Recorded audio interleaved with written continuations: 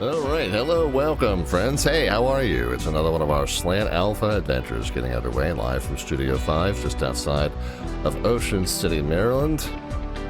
And in the sim, we're not really a Slant Alpha adventure per se, as we so seldom really are anymore anyway. A Slant Golf adventure today, and we're not crossing the Gulf either. We're crossing the Atlantic Ocean, at least part of it. We're going to do a little trip. I say a little trip, it's not a little trip, it's a long trip. Something that we don't normally do on the stream, which is a nice kind of medium haul flight. We're going to start here in Bermuda, and we're going to head up to Newark, New Jersey, just up the coast a little ways from where I sit down here in Ocean City, Maryland. Doing it kind of as a practice. We are later this month. We're going to be participating in the Chicago ARTCC's version of the EAA Air Venture fly into Oshkosh, Wisconsin, and they call that VATVenture. That's coming up a week from Sunday, I believe. And we're going to do that in the DC-6. We're going to do a flight from Salisbury, Maryland, just right near where I sit today, and take that all the way up to Oshkosh. So that's going to be about a 3.5-hour trip, and tonight's going to be about a 3.5-hour trip. The weather's changing. Nice. Get to see almost like a time-lapse of clouds changing there in the sim, but happening in real time. But at any rate, so tonight figured we would just do a little trip here from Bermuda out in Bermuda, heading up to Newark, New Jersey. And in addition to being in just a nice little leg stretch of the PMDG DC-6, which at its heart is a long-haul aircraft anyway, it also will satisfy the remainder of one of our open challenges on the ZNY Flight Quest series. You know, we've just finished up the Atlanta ARTCC Pilot Passport Challenge and recently finished the Honolulu Pilot Passport Challenge. Well, ZNY New York ARTCC has kind of a souped-up version of that with specific requirements for all of its list of challenges, not just show up at the such and such airport, but perform a flight to or from such and such airport with this sequence of events, and it has to be IFR, has to be VFR, whatever. Each one kind of has its own requirements. This challenge here, called the Metro Trio, just requires that you visit each of the 3 major airports in the New York area. And we did JFK not long after the challenge opened.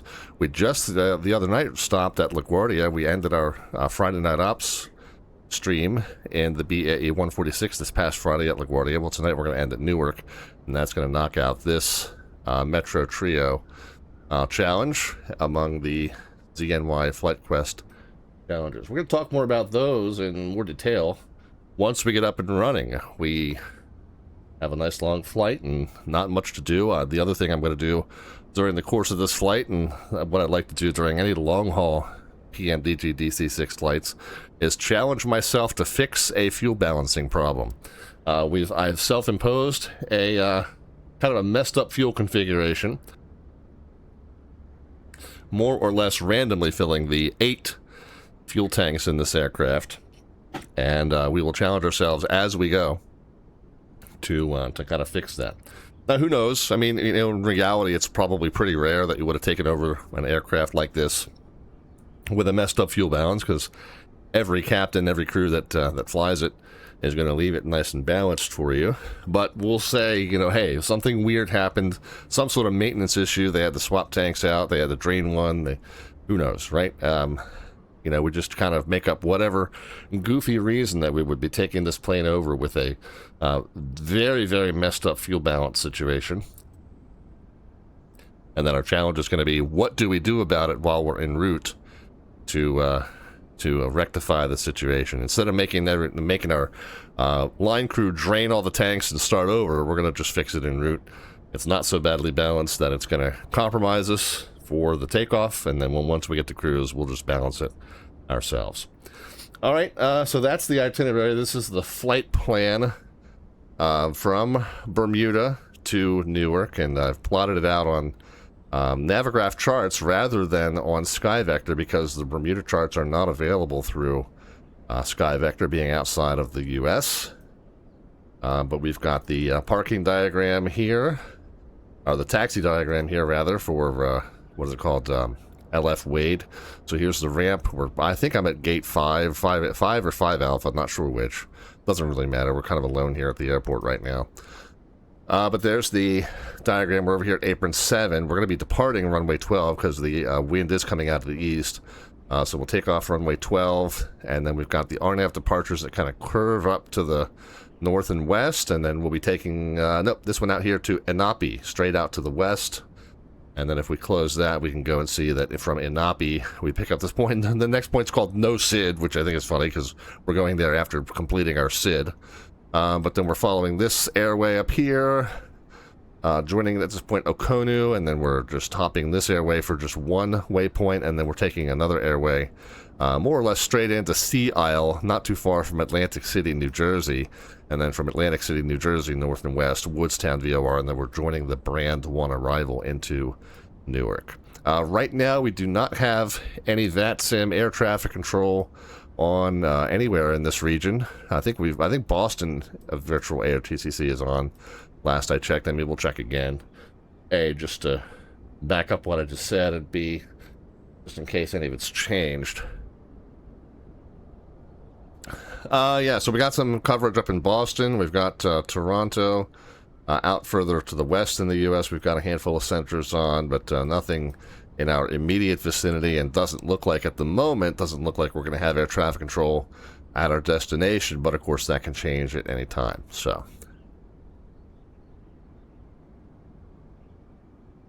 all right, friends, we got a few folks stopping in. Kenny Monster's here. Rookie 31st is here. CB Flyer is here with us as well. So anybody that's lurking or anybody that's joined us in the chat, please feel free to pile into the aircraft, as we are going to go ahead and get it up and running and get started. So we'll hop in, and we'll turn our attention to the tablet, which is there. So yeah, I've got 12,814 pounds loaded, but yeah, you'll see it's actually, we'll just check on the gauges. You can see, you won't see much on the gauges because there's no power to the aircraft yet. That's fine. You can kind of tell from here that I've loaded it kind of wonky, but you'll see that in more detail once we get the aircraft up and running, and we can see it on the gauges. But let's go ahead, and if we go to the ramp manager, we can go ahead and open all the doors and hatches.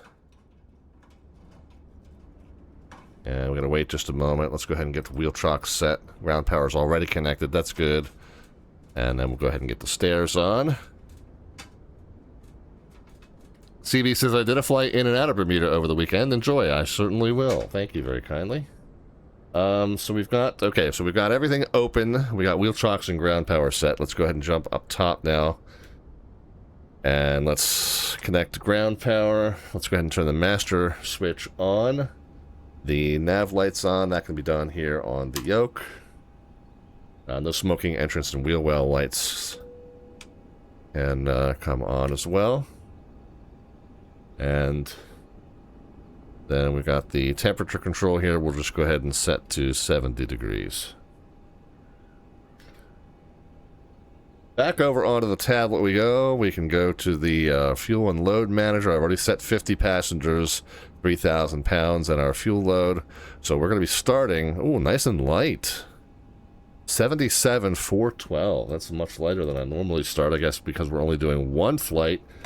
Even though it's a long flight, it still only requires us to carry one set of alternates, reserves, and contingencies. So that seems to have saved us quite a bit of weight in terms of the total gross weight. So we definitely are not going to need the water-injected takeoff today. Cutoff for that's like, I think, 87,600 pounds. So we're well below that today.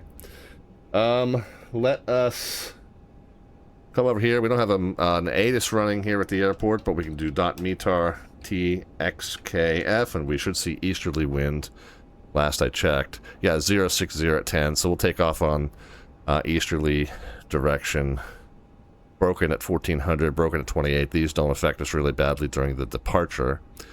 And QNH 1018, well, 1013 is standard. 2902 and 1013 are equivalent. I don't think my gauges here in the Douglas show both. Yeah, there's no way to switch that over. So we'll just do the conversion. So up 5 notches is, it's 3 to 1. So up 5 notches is up 15 notches. So 2992, 2997, 3007. That's going to be my guess. But then let's just Google 1018 millibars in INHG, and we'll see what it comes up with. What did I say, 3007? Oh, I was only off by 1. 3006 is what Google's telling me, so we'll set it to that. But yeah, a good kind of rule of thumb, just get you in the ballpark when you know that 1013 is standard and 2992 is standard. It's basically a 3-to-1 ratio. One click up on the... what am I going? 3006? Is that what I said? 3006? Yeah. So just a hair above sea level. Okay. So one click up on the millibars is, or hectopascal, same thing, is equivalent to 3 clicks up on the inches of mercury. So, and like I said, it's not 100% dead on like that, but it's pretty close. Okay, so we've got our ATIS, or METAR rather. We know we're going to depart runway 12, I think it is, the eastbound runway. Altimeters are set, field elevation of 18 feet is verified. Transponder code, we do not have one, but we'll go ahead and set 2000, and we'll leave the transponder off for now. There's going to be a brief moment where we're operating just on the aircraft battery, so we're going to leave all the radios off until after that point. Let's go ahead and I'm going to, because we've got such a long flight, I'm going to kind of take a shortcut here, and probably not a real advisable one, but we'll do it anyway. I'm only going to program in the SID rather, which is out to the point Inapi. And all the rest of this stuff, we're going to program en route. So as long as we stay at least 1 point ahead of the aircraft, we'll be fine. I would imagine that... I don't know if there's a rule about doing it that way in the real world. Certainly, I'm sure there are company policies prohibiting you from doing it that way in the real world, depending on what company you're flying for, if you're flying for a company rather than yourself. So I don't recommend this, but because we're going to have hours of nothing to do, figured we'll just get off the ground that much quicker and give ourselves a little bit of a task once we get airborne. So I'm just going to put the origin, destination, and that SID, which is, what's the SID called? The Born 1 out to Inapi.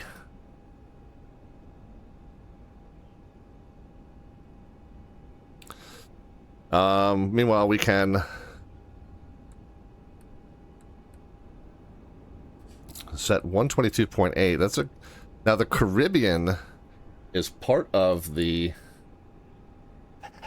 VATSIM local common traffic advisory area. I don't know if Bermuda is, but if we do .CTAF TXKF, it's 122.8. Okay, well that makes it easy. That takes all doubt out of it. So 122.8 set in COM 1. If there's no published SOP, says Rookie 31st, you're not breaking any SOPs. Yeah, fair assessment. I agree with you. Iowa Scotsman is here. How are you? Let's go ahead and go into the flight plan. We'll push for cursor. We're going to set just the origin TX, fills in automatically just because of where we are. We'll finish it out though and go KF. Enter. Let's just go ahead and tell it our destination. Nope. E is before F in most alphabets. KEWR.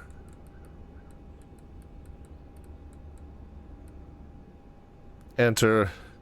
And then let's go procedure. Let's select our departure. Enter. It is the Born 1 to off of runway 12 to Inapi. Enter. Load. Enter. Okay, so runway 12, 520 feet to Born, and then rum. Where's all the rum gone?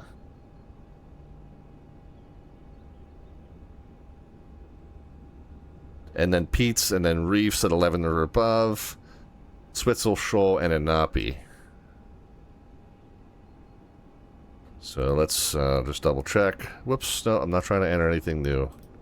Clear out of that. Pete's, Reefs, Switzel, Joel, and Inapi. That's 131 miles away, so we'll have plenty of time once we get rolling to get some additional points in, and then after Inapi, KEWR. Yep, okay, so we're good.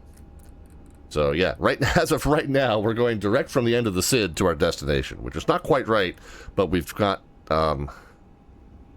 131 miles, like I said. Oh, and that's not even 131 total miles. That's 131 miles after Shoal. We've got, cumulatively, we've got all those miles. 145, 165, 170, 185, 190. Yeah, we got almost 200 miles before we need to enter any additional points. So yeah, we're good. We'll just go flight plan. I kind of like to have the telemetry up there. We're going to leave this device on while we power up, but everything else will leave off for the moment while we are getting ready to switch over to just battery power. Who else stopped in? I said hi to everybody. I think I did. Okay, good.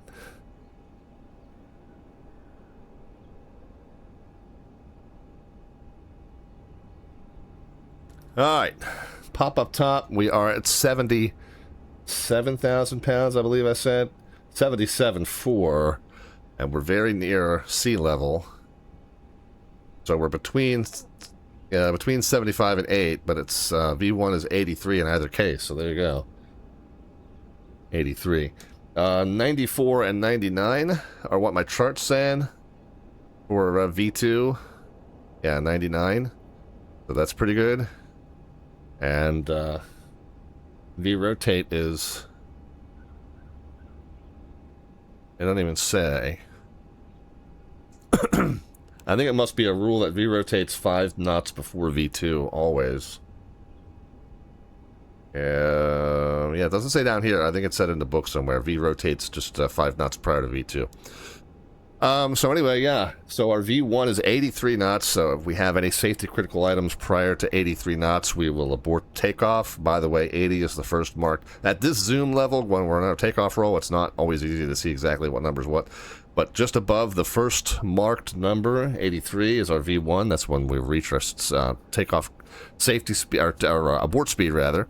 So any safety critical items happening prior to 83 knots will cause us to abort. If we reach 83, we will continue to take whatever problems we got airborne. We're going to continue accelerating to 94, which is our V-rotate speed, so it'll be just that last little tick mark before the second mark number. And then V2, 99, just under the second mark number, is our safety speed, meaning that if we have fewer than 4 working engines at the time we rotate, we'll pitch to maintain 99.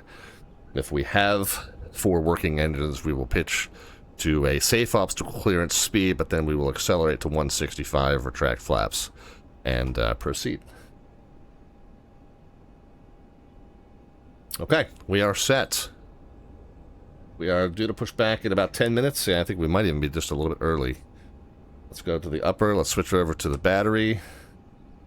We can get the seatbelt signs on. Oh, I have that there. Entry sign and wheel well lights off.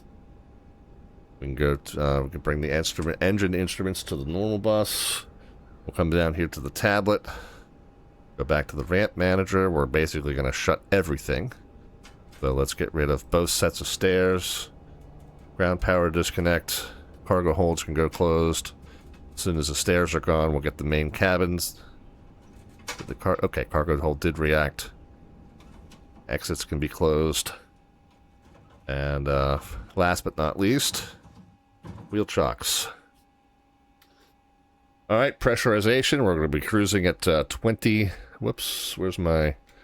Yeah, we're going to be cruising... Yeah, the initial is, yeah, basically here at sea level. And then we're going to be cruising at 20,000. So the cabin altitude, I think, is going to be about 11,000. I think it's about a 9,000 difference. Maybe not. No, so the cabin altitude is going to be 8,000 perceived cabin altitude based on the density in the air and in the passenger cabin. So that's going to be what we're watching this to go to, and then this will tell us the differential. We just need to make sure the differential doesn't exceed the red mark. Okay, so that's all set. Let us come to the front. We'll open up our cowl flaps.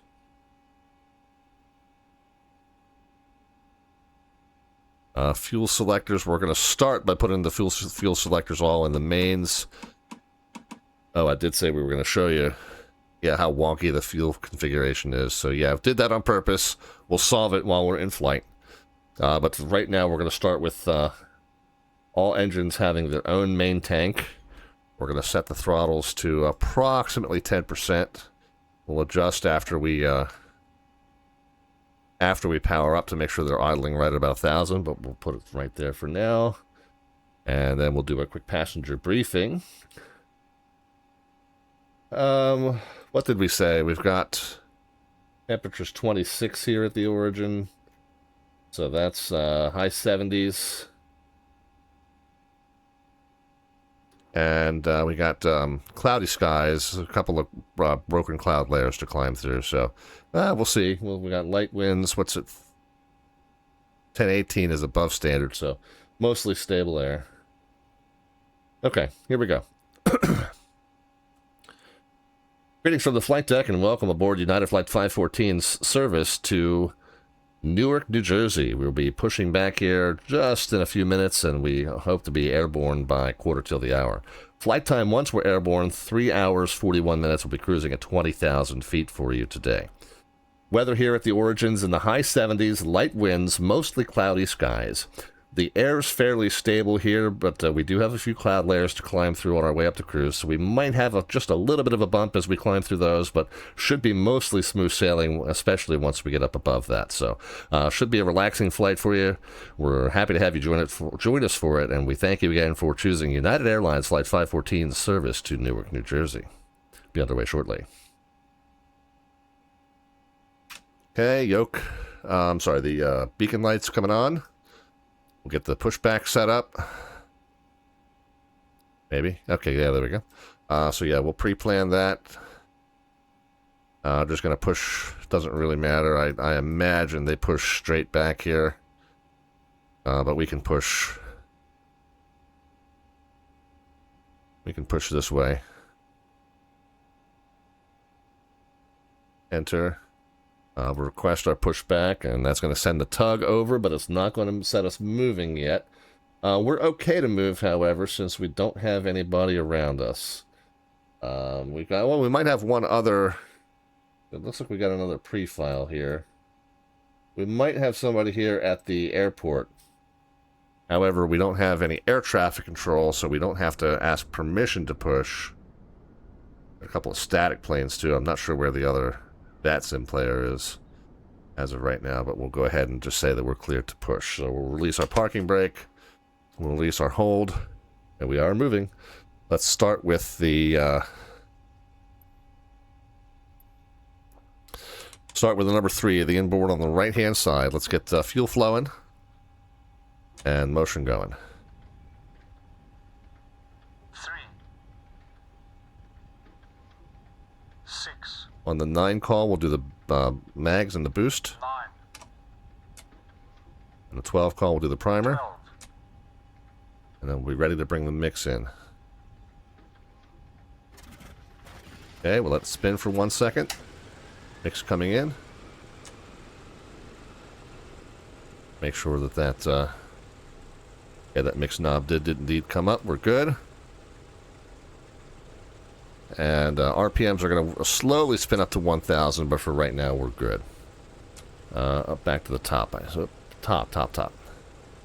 Alright, so fuel pump can come off and generator can come on. We'll go to the number 4. Get the fuel going. Get the motion going. 3. Again, on the 9 call, we'll do the mag and the boost. 6. 9. 12 call, we'll do the primer. 12. We'll be ready to bring the mix in. When it catches, we'll get it. There you go, 1 rotation and then bring the mix.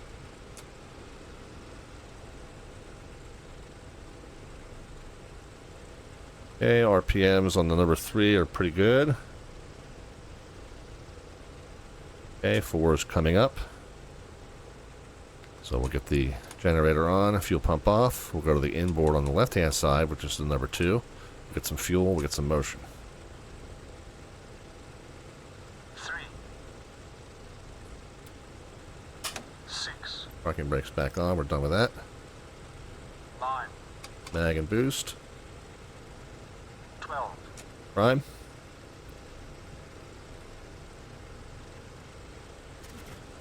Okay, let it spin once. Mix in.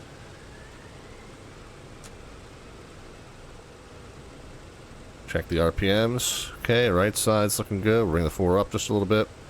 Number 2 is starting to spin up to speed. You can see, so I got switches on these mixes now, so I don't have to keep panning the view around. That's nice. I can do that from just the yoke.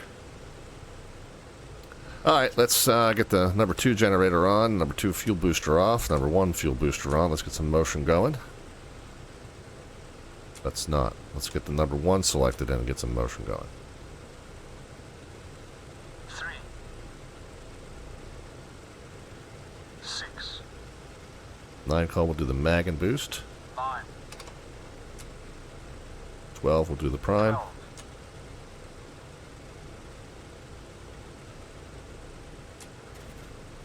Okay, heard it catch. We'll go ahead and throw the switch. Generator. And fuel pump can come off. Get the inverters. We don't need water injectors, as I was saying before. We can go ahead and start getting everything powered up now. DME radio, transponder. Can go straight up into altitude mode. Still just squawking 2000 for the moment. The rest of the radios can come on. The ADF. And the COM2 NAV2. And I'm going to go ahead and monitor. Whoops, not trying to zoom, trying to spin a knob here there, sir. 21.5. So we'll monitor the guard frequency on COM2, but we'll be transmitting and receiving on the advisory frequency on COM1 right here. So to select that down here, we'll just click the both button. So there we are, and yeah, so VPilot does accurately reflect that we're transmitting and receiving on 22.8, but we're also listening on 21.5.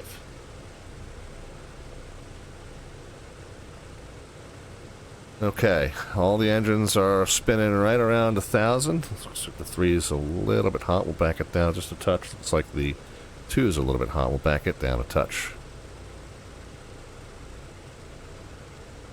Okay, everything else looking pretty good.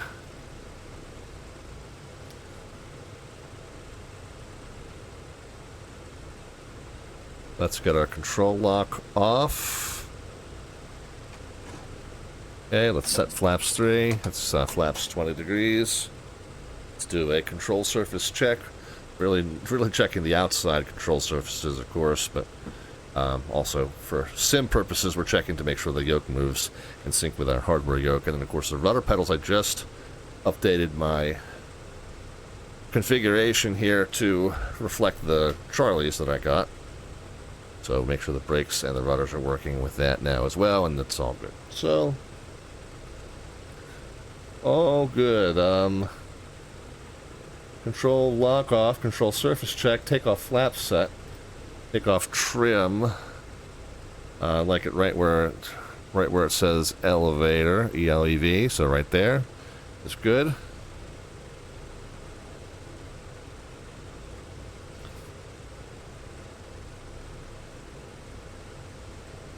We're going to do a brief check here on the ramp to make sure the governor works.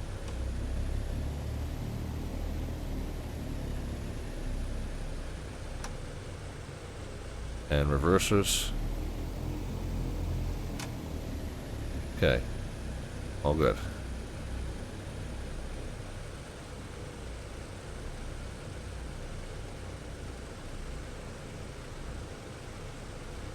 Alright, we are ready.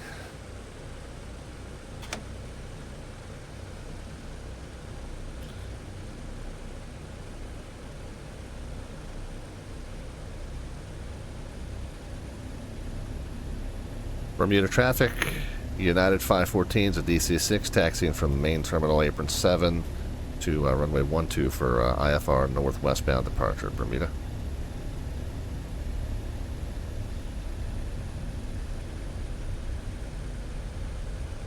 Okay.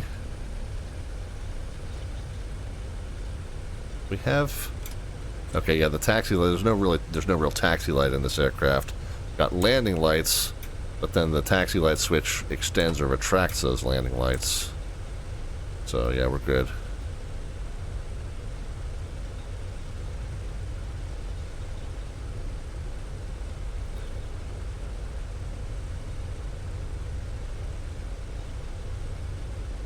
Okay, so cabin crew will be alerted. Heat to heat.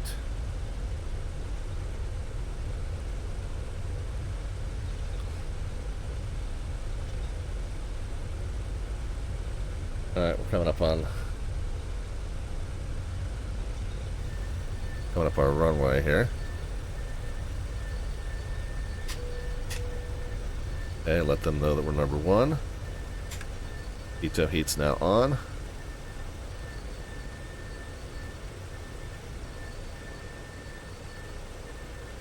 Cals can be set to 4 degrees. That's a cabin crew, repito, Cals. Departure procedure. And then it's just the lights, okay. Bermuda traffic, United 514's DC-6, departing runway 12, IFR northwestbound, left-hand turnout, Bermuda. Alright, strobe lights as we take the runway.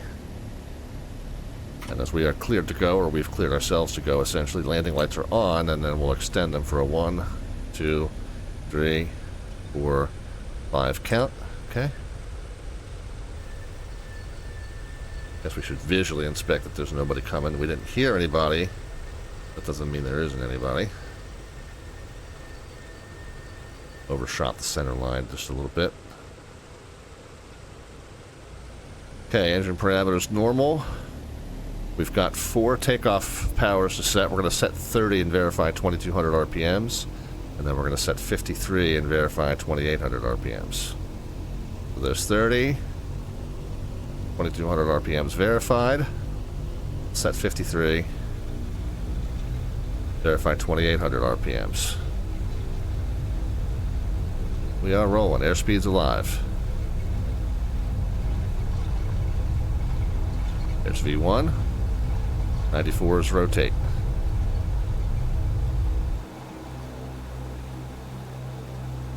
Getting some weird sim stutters, but other than that, we're good. Gear's coming up. As soon as we get the gear up, we can go to 48 and 26. And we'll pitch for an acceleration.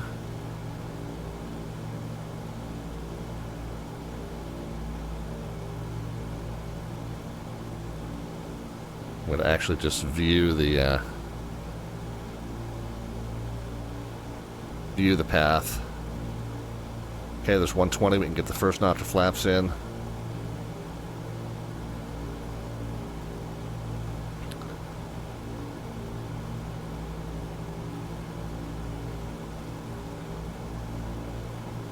Lower the nose. Initial climb is 3,000, by the way, on this SID. There's our middle marker, which we don't need on a departure. Nose down, and speed come up through 140. Initial climb of 3,000, however.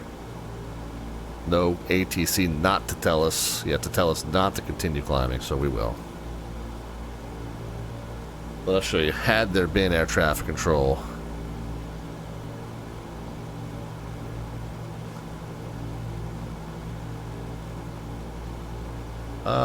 Maybe not. Maybe I'm thinking of the wrong one. I thought there was an initial climb of 3,000 here on this procedure, but perhaps not.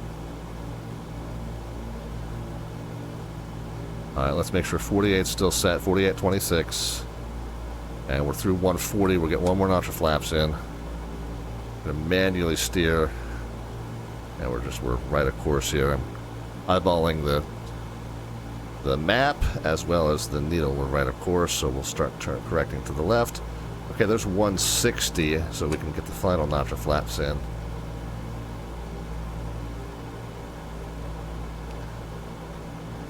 And then we'll pitch to maintain 165. Once we reach 165, manifold pressure can come down to 40. RPM's down to 24.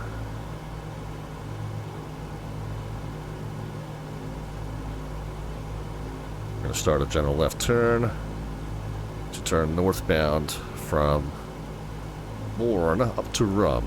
We're headed toward the Rum. Lower the nose just a little bit. Make sure we're pitched to 165. Just hand flying for right now. Look at the autopilot engage in a little bit, but for right now we're just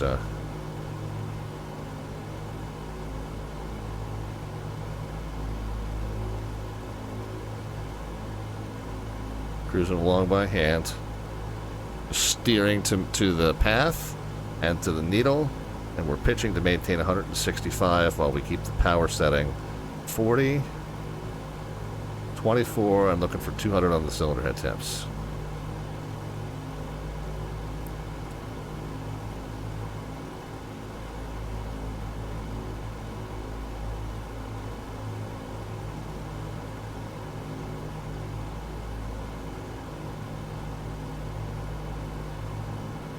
Why is the rum always gone? I know, CB.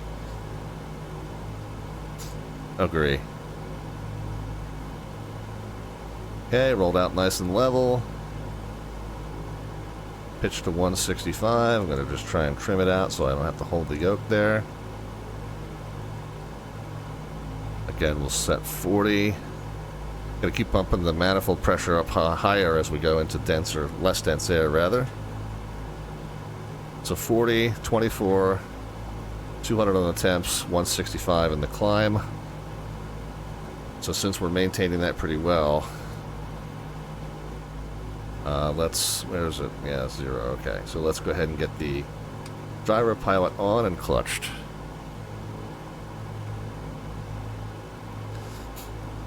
And then for that matter, let's have it enter just a gentle right turn. Let's pitch it down just a notch. Okay, we'll roll out of that right turn. And we'll see if we can get it to go into nav mode.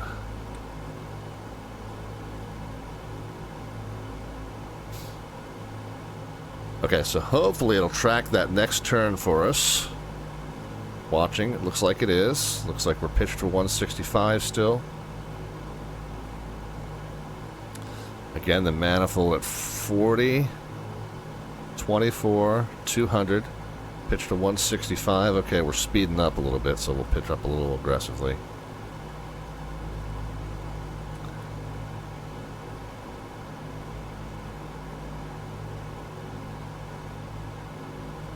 And we're tracking that dead on, so I'm going to go ahead and just change the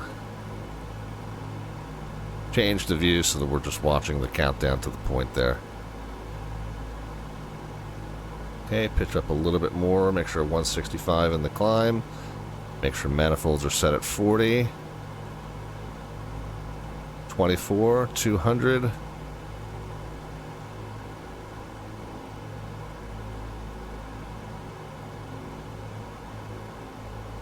And 165 in the climb, so we'll put the nose slightly down to maintain that. Looks like we're doing pretty good.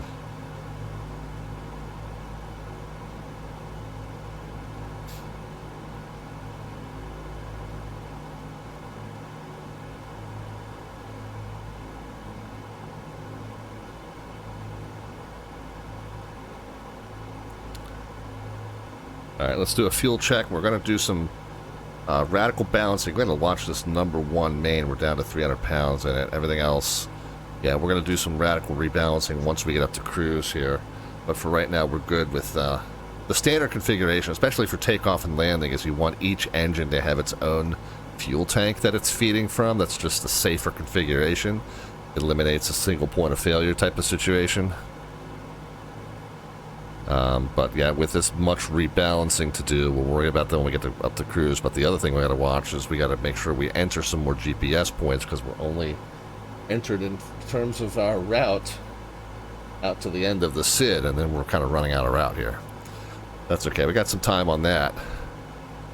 Let's just make sure we're maintaining 40, checking for 24 and 200, and pitch for 165. We're golden. Passing 9,000 feet.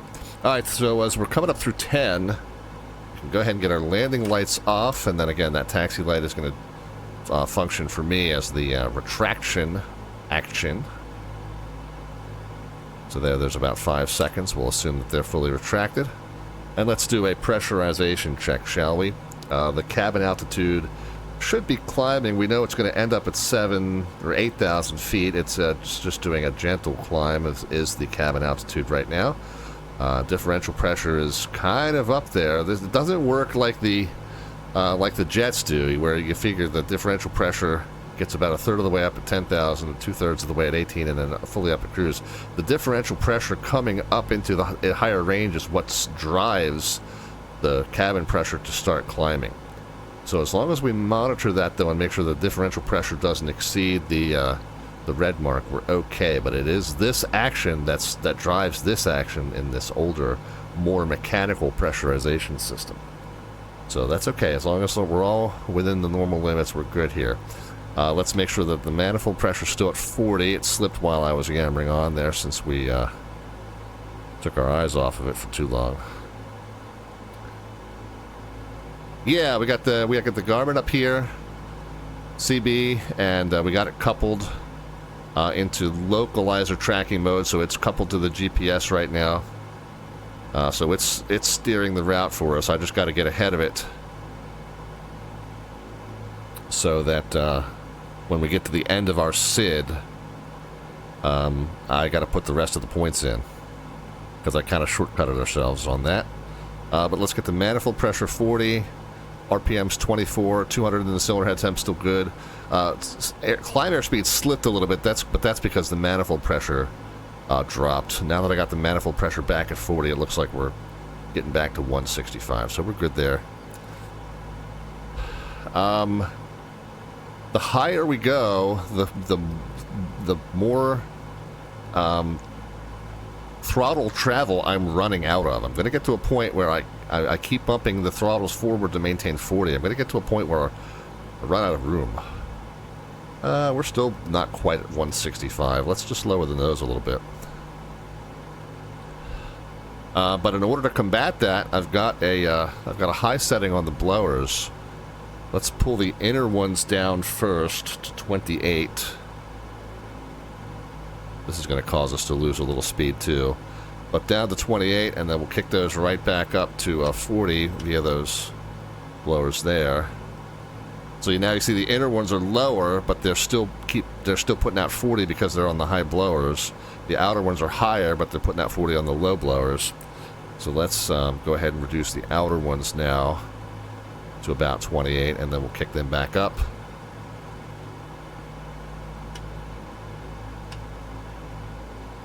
Okay, and then we can just equalize them there all at 40 again. And now we've got plenty of throttle travel to keep pushing forward while we continue to climb.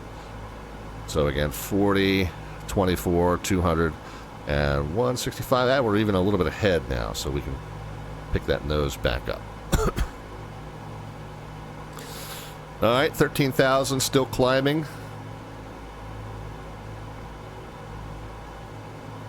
Where are we in terms of the SID? We're between Pete's and Reefs. Oh man, yeah, we haven't even left the terminal airspace yet, so we're good. By Reefs, we have to be at 11,000. Well, we're good. We're well above that. Coming up on 14, I think, last I checked. Yeah. Okay, good. We met the climb restriction, and then we got plenty. Yeah, after Shoal, we got 131 miles to a nappy before we have to start panicking over putting in more waypoints. So everything good. Let's keep on our engines here. Yep, this manifold pressure has slipped again. Let's get them back up to 40. And again, 24. That's really 2450. Those lines are 500 each, so let's just back those down. Okay, so there's a true 24. 200 degrees on the cylinder head temps is perfect. And 165 in the climb. We're slightly slow, so we'll notch the nose down just a tiny little bit.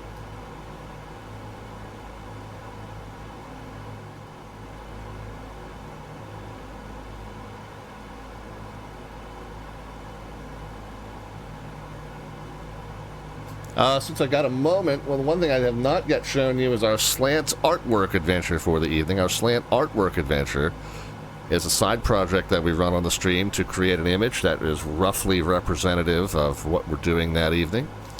And then once I show you that image, you're more than welcome to cash in 500 of the Twitch channel points, aka the Alphabets points, to let me know how you would like to add to or modify that image. Incrementally, that is, not just a few words or a short sentence, not a paragraph. But our slant artwork adventure is just a nice vintage shot of me as the airline captain with the 1950s pinup style stewardesses accompanying me onto the aircraft. So if you would like to let me know how you would like to add to or modify our slant artwork adventure, cash at 500 of the Twitch channel points, aka the Alphabets points, and then once I see that you've done that and call your name, you can let me know what you'd like to change.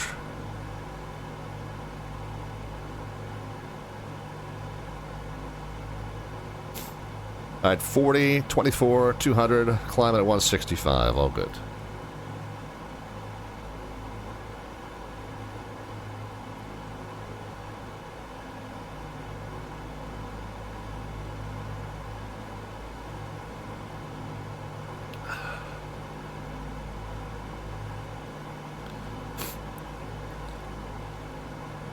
All right, let's take another peek.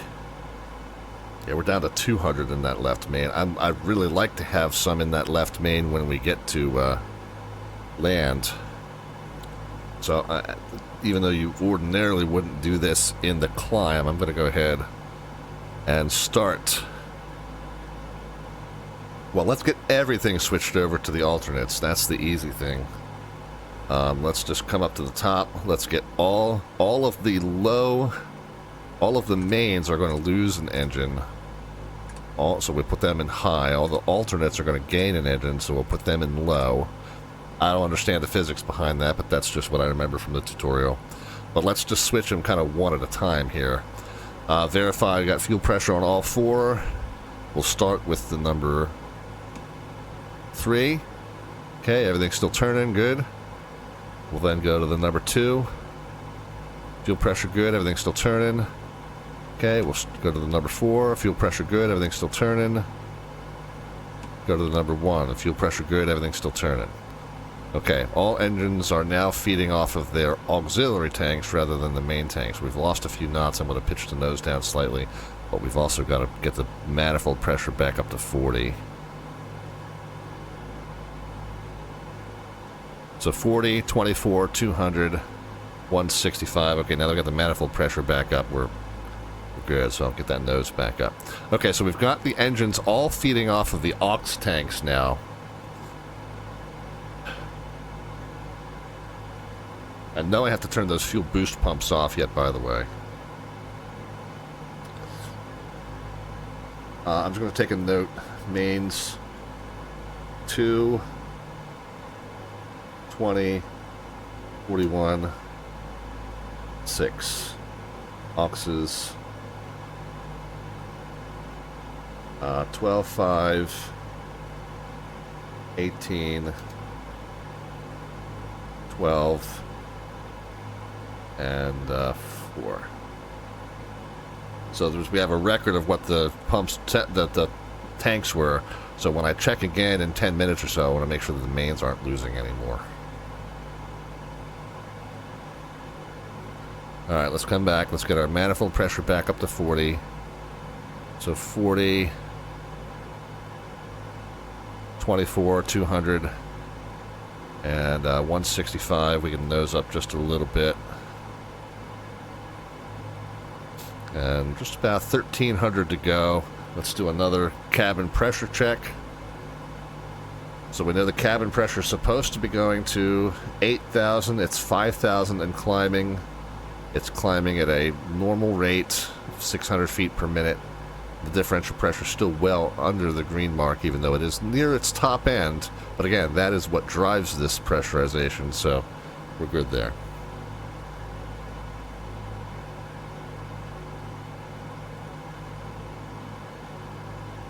And then where are we laterally? We're not quite at swizzle rather. So after swizzle, we got 16 and then 131. Yeah, we're golden in terms of having to program in some lateral points. So what we'll do is we'll get up to cruise.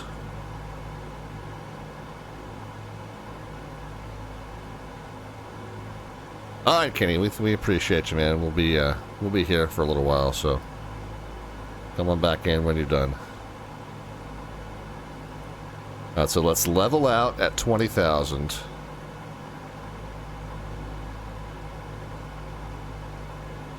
Seatbelt signs can come off.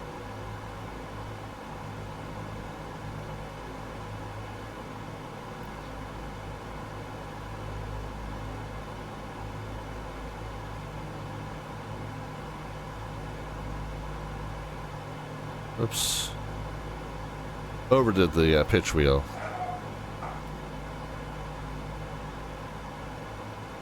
Just trying to get it nice and level at 20,000. Meantime, we can go ahead and reduce to 34.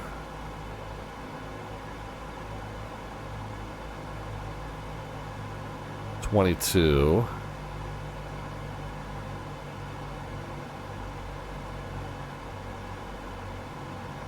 And then we can switch the mixture from auto lean to auto rich. I've got a switch that will do that. Okay, that's now done. And then we'll fine tune. Should have 150 BMEP across the board. So I'll just make a couple of small adjustments to make sure we're dead on that.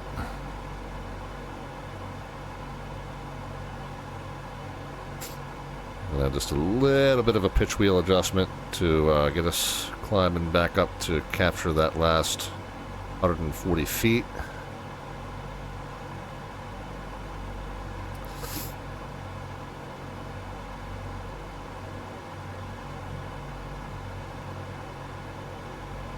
Okay, and then we'll try and get the climb rate to as close to 0 as we can.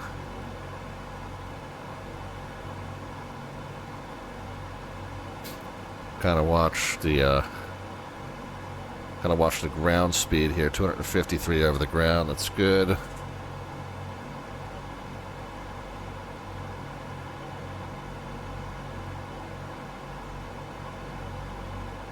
Yeah, looking pretty stable there. So once you get it to the point where you almost have it so stable you don't need the altitude hold, that's when you can engage the altitude hold. And okay, good, it's gonna nice level. If you don't get it nice and stable first, then as soon as you engage the altitude hold, the plane pitches either up or down radically. But if you wait for the speed to stabilize, the altitude to stabilize, you get it almost to the point where you feel like, well, it's just so trimmed so nicely at level flight that I don't even need the altitude hold. That's when it's appropriate to use it.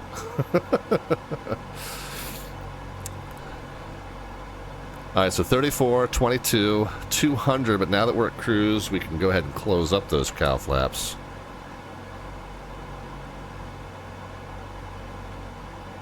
That's 0, right? No, 0's this way.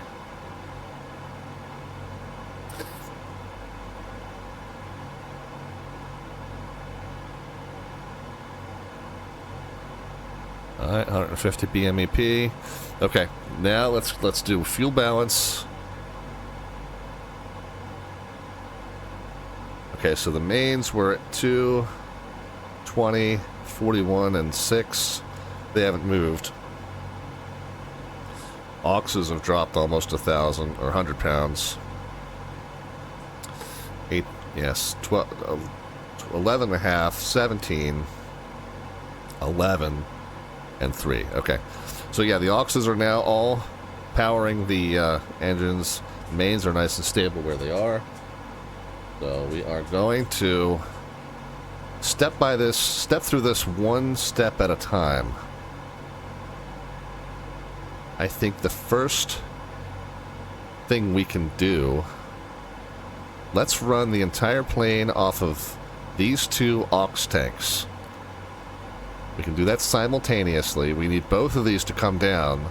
Instead of focusing on both at one at a time, let's just instead of having a single point of failure, let's at least have 2 points of failure. We'll get both of these going at the same time and run the entire plane off of that. So we're going to close off the 3 and 4, but we've got to get the cross feeds open to allow the 1 and 2 to operate first. Oh, and I never did. Yeah, so the main boost pumps can all come off.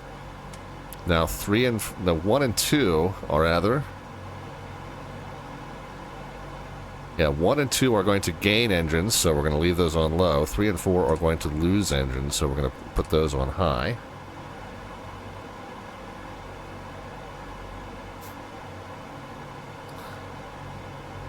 Okay, so first things first. Let's confirm we've got fuel pressure across the board.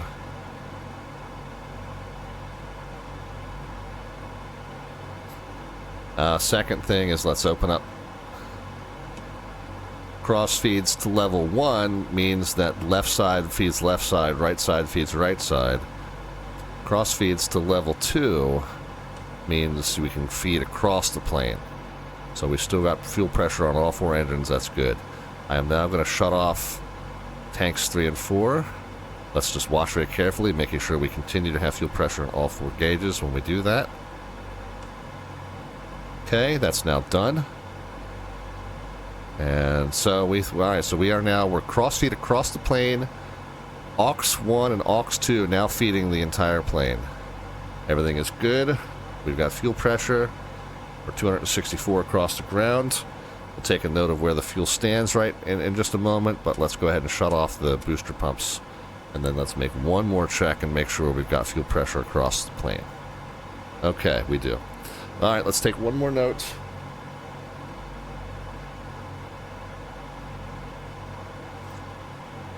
So the mains are still at 200, 2000, 4100, and 600. Auxes are now at 11.5, 17.5, 11, and 2.5.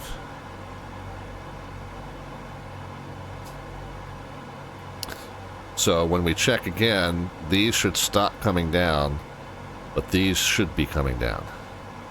So we'll peek on that in just a few. And how are we on our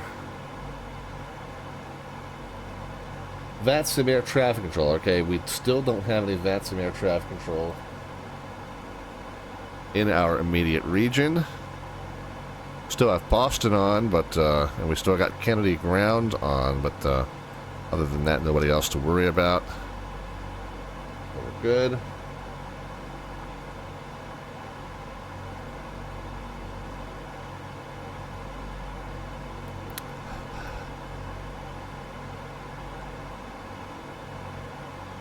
Greetings from the flight deck with an update. We've reached our cruise altitude of 20,000 feet, and we have turned off the fasten seatbelt signs. The cabin crew is going to come around with a fine selection of Red Bull products and New York style pizza.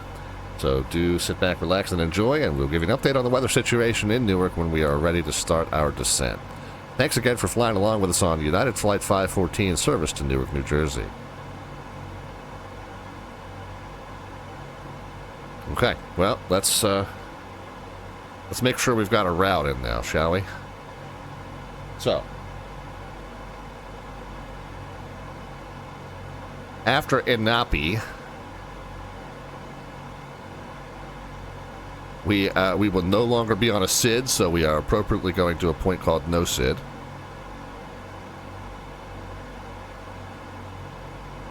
It's 337. Still a 337, so I'm just going to skip that one.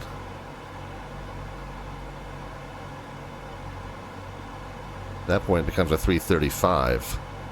You know, I'll tell you what. We've got all the time in the world. Let's just enter all these. Why not? Let's just be thorough. We really don't have to enter the points where it's a straight line through, but just in terms of keeping track of where we are, it's not a bad idea to have them. So let's just enter all these points. No SID, and then SKPPR. So flight plan, push for cursor.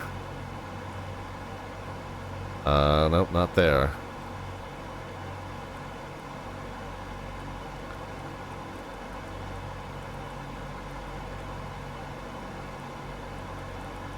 No.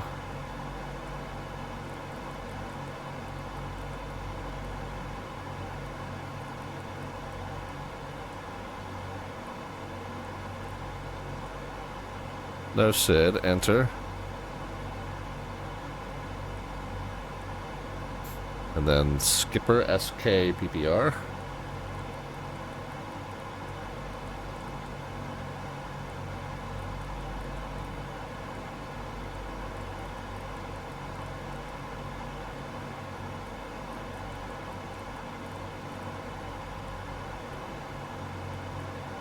P comes before R, last I checked.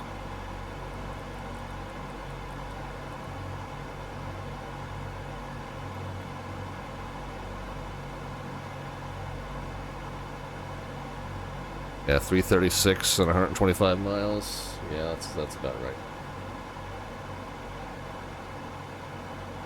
Alright, next one is called Okonu. O-K-O-N-U. Well, let's get that one in here. O. K. O. N. U. Enter. Okay, and then after Okonu. Now at that point we're switching up to this northbound airway here. The next point's called Web.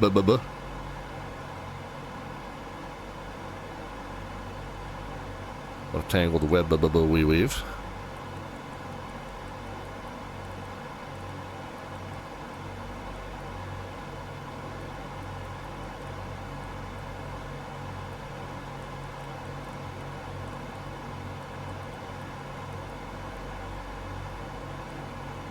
Not Weebab. Not Webba. Or even Webaba. Webababa. There we go.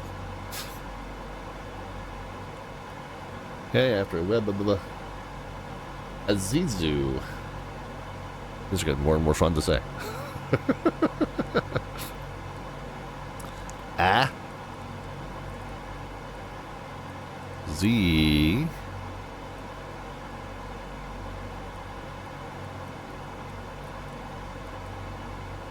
Yep, that's the one.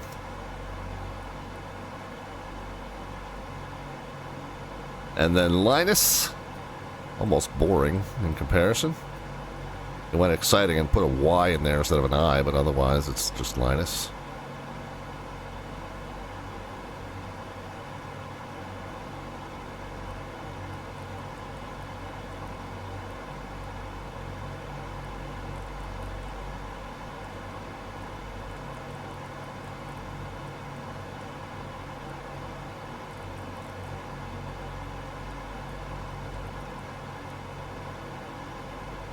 Enter. And then Agun, A-G-U-N-E.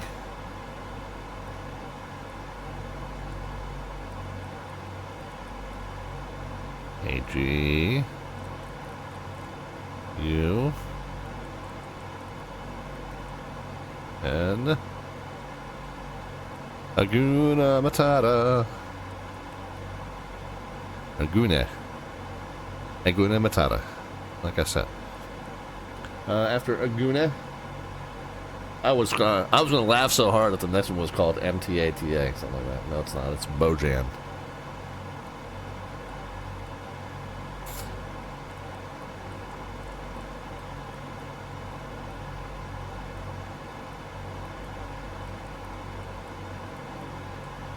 Mr. Bojan. Ghouls. Enter. Bojan. Little ditty about Jack and Diane. D-I-A-A-N.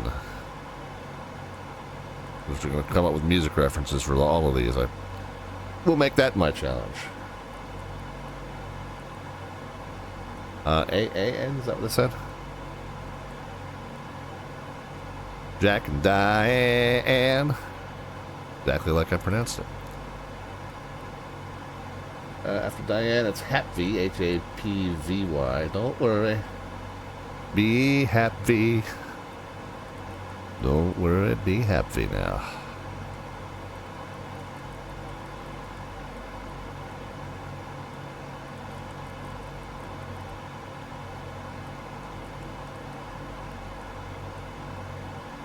Eta. After happy. Now this is this is a good example of ones that you probably don't need to put every single one in. Matter of fact, we're seeing a different set than the ones I am putting in, and I think the reason for that is because I'm putting points off of the high IFR chart.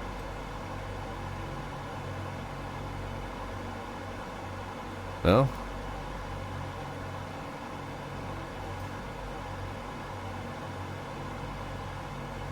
Not making a difference.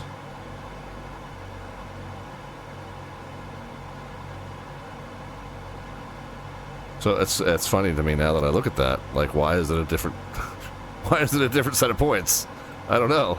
I'm confused.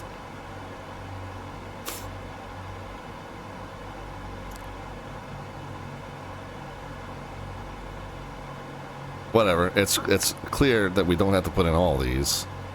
We probably really only had to put in Web and Dasha. Is it part of a different route? I don't know. I think it's all the same route. Oh, I don't know. I guess the tighter you go in on that, you realize it is slightly offset. Which, to me, is like, okay, why is it even there? What's the purpose of it? That's bizarre, but I think you've nailed it there. CB, I think those are not listed on the route because they're not on the route.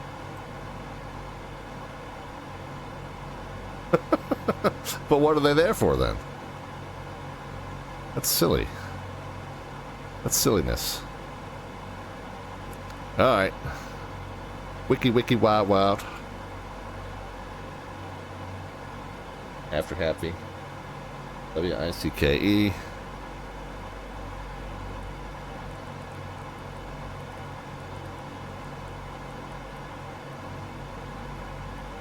I bet some of you thought I was going to do a Broadway reference for that one, but joke's on you, I don't know that musical.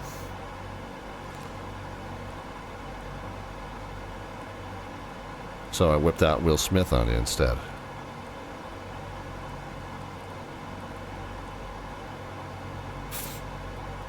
After Wiki, Sticky Wiki, Jeter. I don't know a musical reference for that one, but he's a Yankee, so I don't like him. So, you know what? I don't like Jeter, so we'll skip that one. Corny, next one. Appropriate. Alright, I'll put in Jeter. Otherwise, I know I'm going to confuse myself later by not doing that. You know what we should probably do? I don't know. Maybe check on our fuel progress. Make sure we don't burn a tank dry.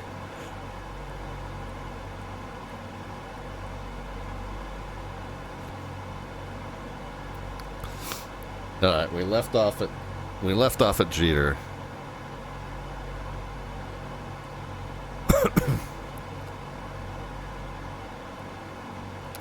And Appian knows it is as far as we go in terms of being able to see it visually, but I think we're good. Let's take a peek at our fuel. 34, 22, 200, 150 across the board. Still at 20,000 feet. And so making 266 over the ground en route to Inapi. And what do we got here? And the auxes.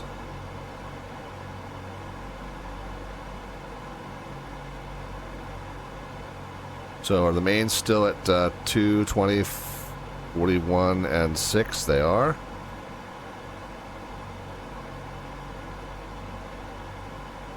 Two, 20, 41, and 6. Auxes are at, we're going to call it 7, 16, 11, and 2.5.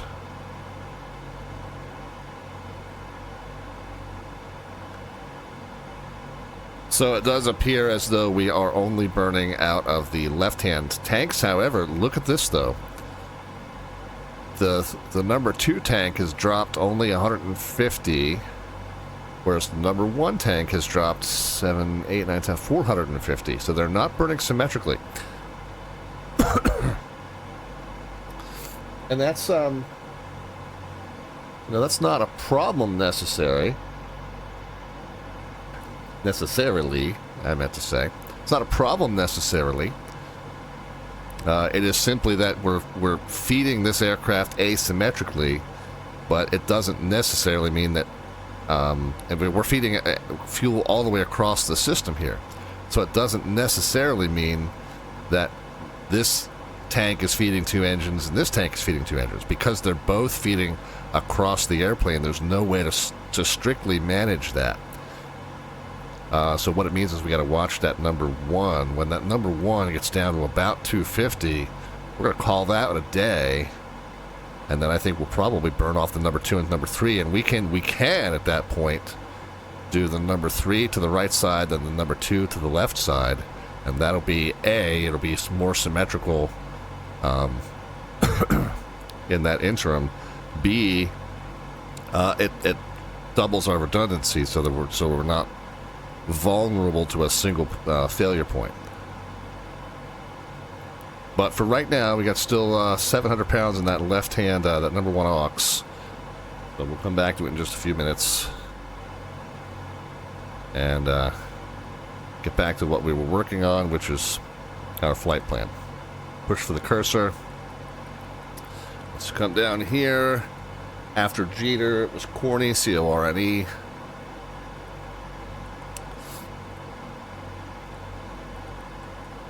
Jimmy Crack Corny, and I don't care.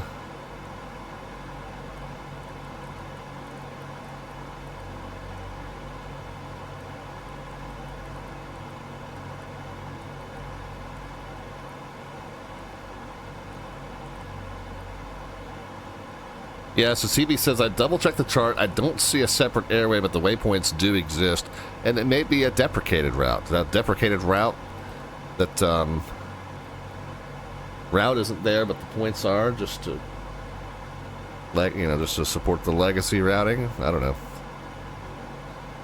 Dasha and Fish, D-A-S-H-A, dash A, and Fish.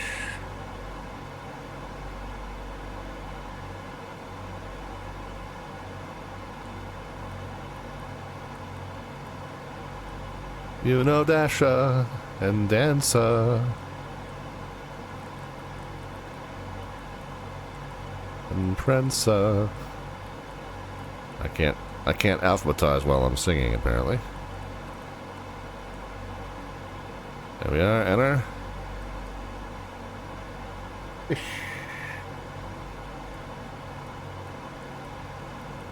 F I 2 S's, okay. So really it's fish.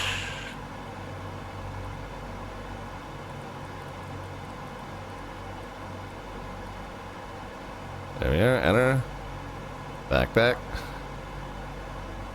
So there's the high airway chart on SkyVector. Okay, we'll peek at that in just a bit. After fish. Then we got Sea Isle VOR, SIE.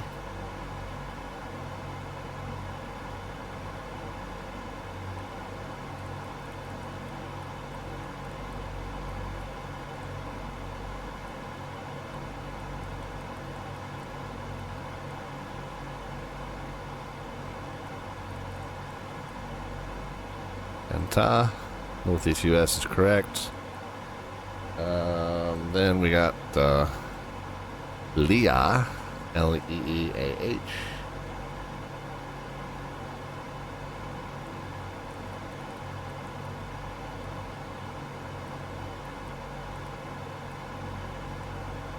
Feel like I'm missing an obvious song reference for that one, but I don't have one.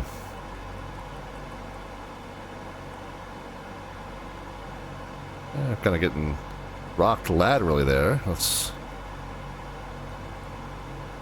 before we punch in the rest, let's kind of just peek down here, make sure everything's still okay. 36, or 34 rather, 34, 22, 200, 150 across the board. Still at 20,000. Still making 267 over the ground. And still got about 550 in that number 1 tank there. So we're okay for now. We got just a couple more points to enter after Leah. Brief. Don't worry, I'll be brief. And then OOD. Not odd. Ood. Well, that is odd to me.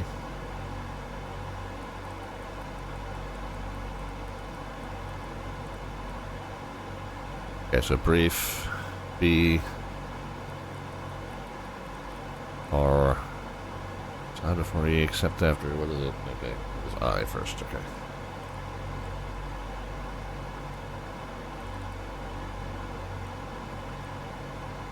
And then odd.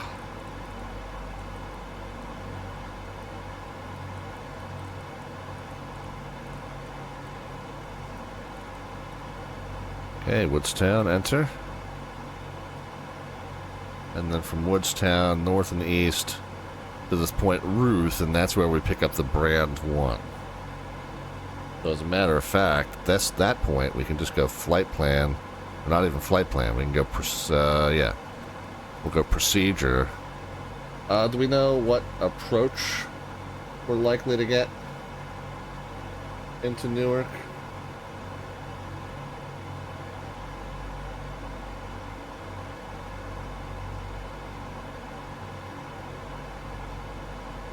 No, there's no ATC there. We got 4s and 22s that are kind of the main runways there. Let's do a METAR KEWR 250 at 10. There is a westbound runway. When United planes land on that runway, they tend to hit trucks, but we'll see if we can maybe land on that westbound runway and not hit a truck. 250 at 10, 2993. What do we have in terms of the approaches there?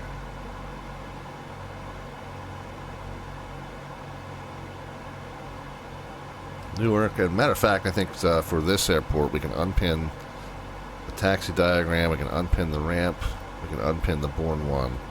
So we really just need the... yeah, so after Watcha we're getting vectored anyway. 4 right, 22 left, 2 niner. Well, I'll tell you what, before we go nuts, I mean, I think we'll have a 6,700 foot runway. We'll have a better chance of landing there than a fully loaded 767 would. Let's just see if we can take a hint.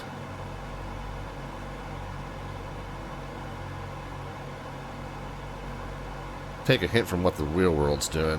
Hiatus, KEWR.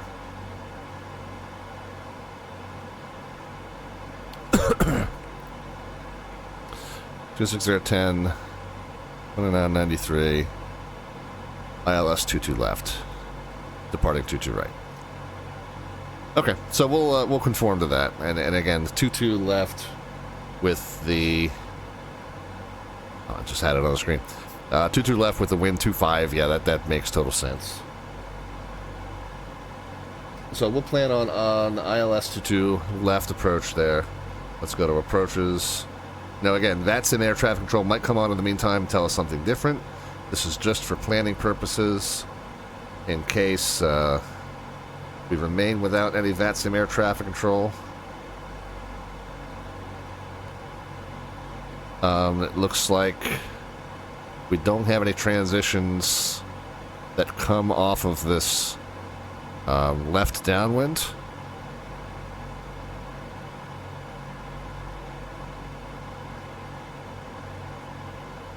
Nothing that comes off of Watcha or anything like that. Yeah, Watcha just points us, yeah, kind of up the river. So we're going to end up kind of on a left downwind here. So there's no feeder that gets us that. We got Patron that comes off of a right downwind almost, but I would say if there are transition options, Izeco is really the only transition we could pick that would be of use to us. So let's pick the brand one from Ruth, and then the 22 left ILS from Izeco. So let's first select the arrival and enter. We gotta go to the menu, and we gotta select the destination airport. Brand one, enter, with no transition, but I think we don't have a choice except to enter a transition. So we'll enter the DuPont transition, but then we'll just delete those points out rather. And then let's go to the flight plan, or procedure page rather, select our approach, and it is going to be the ILS to 22 left from Izeco. And we will load that, and it's going to just remind us that when we get there, we're going to have to tune the radio to track that ILS rather than just rely on the lateral path shown by the GPS. But we know that, and we'll do all that briefing when we get a little closer. So let's push for the cursor, and let's scroll down, and let's kind of just double check here. After Woodstown, yeah, so basically we're not going Woodstown DuPont Ruth, we're going Woodstown Ruth. Right, because if we were going Woodstown DuPont Ruth, we would be backtracking there a little bit. Let's come back to the charts page. Man, I almost forgot.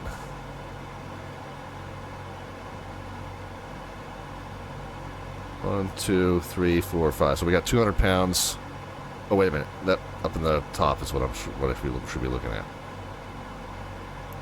2, when we got 3, 4. Okay, we got just a little bit of time left. Okay.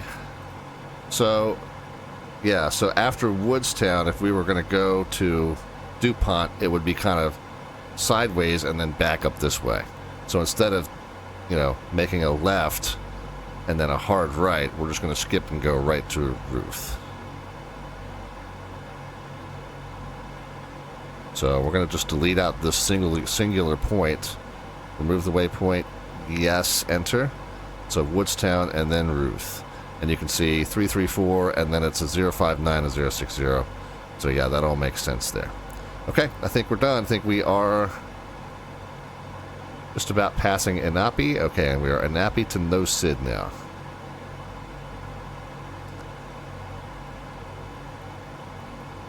And if we flip over to the range as high as it'll go, yep, okay, there we are.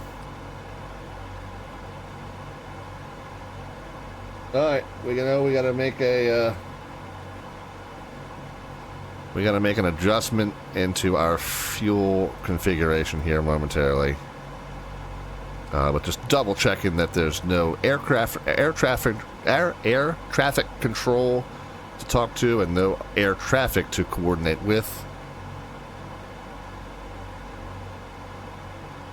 And we got none on both counts. Mad Noob is here. Hey, Mad Noob, good to see you. I just realized I have completely spaced it on your t-shirt. I have it sitting on my kitchen counter. It'll go out with me tomorrow morning. I'll get it on the way to you, man. Sorry about that.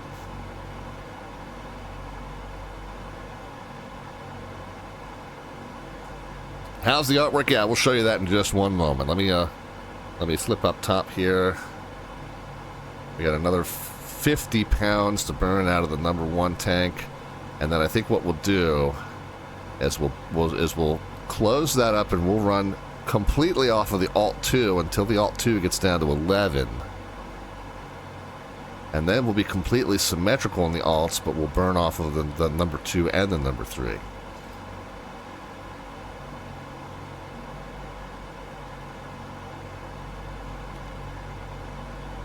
Alright, so since I got a few seconds, our slant artwork adventure, as we were just talking about. Slant artwork adventure is an image that we put into ChatGPT to have it generate for us. Put a description in, rather. It generates the image. And the image is roughly representative of what we're doing on that day's stream. And then once you guys see it, you're more than welcome to cash in 500 of the Twitch channel points, aka the alphabets points. And then that gives you the opportunity, once I call your name, to tell me how you would like to add to or modify that image, incrementally so, a few words or a simple sentence at a time, but just one element that you would like to change about that image or add to that image once you see it. And again, we try to keep it roughly representative of what we're doing on the live stream that evening. Our slant artwork adventure this evening is me, and as a vintage United Airlines captain with a couple of pinup stewardesses alongside, getting ready to accompany me onto the airplane.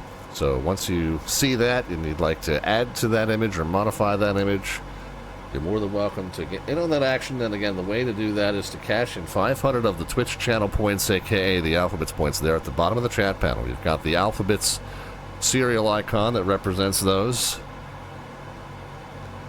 Alright, we're ready. We got 250 pounds in the left, 250 pounds in the right. We're going to run everything off of the number 2 for just a moment. So the number 2 is going to gain engine, so let's put that on low. The number 1 is going to lose an engine. Let's put that on high. Let's double check. And we got fuel pressure across the board. Let's come down here. Let's get ready to shut off the number 1. And let us make sure that we continue to have fuel across the board. And we do. Everything's still turning. No changes. 150 across the board in terms of power output, so we are good. So we should be now running just the number 2 aux. Let us go back over to the Notes tab.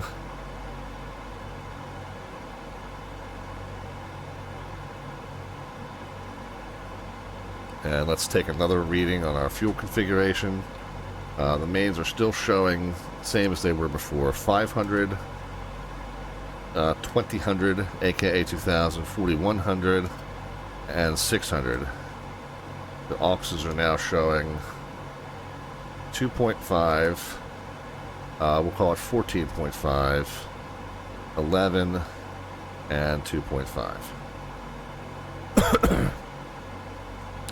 So once the number 2 gets down to 11, we'll have 2.5, 11, 11, 2.5. So we'll be nice and symmetrical. And then we'll run the aux tanks, middle aux tanks. The left aux tanks will fuel the left 2 engines. The right aux tank will fuel the right 2 engines. We'll run that symmetrically down until they're all at 2.5, and then we'll switch back to working on the mains, and it looks like this number 3 main is the one we need to work on first. So again, not ideal that we are running all 4 engines off of 1 tank, but again, in order to fix the fuel balance situation here in the aircraft, that is what we're doing. And again, for those of you who just joined, on these longer haul trips, I'd load the fuel wonkily, and I know I've just made up that adjective, but I'm sticking with it. We load the fuel wonkily on purpose in order to just challenge myself to fix the balance en route, so that when we land in Newark, we'll be handing the next crew a nice rebalanced aircraft. So again, this has no bearing on the ordinary manner in which you would load this aircraft.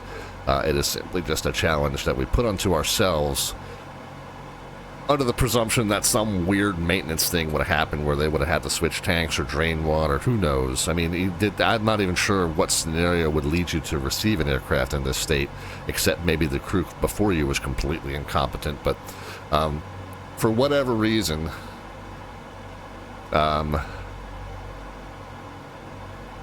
we've inherited this aircraft from the crew before with the fuel configuration all weird and wonky. And so we're doing what we can to fix it.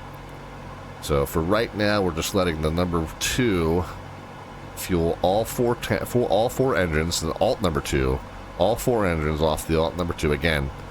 You know, that's a little bit of a risky situation because it's a single point of failure. Something happens with that tank, all 4 engines are going to flame out. So, not ideal, but in terms of rebalancing our aircraft, it's good for now. And then we can, I mean, the other thing we can do, honestly, we can run the left side off of the number 2 alt and the right side off of the number 3 main, because those are the 2 that we want to burn down right now. You know what? Let's do that. Let's do that. I feel safer doing that. We're going to add some Honey Bunny artwork to the front of the plane.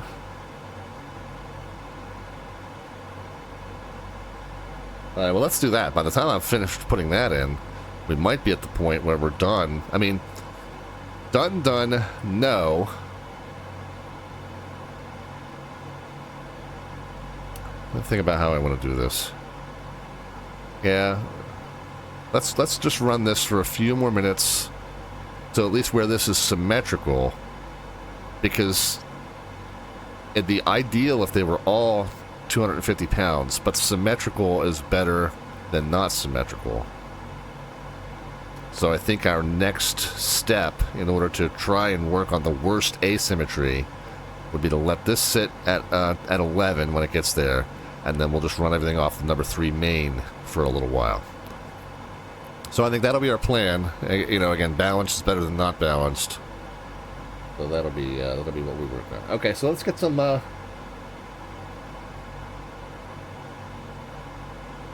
nose art onto the aircraft.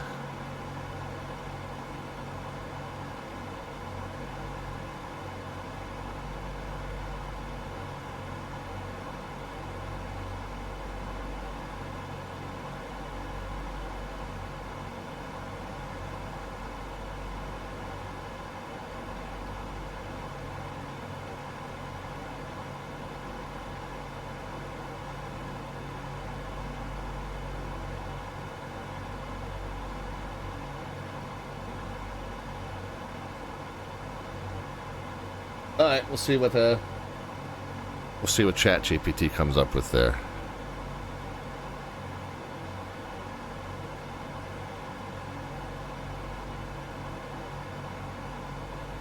Yeah, and since we are no longer flying the SID, we are now at a point called no SID. Makes total sense. We took a little nappy, and now we're at no SID.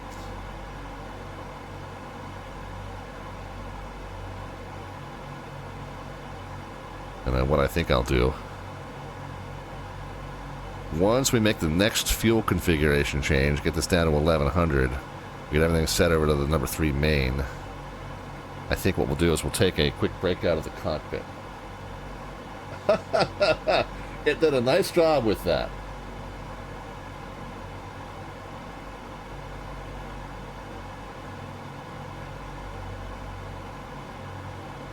It did a nice job with that, Mad Noob. I think you'll agree.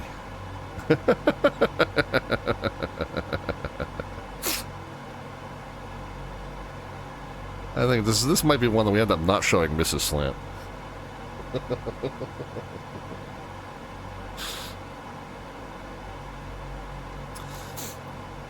Let's take a quick scan. Let's take a quick scan through the engine gauges, make sure we're not killing our plane here. 34, 22, 200 across the board, 150 across the board, still cruising at a normal indicated airspeed and still holding 20,000 feet. And if we come up top here, we can switch over to the telemetry display, see that we're still getting 258 over the ground. And yeah, everything's proceeding normally. We're going to burn 100 more pounds out of the number 2 alt. And then we're going to leave the alts for now. We're going to then go to work on the number 3 main. So we're gonna lose engines on the 2 alt. We're gonna pick up engines on the 3 main. The way Randazzo explained. Oh man, and I never did.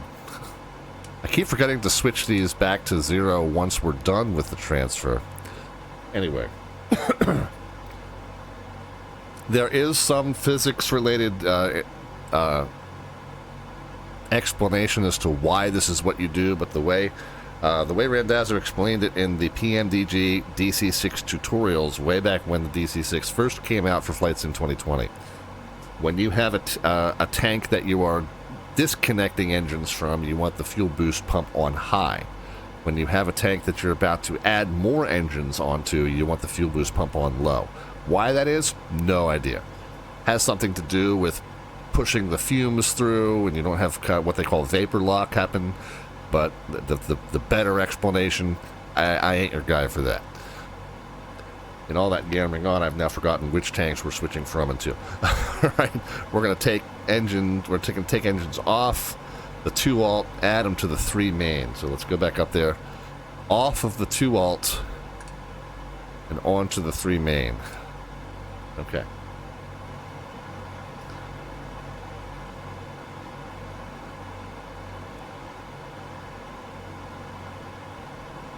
Let it run just a couple more seconds. So this is pointing just maybe a slight hair below the 11. We'll just give that one a couple seconds until it's also just slightly below the 11.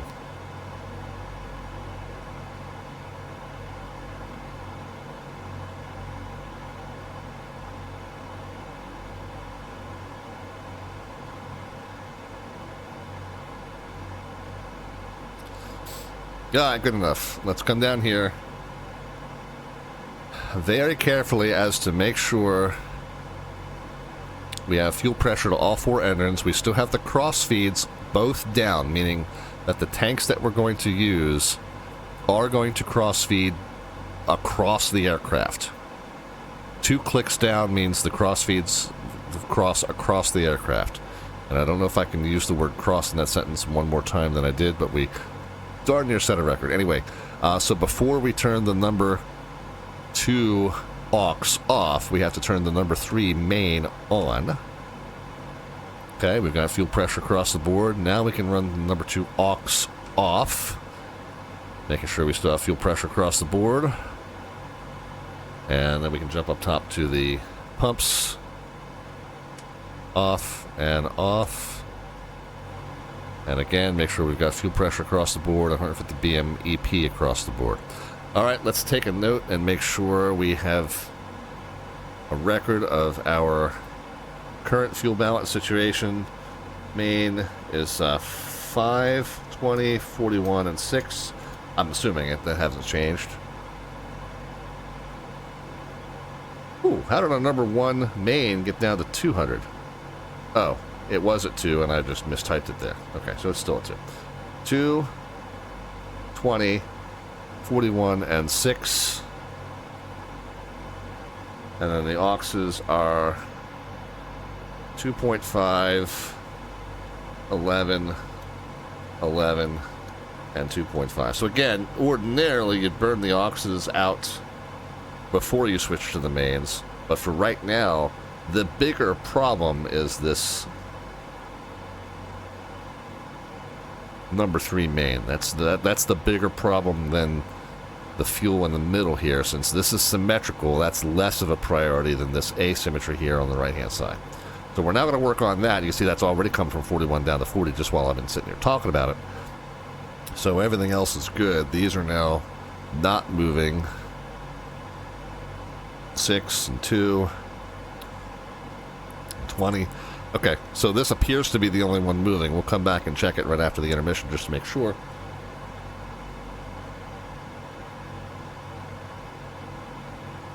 Again, single point of failure for all 4 engines. Not ideal, but the bigger problem is that big asymmetry.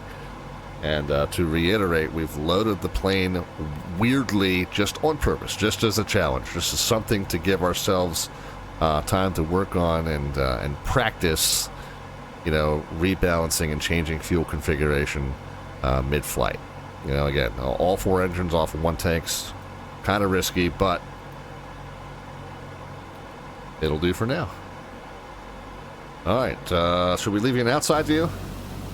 Yeah, we're leaving outside view. We'll take a quick break out of the cockpit, and we'll be back after a little liquid recycling with lots more flying left to do as we take our DC-6 from Bermuda up to Newark, New Jersey. Little vintage United Ops for you, and appreciate you joining us for it. Take care. We'll be right back. Sit tight.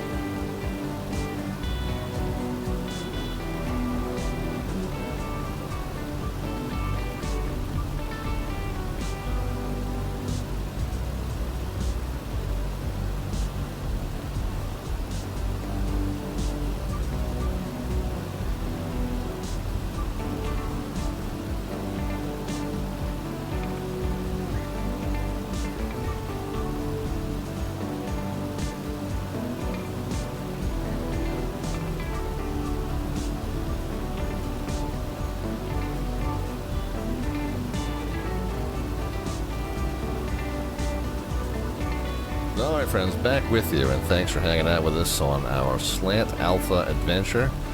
Slant Golf, technically, today, and the PMDG DC-6 as we are headed from Bermuda. We're out of the Bermuda Triangle, I guess, technically speaking. But we're headed to Newark, New Jersey.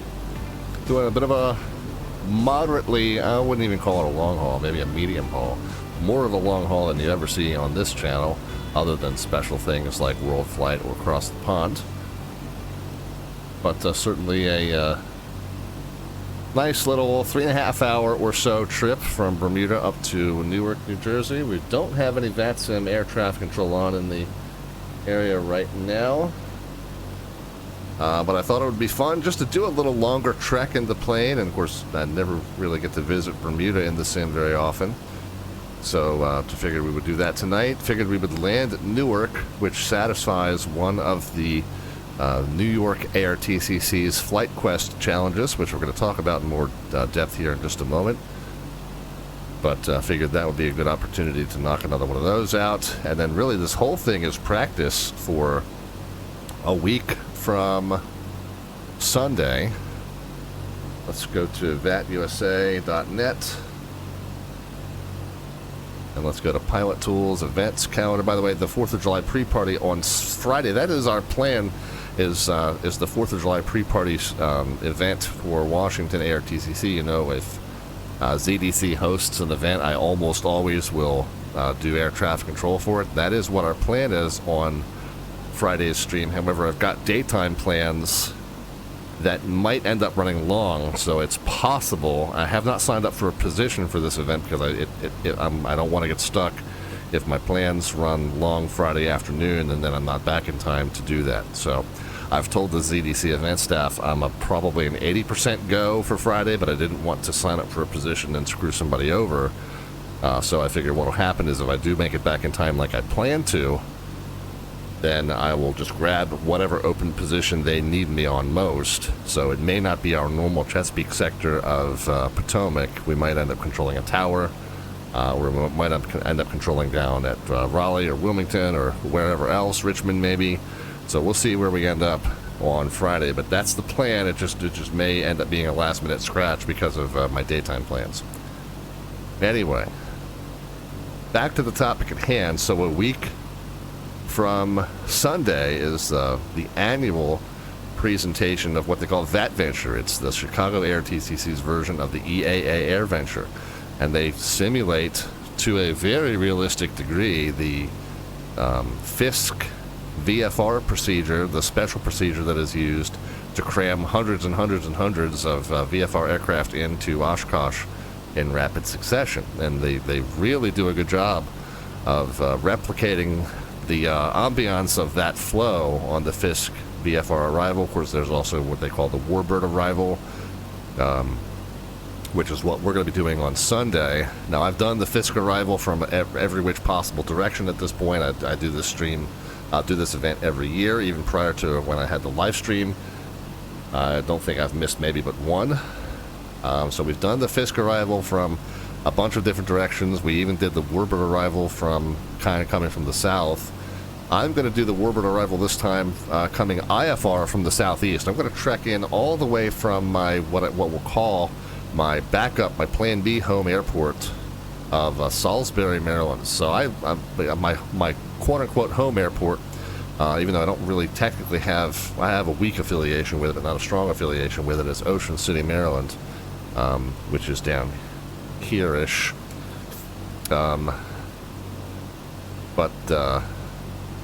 Yeah, where would it be? Maybe right around here.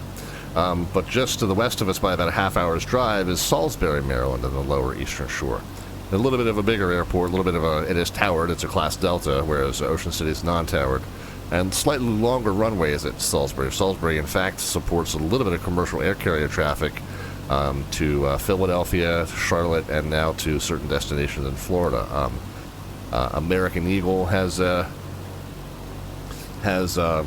trip that runs through there, I think daily. And I think it's Breeze that now has a 3 times weekly trip to Florida out of Salisbury. So that's going to be where we depart from a week from Sunday in this very DC-6. And we're going to take it on roughly the same distance trip from Salisbury, Maryland, all the way up to Oshkosh, Wisconsin. So that's going to be our trek on a week from Sunday for that venture. And then we'll see how well or poorly I maneuver this DC-6 through that warbird arrival. So we'll see how we go. CB Flyer says, are the controllers going to be standing outside a shed along the highway to spot the planes on the Fisk arrival? One, I will say yes, obviously not in real life, but I will say as close to yes as possible, CB Flyer. As a matter of fact, 2, maybe 3 years ago, one of the Chicago Air TCC controllers did a live stream of his vantage point using a very visual method of spotting planes and giving them control instructions. So yeah, I mean, some of them probably will cheat and use a scope, but at least one I know did, and to the best of his ability, replicate the actual conditions of the Fisk approach controllers. So you said that with a smirk, but yes, I mean, some of them really do take it that seriously. It's pretty much it's pretty much like that. Flew a drone out to Fisk. Yeah, I mean, they did position themselves there through whatever means, and did have that vantage point set up pretty well. Or flew a drone out there, or landed a Skyhawk there. I have no idea how they did it necessarily, but yeah, the answer to the question is yes, they did. On at least one occasion, possibly more. But anyway, we're going to fly this very same DC-6 out there in more or less the same fashion, and I just because I'll have something to do, like I always try to challenge myself, we will indeed do a fuel balancing puzzle that day as well. Speaking of fuel balancing puzzle, why don't we just go ahead and do a check on that, since it's been just a few minutes. It's been, say, 18 minutes since I last checked. So let's make sure that everything is working the way I believe, and it should only be the number 3 main that is coming down. But I am going to do a check of everything here. Main number 1 is at 200, 2000, 3300, and 600. And the auxes are at 2.5, 11, 11, and 2.5. So everything's good. Nothing's changed with the auxes, and a matter of fact, nothing's changed with main 1, main 2, or main 4. But we have indeed burnt 800 pounds from main number 3. So everything is going according to plan. When main number 3 gets down to 20, I mean, just to be totally pedantic,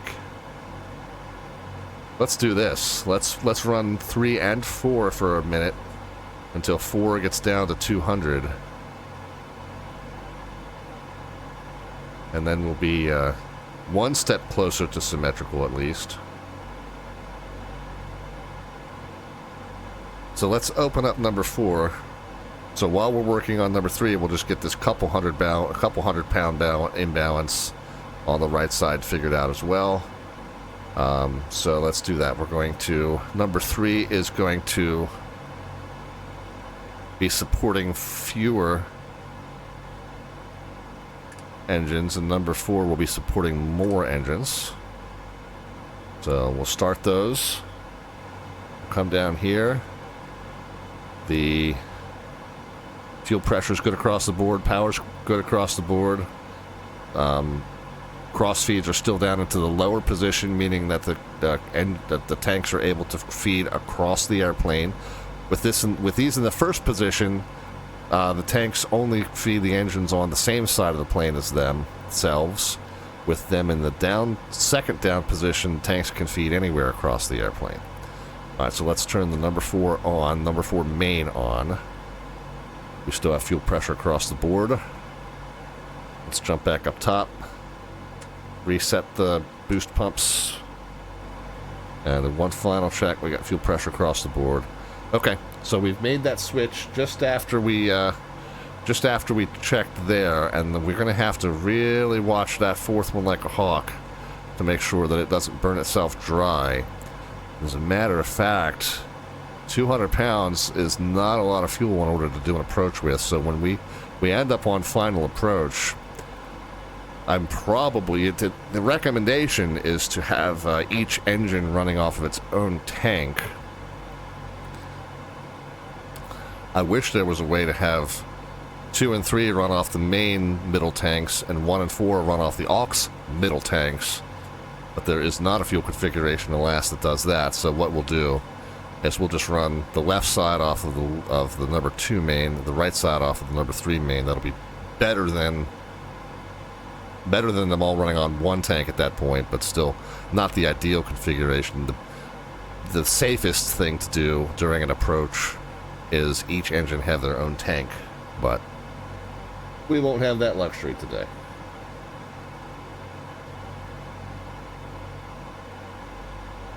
So let's just watch. We got 3 and 4 now running, but let's just make sure 4 doesn't get down lower than about 200 before we go ahead and shut it off. So CB says, for our Masters event, I positioned myself in the Augusta cab and had the scope on the second monitor. Yeah, that's you know, again, similar. Like if your visual setup is good enough that you can run tower based on visuals, then you know that's a more realistic way to do it. You know, I never did when we got up to cruise. I never did a final pressurization check. But yeah, you can see that the cabin altitude is sitting right about just 8,100 feet, just a little bit over 8. And the differential pressure is reading normally. It's well within its bounds. So everything is good there, and it's no longer climbing, obviously. So did not do that final check as we reached cruise. That was one important step that I kind of forgot there. But fortunately, didn't bite us in the butt. Everything is fine. Now, still watching this number 4 to make sure that it doesn't dip down too low. CB says, that was before my current setup that I shared with you. I need to try that again with my current setup. Yeah, you showed me. You have a really nice monitor, kind of a panoramic monitor layout. That probably would work well for you for that. One additional thing. Oh, why my voice squeak like that? One additional thing we can do. One additional thing we can do is let's kind of take stock of where we are and let's see what our ETA is. Let's see if we're progressing time-wise as we have expected to.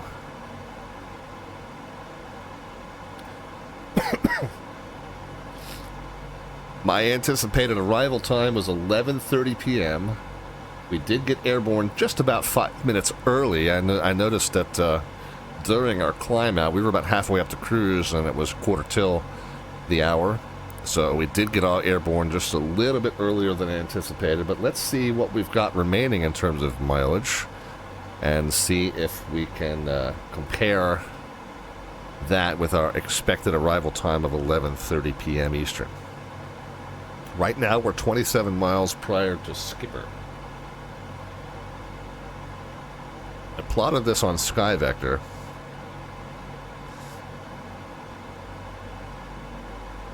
So here's our route. Let's copy that, but let's blank it out. And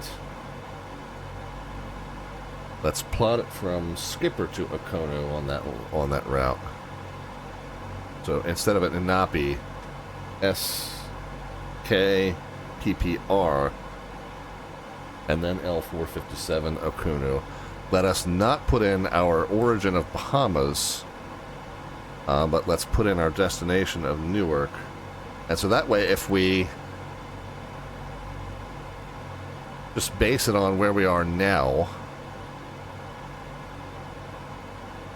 then this will give us a good distance remaining, right? So 421 miles remaining.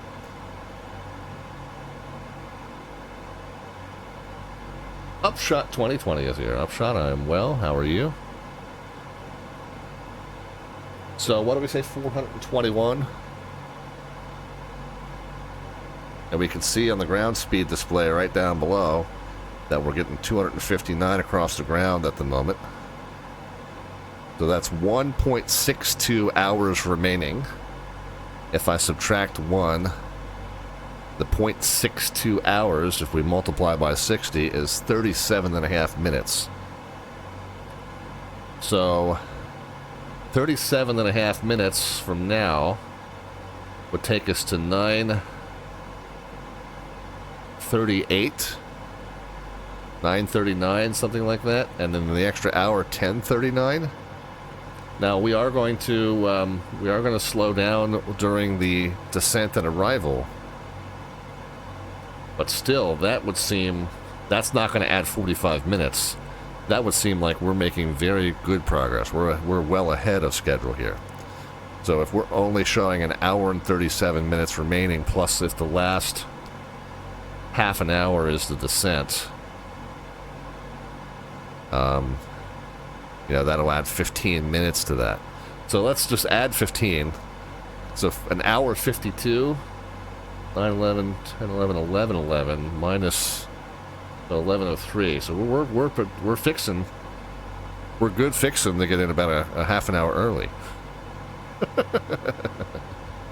Melvin Leroy is here.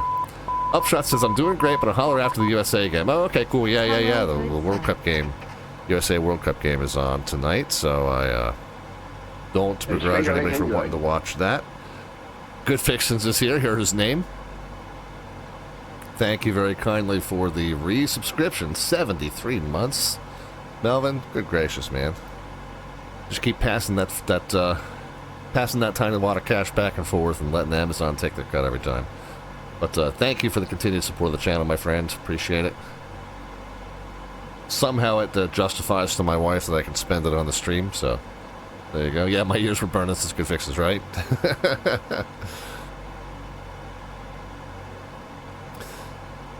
Alright, so the right-hand tank is now down to 5 from 6, and the middle tank is down to 30 from 33. So, yeah, still got some time on this one. I'm gonna need some pliers right, and, Melvin? set of 30-weight ball bearings. Would have made a lot more sense. Melvin says we should have just been adding to each other's 401ks instead. Right? Oh well. This allows us to justify it as a flight sim expense, though, so that's more important.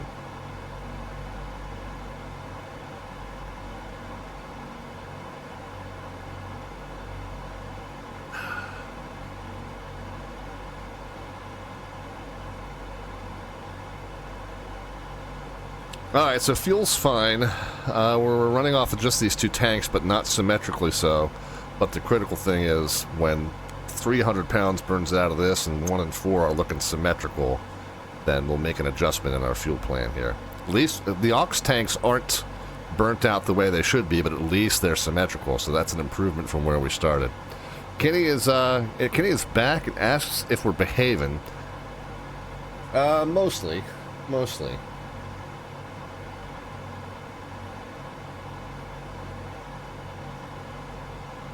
So we do have our slant artwork adventure. I don't think you may or may not have seen it. Did you see it before you left? You might have seen it. But we've added just a small piece to it. But our slant artwork adventure is myself and a couple of nice 50s style stewardesses. And I'm not being sexist when I call them that. That's what they were called back then. But myself and a couple of nice stewardesses escorting me onto the airplane, which of course is adorned with the pinup art as well. So there you go. If you want to add to or modify that slant artwork adventure, you can cash in 500 of the Twitch channel points, aka the Alphabets points, there at the bottom of the chat panel. You've got the Alphabet serial icon down there that represents those, and then the button next to that tells you how many you have. As you click on that, it'll give you the option to cash in 500. And ooh la la, what do you mean it's not Gray's Sports Almanac?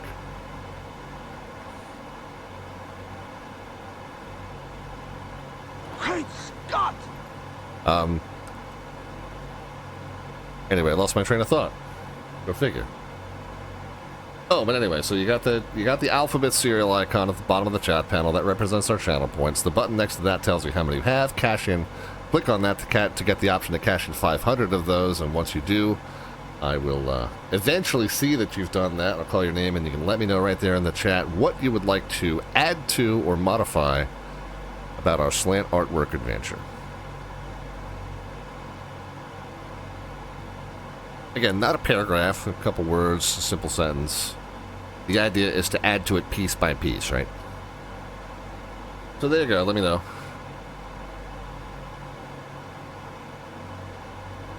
You know, we do try to keep it roughly relevant to what's happening on the live stream that day, because it does end up representing the live stream as the thumbnail over on YouTube afterwards. So that's the idea. Alright, let's take one more peek up top here. I'll tell you what. Well, I don't know. We're fine. We're fine. I'll just keep monitoring it. Number 3 and number 4 now.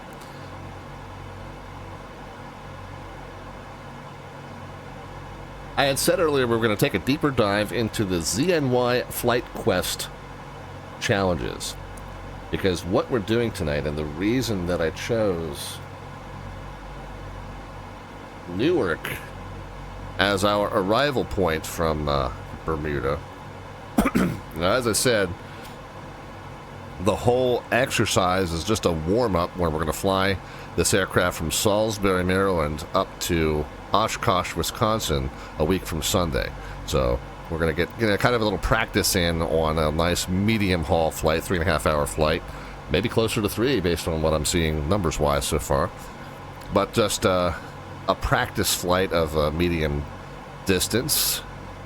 But the reason we chose Newark as our arrival from Bermuda, and Bermuda I chose just because I haven't been to Bermuda in a long time. Might as well fly there just to have some place to go. Why are we looking at? Okay, yeah. Say, why did VATSIM Radar get stuck on showing me that list there?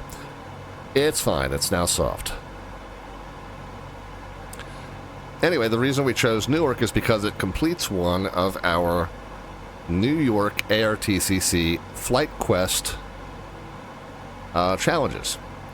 If you guys remember that we've been working on what we call the Atlanta ARTCC's Pilot Passport Challenge, and then eventually also the Honolulu Control Facility Pilot Passport Challenge. Those two were basically online automatic challenges that encouraged you to visit other places besides Atlanta Hartsfield International, besides Honolulu International, in those respective airspaces, to encourage more traffic elsewhere in those respective ARTCC airspaces. So they instituted those things, and the way it worked was if you visited any of the airports on those one of those 3 lists on each site, you got a little automatic stamp in what they called your passport book, and it kind of kept track automatically for you of which ones you had visited, and then eventually, when you knock them all out on each of the 3 lists, you get a little achievement badge for completing that list. So very neat little automatic tool, built in right to the ARTCC website, that existed to just spread some traffic around and have some different traffic coming in and out of the airspace, other than just the airliners going to the, one of the big 25s, I like to call them, the 25 busiest and biggest airports in the U.S. that tend to get most of the traffic on VATSIM. So, again, like the Virtual USA Flying Club and others like it, this encourages a broader variety of traffic within VAT USA. New York has now taken that one step further. Now, I do believe this is not fully unveiled yet, so if you try to find this and you cannot, it might be that not everybody has access to this. I know the members of the Virtual USA Flying Club were indeed given access to this, but I don't know how tightly controlled it is. If somebody who's not a member of the Virtual USA Flying Club were to try to access this, I don't know what happens. It may let you, it may not, I don't know. I know that many of you that are regulars to the channel are a part of that club, so for most of you, you'll be able to access this no problem, I expect. A few of you may not, but you can try. Anyway, ZNY Flight Quest is what I put into Google that takes me to it. It's part of the Flightline. Flightline has different pieces to it, but Flight Quest is the challenge portion of Flightline. And the idea is not just to visit places and get a stamp automatically just for showing up there, like you do with Atlanta's and with Honolulu, their challenges. These challenges have specific requirements. For example, the Cinnabon Run, this is named after the club founder, jet pilot Cinnamon, Mike. This is a 4-leg GA hop from Long Island through the Hudson Valley in central Pennsylvania, and I believe it represents like one of his first cross-country trips when he was coming up through the ranks and getting his license, or getting, various stages of his pilot license training. He did this as a trip. You do have to fly the legs in this exact order in this case, and does it say VFR? It might not say. IFR or VFR accepted. So it's FOK, which I think is called Gabreski, to Poughkeepsie, to CXY, which is, I forget which, the capital city, right outside of Harrisburg, perhaps. And then UNV is University Park, which is where Penn State University's main campus is.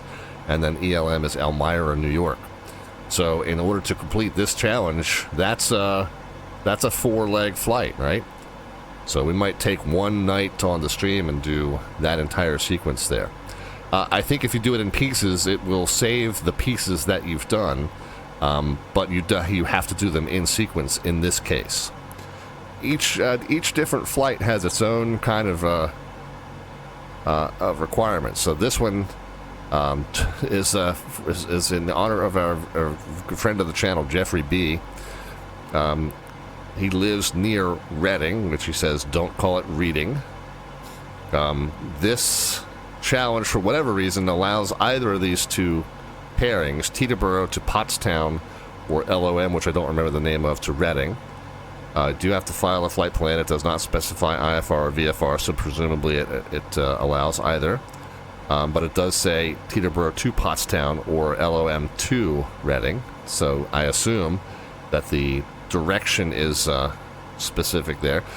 There's a bunch of these that are part of what they call the America 250. So these that are labeled as such are not necessarily, and most are not in the New York ARTCC airspace, but these are scattered all throughout the U.S., but they are representative of kind of iconic United States places and landmarks. We've got Red Rock Flyer that goes to what's it called in Arizona? Sedona. First in Flight goes through the area near Kitty Hawk, where the first powered manned flight took place. The Liberty Bell Run goes from Northeast Philly to LOM again. I don't remember, Wilmington, Delaware, and you've got to do one of those three to one of those three. It's got to be at least 20 miles. So that's a real easy one. That's a short one. The Rainier Rim, Mount Rainier. Sea to Shining Sea means anywhere across the country. The Big Mac Crossing is to these specific airports.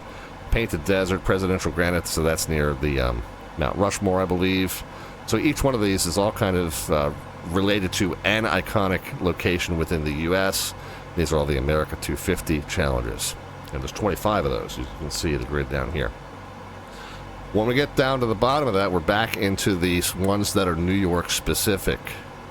So we got the Hamptonite, JRA or JRB to JPX. I forget what these are. JPX, I think, is the new identifier for East Hampton. Oh yeah, well it says, it's a helicopter route from Manhattan, so it's one of the helipads in Manhattan to East Hampton. Okay, well I'm probably not going to do that. I don't have any helicopters I fly. The Pennsylvania Grand Canyon, any airport to November 3-8.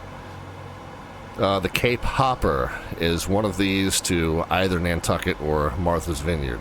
Bayport Beauty we've done. Lehigh Valley Crossing, we have to do Stewart to Allentown and back. We got all these different ones. This one I thought I did one, but I didn't do one that was long enough. If we view the requirements, you got to land at Stewart or depart Stewart. Minimum distance is 75 miles. Well, I didn't see that. I didn't expand that and see that there was a distance requirement.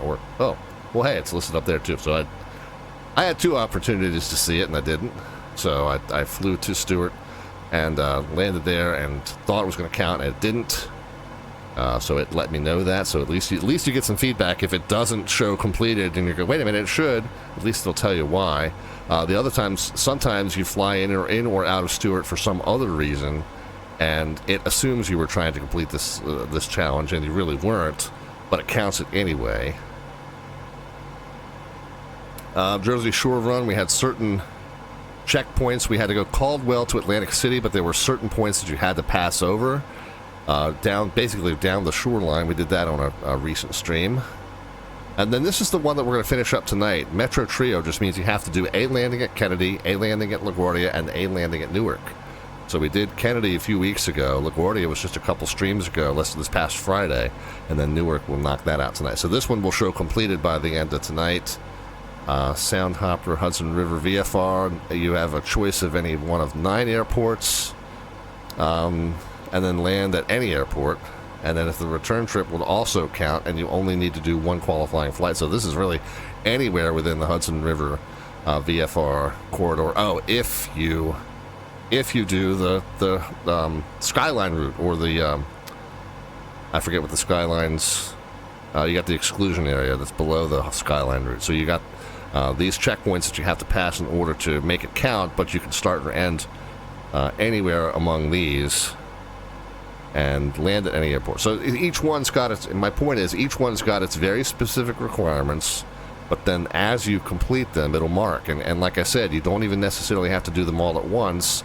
Like in this case here, it's keeping track as we knock them out bit by bit.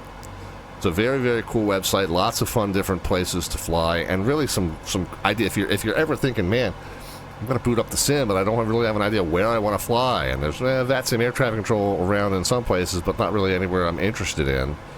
Well, now you've got some ideas as to some things you can do. You can just knock a couple of these challenges out if you're bored, and you end up flying some really neat places. So there you go. I've yammered on long enough that we're probably just about out of fuel in that final tank. Right now we got fuel pressure across the board, and all 4 engines are putting out power, so that's good. Let's look at the damage up here. So number 3 has gotten down to 26. Number 4 is still creeping down. It still hasn't quite made it down. These might end up being symmetrical at right around the same time. And if they do, if we end up 2, 20, 20, and 2, then we'll switch and we'll run off the alt tanks, the middle 2 and 3 alt tanks here for a little bit. Guess it's not a bad idea to take another peek at the VATSIM air traffic control situation, and it does look like nothing much has changed. We expect to be on our own on the way in, and we did say the ATIS KEWR. Last we checked, they were landing in the real world. They're landing on 22 left, and that is indeed the case still. That's not necessarily indicative of what is happening on VATSIM, but when you don't have any VATSIM air traffic control on, you can certainly use this information, real-world information, as guidance as to what you should be doing on VATSIM. This would be overridden if A, there's a VATSIM air traffic controller telling you that they're working a different configuration. Come back to that point in just a moment. But B, even if there's no VATSIM air traffic control, but 15 other planes are all landing in the runway 4 direction, well, you know what? You don't want to be the one guy going, well, the real world's landing in 2.2s. I don't know what y'all are just landing on the 4s. You probably want to go with the flow. Depending on how bad the tailwind is. If the tail 11 knots and the 240, yeah, you're going to be on the 2.2. Here's the thing. Which direction you use to depart and arrive at an airport is not only driven by the wind, and I think that's what some newer VATSIM members lose sight of sometimes. The runway that is most aligned with the wind is not necessarily the optimal runway to run, and it has to do with how the airport is laid out, and it has to do with how the airspace is laid out. The airspace is laid out, and it has to do with what approaches you have as well. For example, DCA, everyone loves to run that river visual to runway 19er, but if the minimums are too low for that, if the minimums are too low to run either the visual to 19er or the RNAV to 19er, the airport has to run in a northbound direction where they have an ILS that comes kind of straight in, regardless of what the wind is doing. Okay, so a very, very low cloud layer will make the airport land north even if the winds favor south. And VATSIM pilots lose their mind over that. Well, the wind is 180 at 6.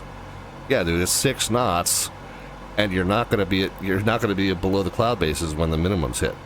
So, you know, that's one example. Another example is BWI. BWI runs their 2 main runways cross each other. Yeah, it's size and traffic. JFK, yeah, right. JFK kind of dictates what LaGuardia does and what Newark does, because JFK has to be in an optimal configuration in order to serve the massive volume of traffic that they serve. So the smaller airports end up kind of taking it from JFK as to what direction they're going to run. But BWI is another example. Let's look at the airport diagram at BWI. I got SkyVector open already.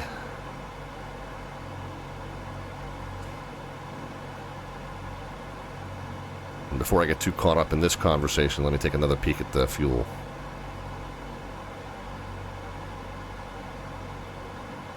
So we're down to 325. Okay, we got a couple minutes for this conversation. So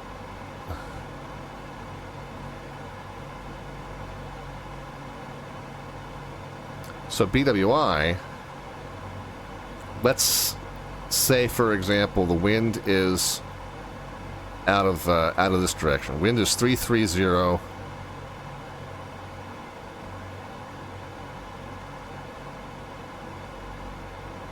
at we'll call it 10. SimBrief and or common sense is going to tell you. Actually, no. That example. Let's say the wind is 280.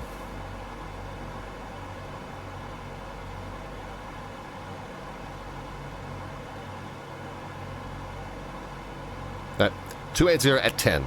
SimBrief is going to tell you, well, you're going to want to land on runway 28. Obviously, the wind is 280. Okay? The reason that doesn't necessarily work, ignore what I put up here, the reason that doesn't necessarily work for what the actual airport does is that when the wind is coming anywhere out of the west, 28 is a departure runway, 33 left is the arrival runway. So instead of arriving 28, you're going to depart 28, you're going to arrive 33 left.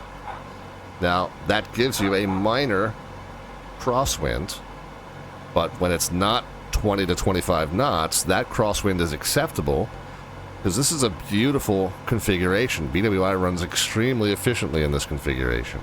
Right, the arrivals can taxi right into the terminal without having to cross any runways. The departures can taxi right out to the departure queue without having to cross any runways. The tower manages this crossing by launching the departures in between the arrivals, and it's a beautiful, very efficient, very high volume configuration. If everyone's landing on 28 and departing on 28, then it becomes a one runway operation and they can't handle as much volume. So 280 at 10, SimBrief tells you to land 28. You know, we're going to tell you to land 33 left. So that's another example of, you know, hey, that the operational configuration might not match the wind exactly. There's more to it than just the wind. The other thing is that happens is that sometimes the airports are optimized to where they're able to handle more traffic in this landing direction than they are in the other landing direction. On VATSIM, the traffic situation does not always match the real-world traffic situation. Traffic coming into Kennedy might be normal in the real world, but on VATSIM, there's an event hosted at Kennedy today, like there was yesterday. And so they have to run their high-capacity configuration at Kennedy, even though that's not the one that the real world is doing at that moment. Well, the real world has normal levels of traffic. VATSIM has VATSIM levels of traffic. And yes, sometimes the traffic levels at VATSIM can exceed the real-world traffic level, not globally, but certainly in a local area where there's an event being hosted. sometimes that airport gets overwhelmed more than its real-world counterpart, and the VATSIM controllers have to choose the highest capacity configuration, even if it doesn't match the winds. Yes, you get a minor tailwind component sometimes in that situation, but you gotta listen to the VATSIM controllers. The VATSIM controllers are handling the VATSIM traffic as best as they can, regardless of what the real world is doing at that time.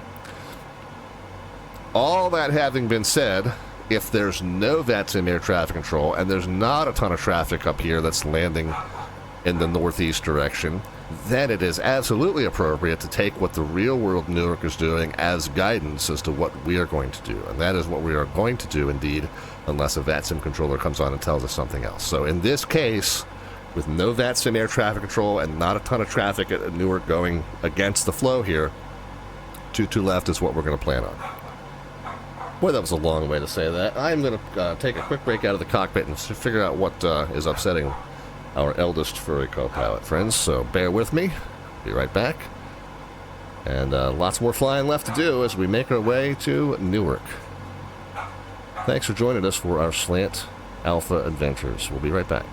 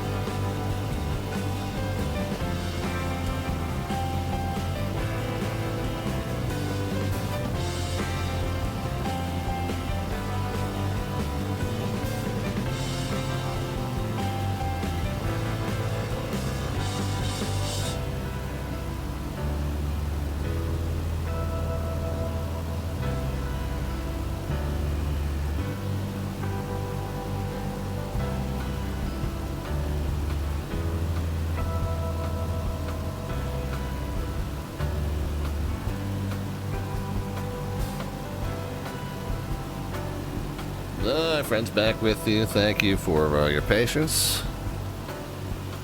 And appreciate you riding along with us on our Slant Alpha adventures.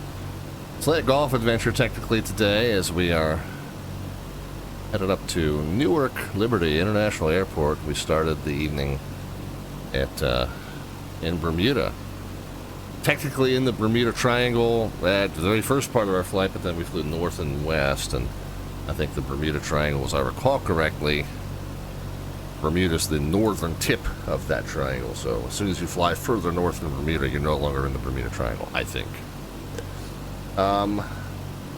So we are on our way to Newark. We don't have any VATSIM air traffic control at the moment. I want to check on our progress here in just a moment. Let's get back into the airplane and check on our fuel situation, because that's what I want to make sure I'm not overextending here. Okay, nicely. So we're actually coming very nicely into a nice symmetrical load here. I'm going to shut off the number 4. We're going to run just the number 3, but we only have another 100 pounds to lose. And then I think we're going to just run off the 2 and 3 alt tanks. So good fixings, just as we were starting to take that last intermission there, was talking about the U.S. World Cup game. If you don't want me to spoil the World Cup game, you want to lose the sound for the next 30 seconds. Again, if you don't want me to spoil the U.S. World Cup game, you're going to lose the sound for the next 30 seconds. So apparently we are coming up on minute 77. U.S. over Bosnia by 1. So, yeah, what's that, 13 to go in standard time, and of course whatever stoppage time, whatever. I don't know soccer. The only thing I know about soccer, or football as they call it, I learned from Ted Lasso. Other than that, I really don't know much. But you know, it's kind of like the Olympics, kind of like World Cup, what was the World Baseball Classic. I mean, you still want to root for your home country, right? So I have a passing interest in the U.S. doing well, and right now we're up 1-0. Coming toward the end of regulation, so we're coming up on full time, as they say.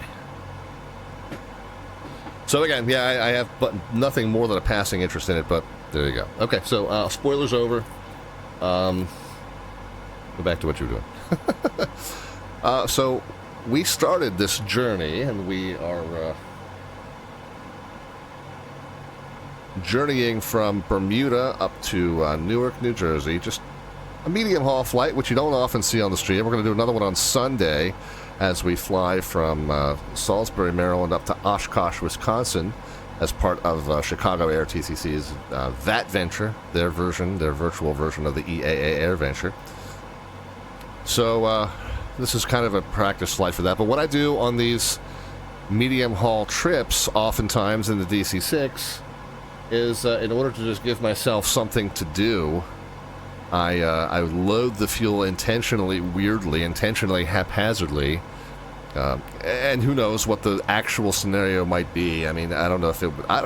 There's really not a scenario that would cause you to take over a plane loaded this badly, as it was at the beginning of this flight anyway. But certainly some maintenance mishap could happen that would cause you to have a not fully symmetrical fuel configuration.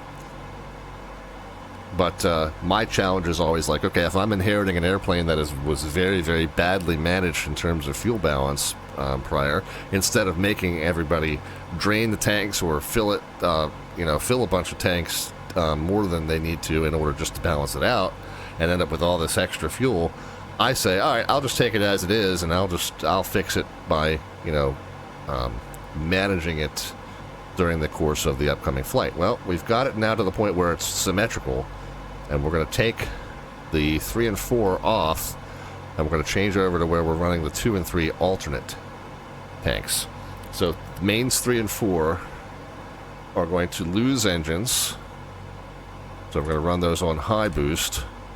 Alternate 2 and 3 are going to gain engines. We're going to run those on low boost. Let's come down here. Let's make sure we got fuel pressure across the board. We got the cross feeds open across the airplane. we are going to turn on the number 2 alternate. Still got fuel across the board. We're going to turn off the number 4 main. We still got fuel across the board. We're going to switch from the number 3 main to the number 3 alternate. We still got fuel across the board. We're going to take the cross feeds out of plane cross feeds, and we're going to put them in same side cross feeds. We still got fuel pressure across the board, and then same thing on the right side. So we're cross feeding the number 3 and 4 and the number 1 and 2. So we're running the left side of the plane on alternate 2 and the right side of the plane on alternate 3. We still have fuel pressure across the boards. We have the fuel configuration we want. We have all 4 engines putting out their normal power. Everything is good. Let's come up top and shut off all of our fuel boost pumps. Now that we've done that configuration change, let's run through one more time.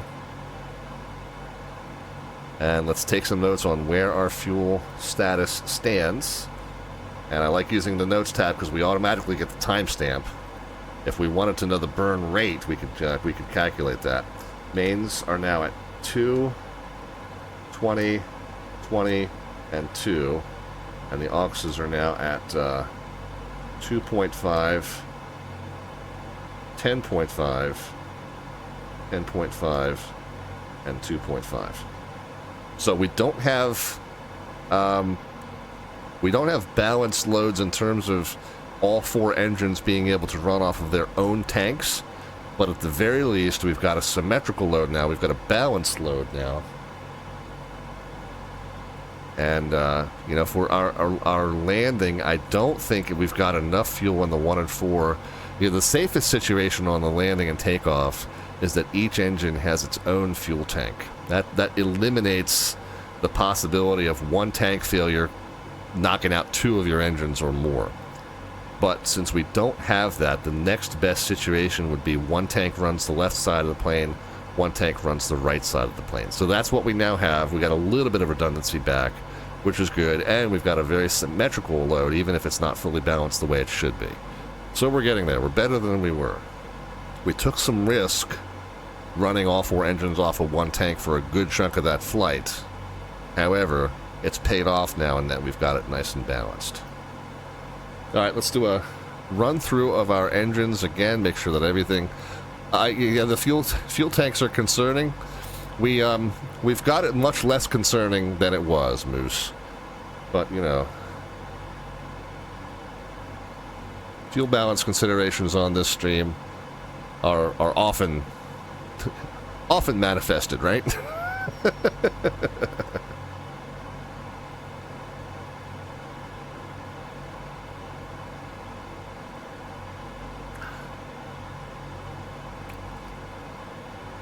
Anyway, all right. So let's take a run through. Let's double check that everything else is kosher here. We're running at 34, 22, 200 on the cylinder head temps, 150 BMEP across the board. Fuel pressure is good. We're still holding steady at 20,000 feet. Indicated airspeed normal at about 195, and we're progressing at 257 across the ground. Let's take a quick stock and see how much mileage we have left. Our original ETA was 11:30. That's an hour and 40 minutes from now. But the last time we checked, felt like we were going to get in a lot sooner than we thought.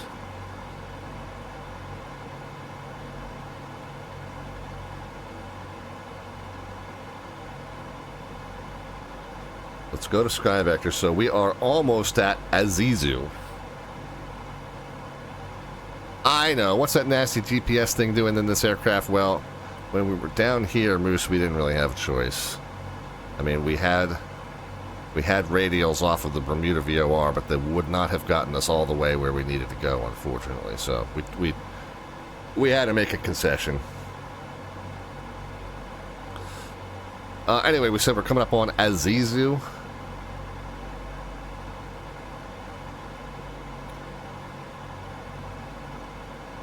Which one is that? Oh, here we are. So, Azizu and then Bravo 24. So if we take this, copy that, blank it out, put that in, but we change it to Azizu, A-Z-E-Z-U. And then we end it by saying we're going to land at Newark. Okay, so that tells us that at Azizu, so that's a good representation of our remaining distance. 258.9 miles. So we're really just over, and well, 258. And what's our ground speed? 257. So obviously we're going to slow down a little bit during the descent and landing phase. However, right now we're just over an hour out. So our original ETA of 11:30 Eastern Time is looking celestial nav. Oh my goodness! Well, the stars weren't quite aligned for that situation to work for me, but yeah, I take your point.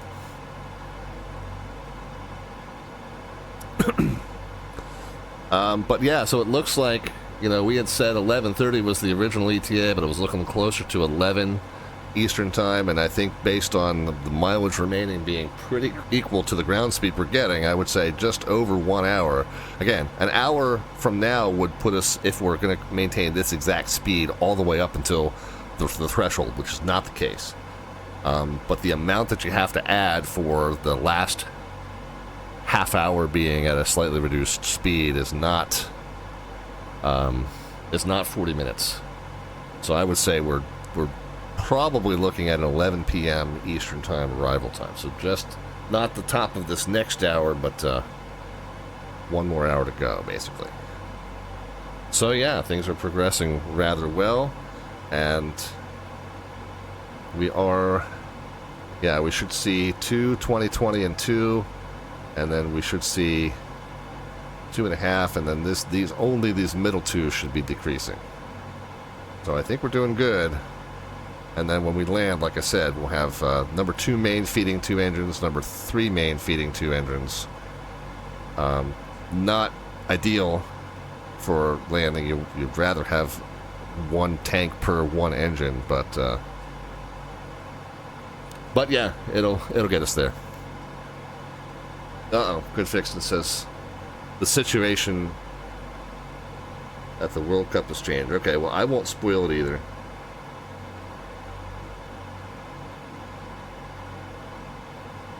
Oh, hang on.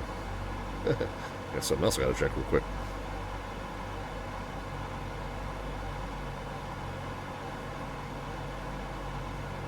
Okay. All good.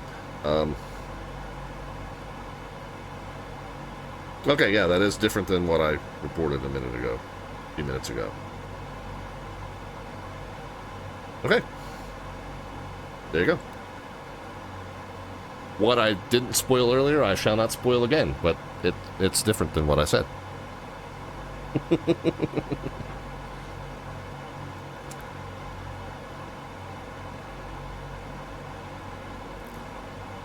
So, actually, we'll do this.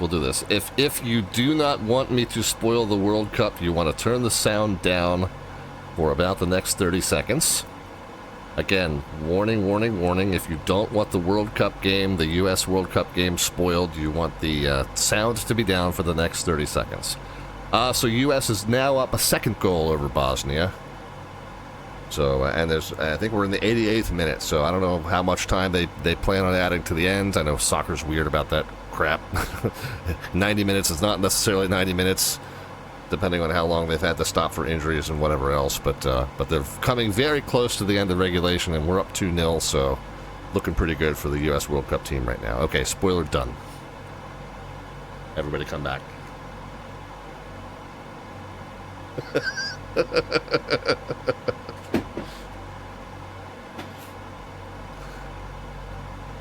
Alright, cool deal.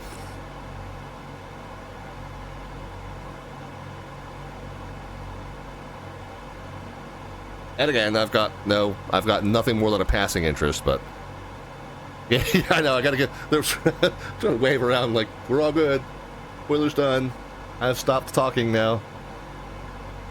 It may have been a good thing, it may have been a bad thing, but whatever the thing was, it's no longer being discussed, so there you go.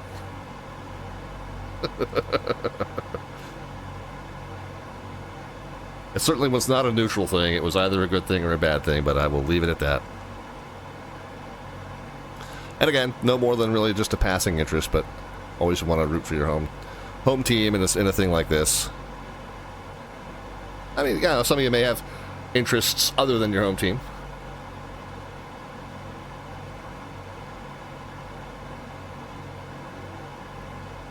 But yeah, it's a cool thing, and I tell you what, I'm tickled pink that it's being hosted in the U.S.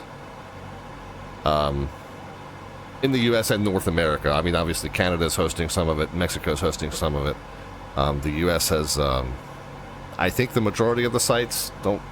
Correct me if I'm wrong. I think the U.S. has most of the sites, and then there's a couple sites in Canada and maybe one or two sites in Mexico, but we've got most of it here. I'm just tickled pink that the U.S. is being seen in such a positive light at a time where it's not always globally. And yeah, it's been heartening. And of course, you guys know, so especially those of you who've been around the channel for a long, long time, you know, I don't talk politics, I don't talk religion, I don't talk anything potentially divisive other than Airbus versus Boeing. And you know, on that front, screw you, Airbus people. But I'm kidding. But yeah, but I try not to get into divisive stuff. We trash talk the sports rivalries a little bit, but other than that, try not to get into divisive stuff. But with everything that's going on, it is so uplifting to see how everyone that has traveled to the U.S. to be a part of this event has been just so, I mean, almost without exception, just so enamored with what we've got going on over here, and it's a stark contrast to the way we're depicted globally in almost every other venue, and it's just heartening to see that when you put all the politics aside, when you put aside the things that you disagree over, man, this is really just a cool place to come visit, and everyone's getting to see that. So I'm elated that it's come. It couldn't have come at a worse time. I mean, couldn't have come. The positive couldn't have come at a better time.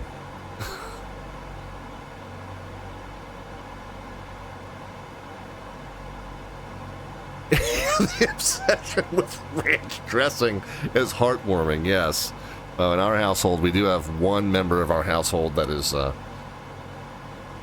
ranch obsessed, and it's not the one you're looking at right now.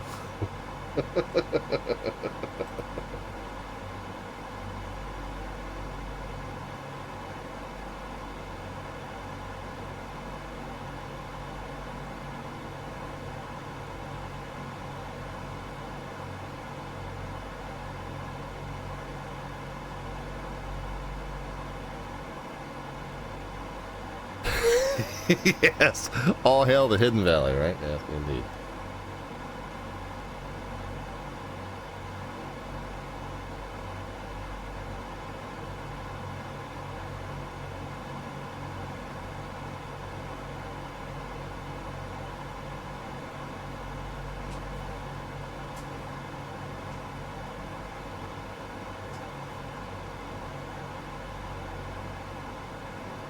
Okie doke. All right. Well, and by the way, the other thing to do our periodic reminder is our slant artwork adventure. I brought that up in a little while, but for those of you new to the stream, our slant artwork adventure is a little bit of a side project that we undertake on every one of our live streams, and we take an image description that we feed into ChatGPT. And when I show that image on the screen, you then have the opportunity to, if you cash in 500 of your Twitch channel points, aka your Alphabets points, there at the bottom of the chat panel, you have the opportunity to suggest an addition or modification to that image. So I'll show you where it stands right now. We've had some modification done to our slant artwork adventure, but the idea is once you see it, you can then decide what you would like to add to or modify about it. And not radically so. The idea is that you add a piece at a time. So we're looking for an incremental change or an incremental addition to the image. a few words or a simple sentence, not a paragraph. But yeah, you'd cash in 500 of the Twitch channel points, aka the Alphabets points there at the bottom of the chat panel, represented by the Alphabets serial icon. You got the button next to that tells you how many you have, and you click on that button, you got the option to cash in 500 and get in on our artwork adventure. So here's our image tonight. Since we're flying the DC-6 as the United Airlines from Bermuda up to Newark, we figured we'd do the 50s style pin-up stewardesses escorting me onto the aircraft, and then we added some nose art to the aircraft as well. The Honey Bunny nose art there behind us. So yeah, it was a different time in terms of how it idealized beautiful women, but there you go. And again, if you'd like to add to or modify that slant artwork adventure, you can cash in 500 of the Twitch channel points, aka the Alphabets points, at the bottom of the chat panel, and then let me know what you'd like to do.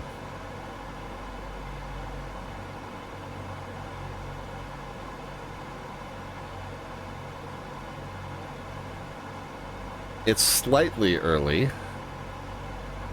but I do think it's not a bad idea to start thinking in terms of our descent plan here. We've got just about an hour to go. And I'll tell you what, I've got this all on Navigraph desktop charts.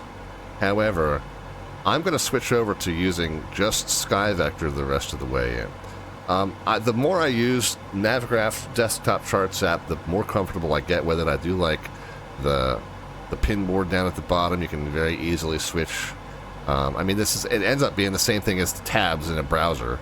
You know, I have SkyVector, and then I've got the different PDFs open in different tabs. But I've become more comfortable with this app where I now have a better sense of where do I find the total distance of that flight. Obviously, the cruise altitude I didn't mess with because I wasn't using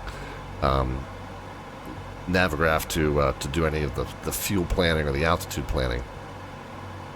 But the other thing I like about Navigraph is that you've got the gate charts. The FAA charts do not include any gate information, but these Navigraph charts you always have. You got the taxiway chart here, but then you've also got a separate chart that shows you where your gates are.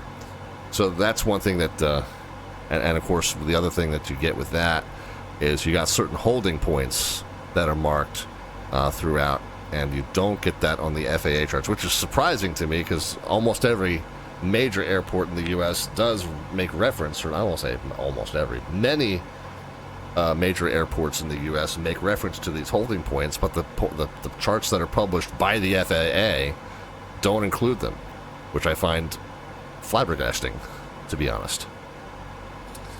But anyway, so but because, and we already know, so United international arrivals tend to come in either up here, the kind of noon to 3 o'clock position of this B3 pier, or the noon to 3 o'clock position of this B2 pier. So we will kind of know that that's where we're going. And of course, if you zoom in on VATSIM radar now, you usually get the gate assignment. So you can kind of cheat. If you don't have Navigraph charts, you can kind of cheat with VATSIM radar. So I'm going to go ahead and close Navigraph charts. What's that do for me in terms of desktop space? I can move the slant artwork adventure over to the side. And then here we've got VATSIM radar and then SkyVector. Okay, so here's SkyVector. Where are we now? What are we approaching now in terms of our waypoint? And then let's check. Yeah, so we're starting to get critical on fuel in the 2 and 3 alternate tanks. So when they get down to a couple 100 pounds, and we're looking at 250 across the board here, we'll switch and we'll run off the 2 and 3 mains for the rest of the way in. But yeah, we're getting down to the last hour or so. Oh, we got the raid coming in from Sim Caesar's channel. Sim Caesar, thank you so kindly for the raid. We are flying our DC-6, our PMDG DC-6. We're doing kind of a medium haul, doing a single hop medium haul, which is unusual for this channel, but we are flying from Bermuda up to Newark, New Jersey. We're going to do another medium haul in this aircraft next Sunday for VATVenture, the VATSIM version of EAA AirVenture. We're going to depart from Salisbury, Maryland, down here on Maryland's Eastern Shore. We're going to fly it all the way up to Oshkosh, Wisconsin, as part of Chicago Air TCC's virtual version of EAA AirVenture called VATVenture. So we're doing a little bit of a leg stretcher here in the PMDG DC-6, and as I always do, for those of you just joining, as I always load the fuel kind of very, very haphazardly, because on these long-haul trips, there's not a lot to do, especially when you're cheating and using a GPS, which is kind of contrary to the name of the channel, but you almost have to in a lot of places in the world now, since conventional airways are disappearing faster than yellow airplaned discount airlines. But when you got the GPS managing your route for you, I load the fuel goofily or weirdly or haphazardly, just to give myself the challenge of trying to work it back into a balanced fuel configuration by the time we land. So that's what we're doing now. We got the aux tanks almost worked out now. We got the right half of the plane operating off the number 3 alt. We got the left half of the plane operating off the number 2 alt.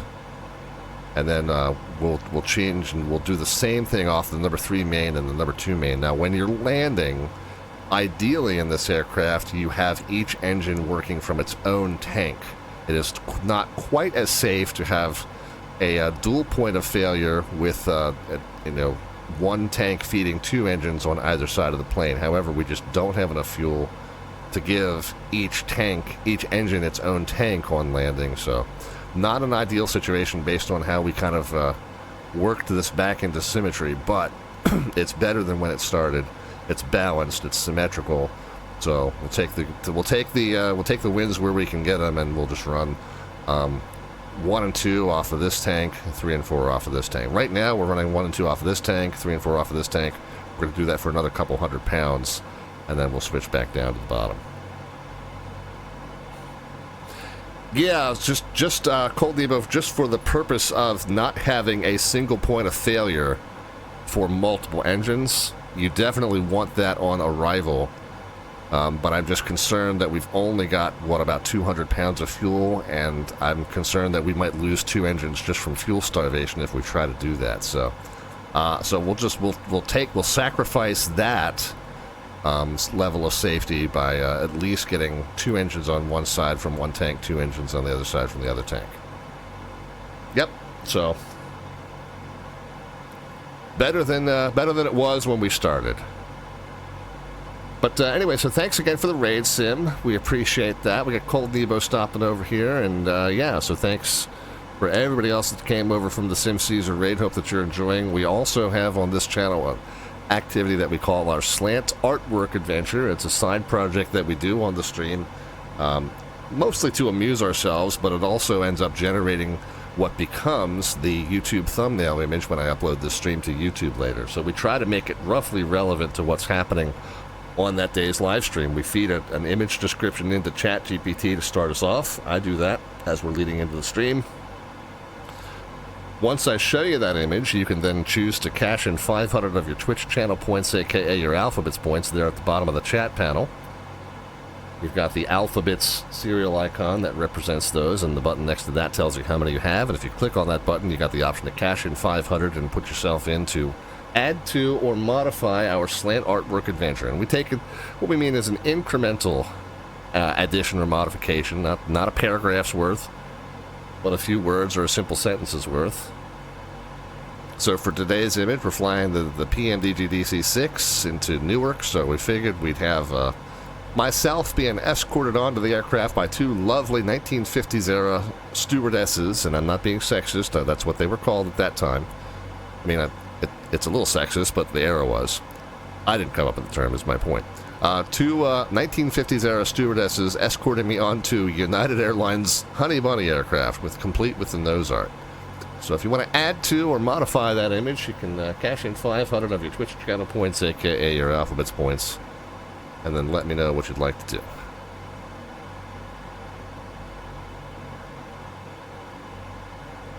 One final check. It's not going to be a final check, but one additional check now. Just a periodic check of the aircraft engine systems. We're cruising along just shy of 34 on the manifold pressure, 2,200 RPMs, 200 in the cylinder head temps. All good.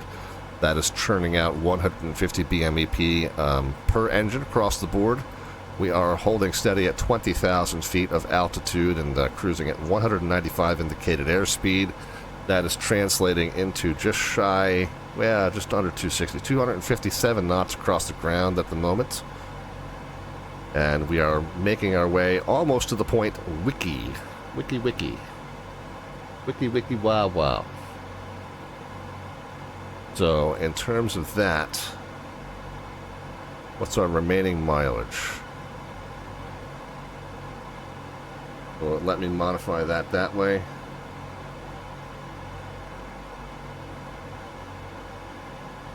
Yeah, looks like it did. 178.6 miles to go. So we think we'll be landing just, almost.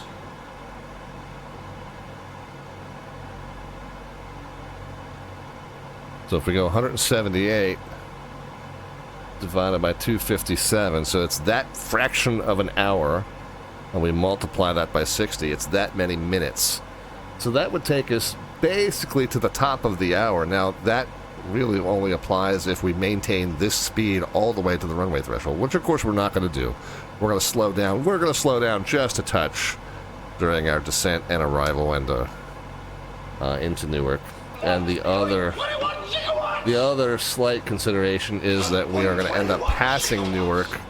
We're currently anticipating landing on runway 22, so we're going to end up in a downwind. We're going to end up going up past it and then coming down onto it from a downwind. So that's going to add a few track miles as well, meaning that it's probably around an hour, right? 40 minutes at this present speed, but all told, by the time we touch down, taxi in, we're talking probably an hour from now. When we wrap up. Piper99 wants to add the flight's lunch menu listing a traditional DC-6 lunch from the 1950s. That's beautiful. I love that idea.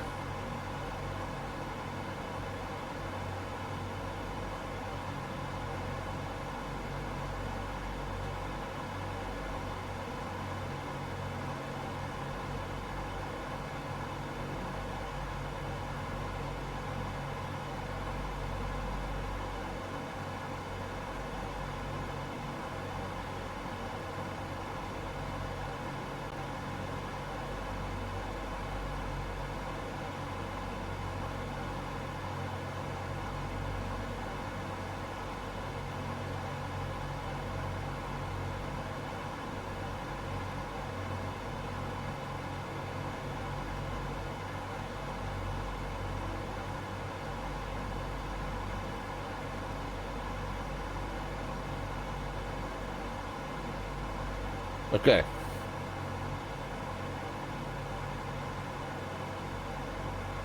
Alright, we're working on that, Piper. That's a good one. I like it.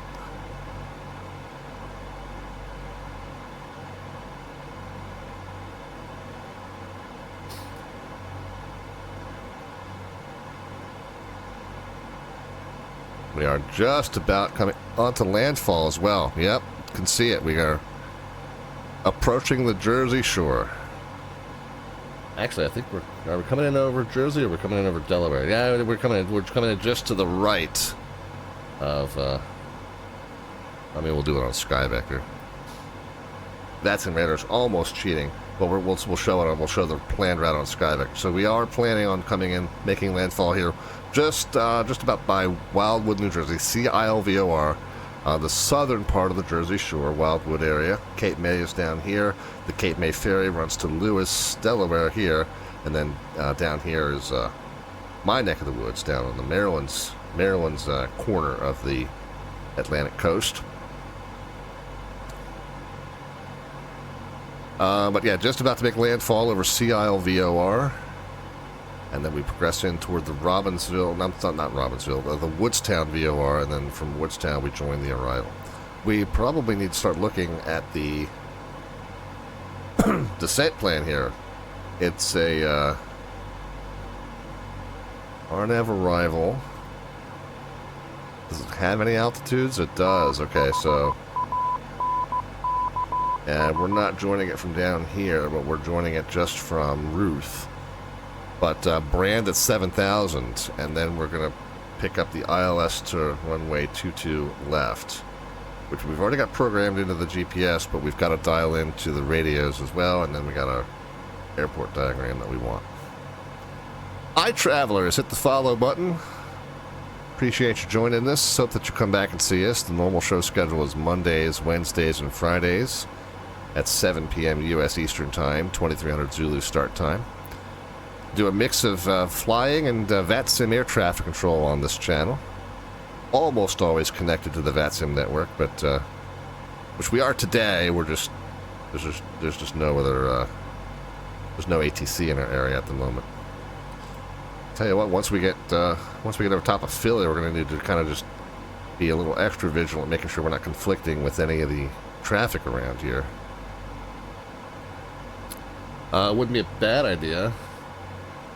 Figure out what the common traffic advisory frequency for the Newark airport is. Get that dialed in and ready to go. KEWR 118.3. And finally, yeah, we're getting almost to the point where we need to make a fuel configuration switch. All right, so 118.3, we'll put that. Well, actually, we were looking at the right part of the panel there a minute ago.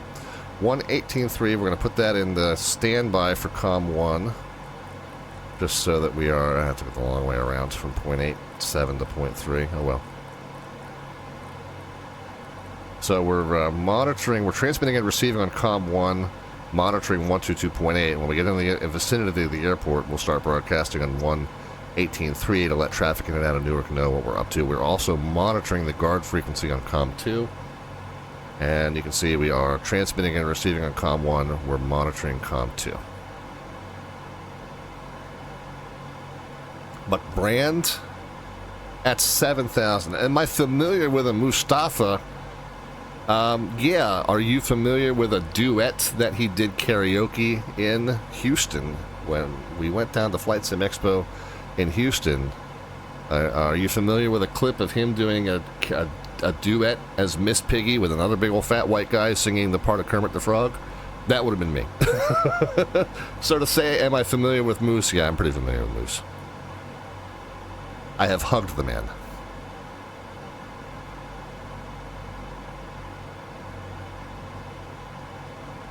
You never seen that? Oh, we're going to find that for you. Alright, so there's our today's in-flight service. We got the fresh fruit cup, the shrimp cocktail. We got our entree as the filet mignon with the bourdain sauce. I'm probably butchering the pronunciation. We got lobster Newburg. We got herbed new potatoes and buttered asparagus. And for dessert, we got the cherries jubilee and vanilla ice cream. Man, hungry now. Piper, cool suggestion. Man, I appreciate that. That was good. That was a good one. TB Flyer, what you got? Yeah, so I traveled from a few years ago at this point. It wound up on, I think it wound up on X, and I don't know if anybody ever did it on TikTok or whatnot, TikTok or Reels or Instagram or anything like that. But I know somebody posted it on that. I think Scruffy Tam posted it on his X account. I'll have to dig that up and find it. It was a good time. You know, I've heard him do the Kermit and Miss Piggy himself, just singing both the Kermit and Piggy parts on his live stream a few times. I popped in and he was doing that, and I was like, oh, you know, cool, I do a pretty good Kermit the Frog. Oh, you don't do social media? Then never mind. Anyway, so I popped in on his live stream once when he was doing a Kermit and Piggy duet, singing both parts himself, which is amazing. If you've not seen that, you got to find a clip of him doing that. And I said, oh, this is really, really cool, Moose. I do a mean Kermit impression myself. Hey, if we ever get a chance to do karaoke together at some point, like maybe upcoming at Flight Sim Expo, we'll have to get on stage and do it. And he's like, oh, cool, yeah, we'll do that, definitely. Well, when FlightSim Expo Houston came, lo and behold, there's a karaoke bar down on the other side of town that a bunch of us wound up going to. And I said, hey, are we still good? Are we going to do this? And he's like, yeah. Well, you can see him starting to get nervous because he's like, you know, I never really vetted him. I have no idea whether he can make good on this promise or not. So we're getting up on stage, and it's like, this could be a disaster, or it could be awesome. I have no idea. I have a feeling it's going to be one or the other and not in the middle. So the Rainbow Connection banjo part strums through, and then I take the opening line, and you can see the relief in his face, and he actually does like a couple of fist bumps when he realizes I'm actually able to do what I claimed I could do. So we'll have to find that clip somewhere and post that. Anyway. CB. Okay, we need the pups in the cockpit windows. Gotcha. Let me grab reference image. Whoops. Why does it do that? I did not ask. Give me that screen back. It's still running. It's just I move stuff and it just thinks it's helping. Thanks for helping, Windows. Now stop helping. Now can I get all my browser windows back too, please? Can I get my SPAD next window back? Can I get my Discord window back? Can I get my...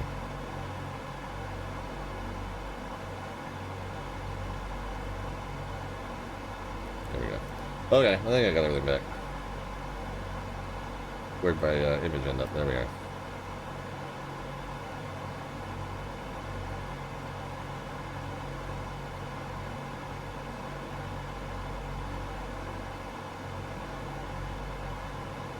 I shouldn't have dragged it. I should have just Control-C'd it. Oh well.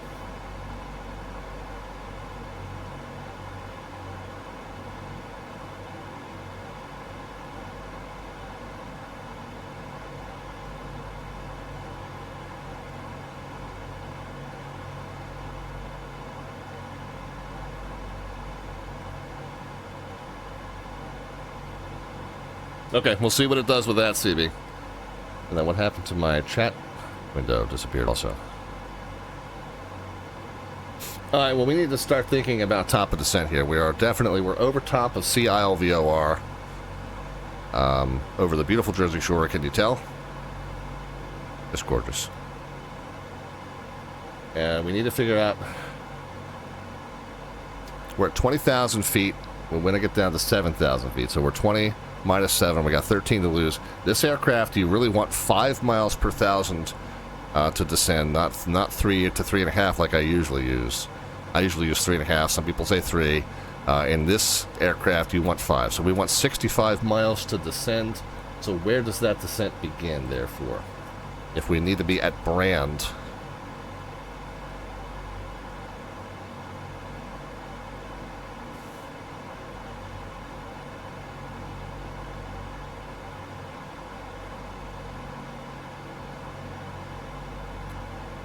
Well, Ruth to Brand is 16. So 35, 45, 49 to brief, 59, 60, 61, 62, 63. So 12. So really, as we're passing Leah, is when we want to start down. And we are en route to Leah now with 11 miles to go. So we're pretty good in terms of wanting to go ahead and start that descent real soon. I'm going to go ahead and get the seatbelt signs on. And we'll do a updated weather briefing at Philly Tower. That's not going to do anything for us now. None of this does anything for us. Let's do an updated METAR at EWR 2308. I'm expecting still landing 22 left. 34. Nice warm day in Jersey. That's low 90s. Holy cow. 2994 is our altimeter. I don't know if I ever... Yeah, I never... Whoops. As we came up through 18, I forgot to change it to standard. So I'm just going to kind of creep it down to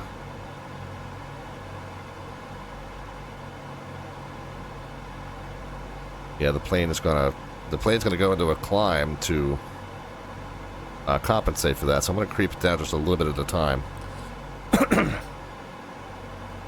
But 2994 is where we're gonna end up at. All right, you ready?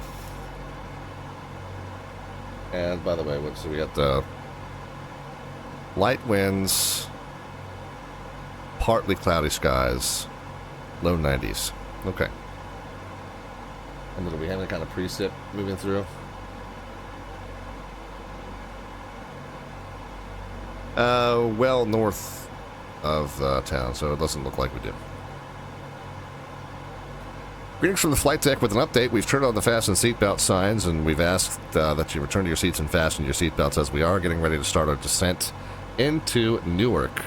The weather there is in the low 90s with light winds and mostly, or actually we'll call it partly cloudy skies. We expect to be on the ground in just about a half an hour. The flight cabin crew is going to come around one final time to collect trash and take care of any last-minute needs. We thank you again for flying with us on United Airlines Flight 514 service to Newark. Okay, we're almost at Leah. I'm going to call that close enough. We're going to come down here. We're going to disengage altitude hold. And we're going to go into our initial descent power, 26 and 21. In the real aircraft here, it's actually recommended not to do any kind of a power reduction in the initial stage of your descent. But on VATSIM, that just really tends to screw up controllers because you pick up so much airspeed in that manner. So in order to kind of keep airspeed somewhat under control, I do a first stage power reduction for descents. That wouldn't necessarily be realistic. We do need to make sure we keep 200 degrees in the temps as best as we can, so I'm going to what I call extra close the cow flaps.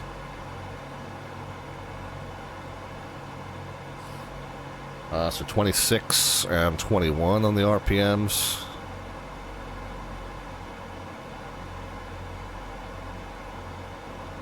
And then how are our carb temps? Carb temps are below the yellow. So I'm going to add a little bit of carb heat in. We're going to kind of do this gradually. I've got a lever now. This is kind of nice. I got a lever assigned to these blue carb heat levers.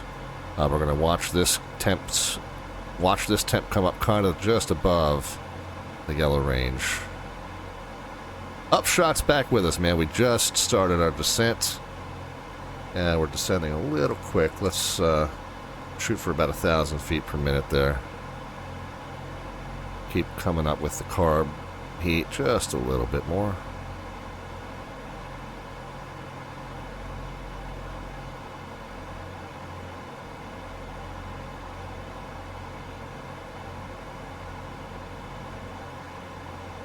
Okay, so at this point, since we are now in a descent and we're passing below 18,000, let's just get that 29904. 1, 2, 3, 4 set on both sides. So yeah, one procedural error I made. I never did switch to the standard altimeter going above 18,000. So, whoopsie. We'll mark ourselves down for that accordingly. Yeah, we were saying earlier we weren't going to spoil it, but yeah, spoiler alert. Don't look at the chat.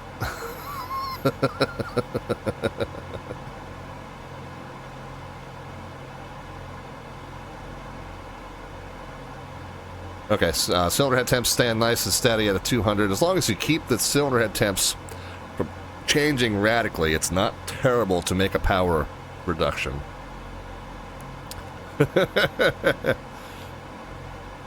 Not terrible to make a power reduction. We do want to kind of keep the manifold pressure coming down as we go down. Yeah, I figure all the fans were already watching it, says Melvin Leroy. Yeah, you're not wrong.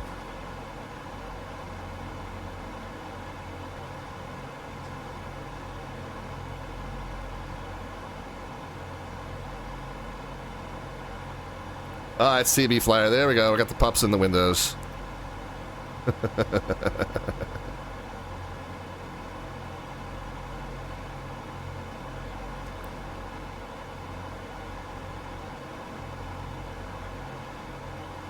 Alright, so we want to descend right around 1,000 feet per minute.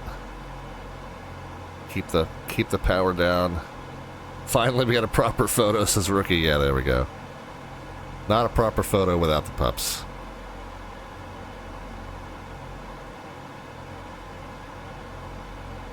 Brunette's hair's through her caveat. I didn't even notice that. You're right, though.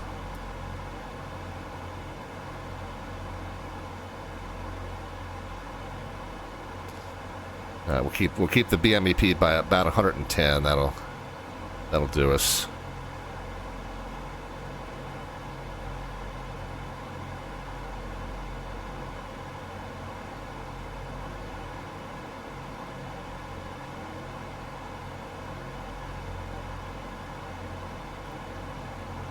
Yeah, right.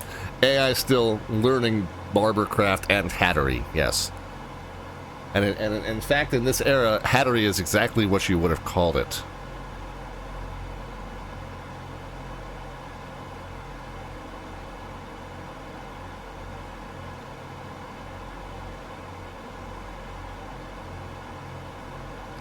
Alright, let's actually keep the BMEP down to about 100.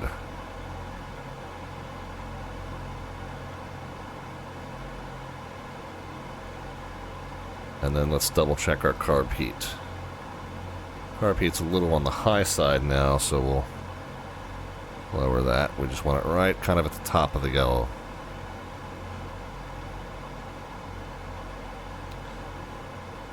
So 15 going to 7, so we need 8,000 to lose. 8 times 5 is 40, so hopefully we're 40 miles from 40 miles from Brand.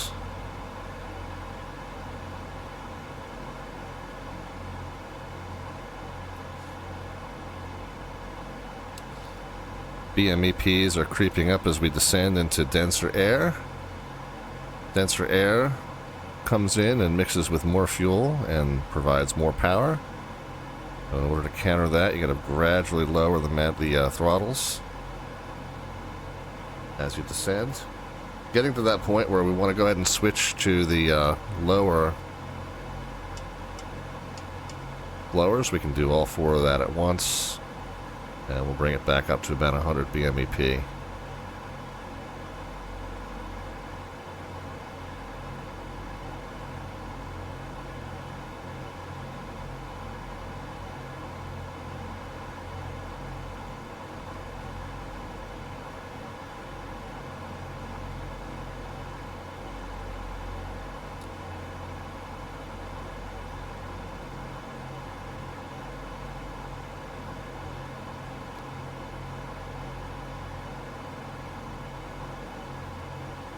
Alright.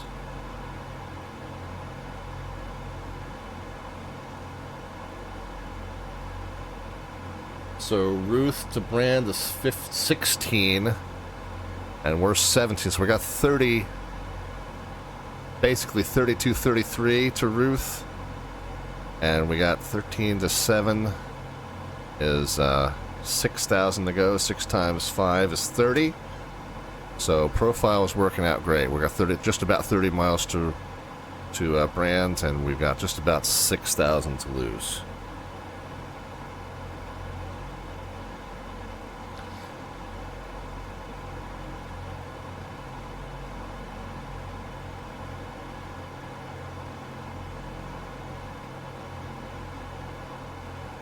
Okay, we do have an aircraft crossing our path, but he's at 7,000 feet going into Philly, and we're not going to be at 7,000 feet until up here at Brand, so we're okay. We're going to be well above him for right now.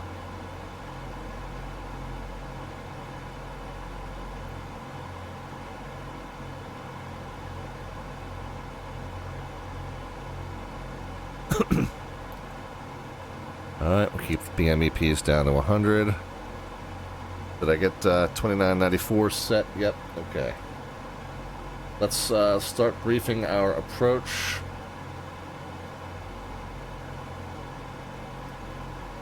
.108.7.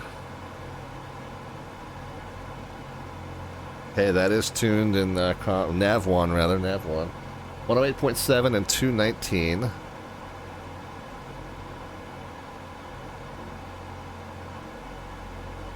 So 220 minus 1. Missed approach, if we need that, is gradual right turn. It's going to be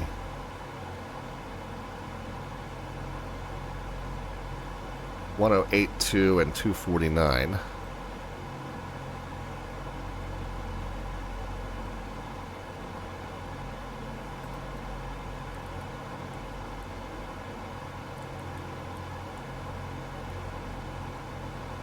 .82 and 249. Looks like we're already receiving that.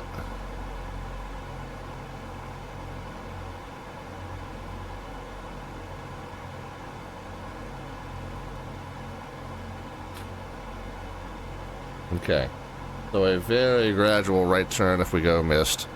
Straight to 5, climbing right turn to 3,000. Okay, so that's the missed. Minimums, straight in ILS 210. We do not have any kind of alerter, so 210 is just what we'll need to memorize as our minimums. That is this is an ILS, so that is a decision altitude, or decision altitude.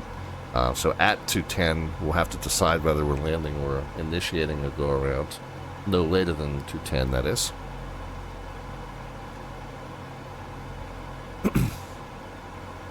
Keep our BMEP down to 100.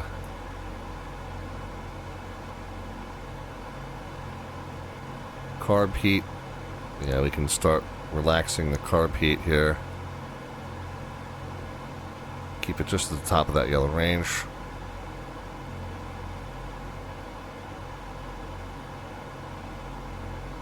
I'm going to keep descending at approximately 1,000 feet a minute. Not yet at Ruth. We're still at over 10,000.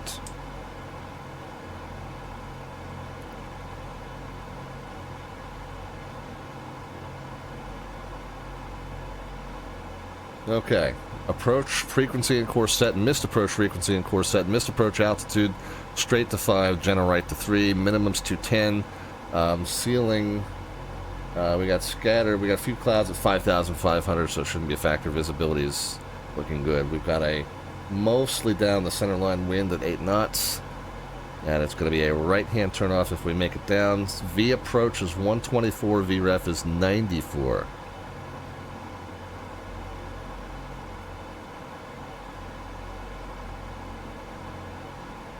And if we make the first turn off at the high speed and cross, we're almost right there where we want to park.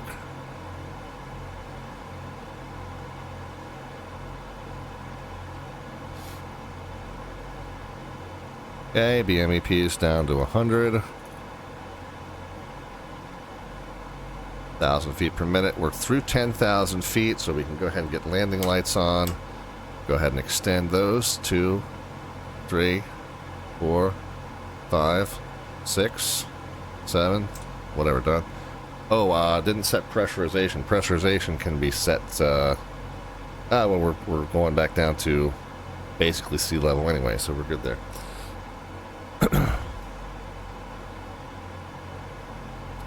Okay, BMEP is 100 across the board.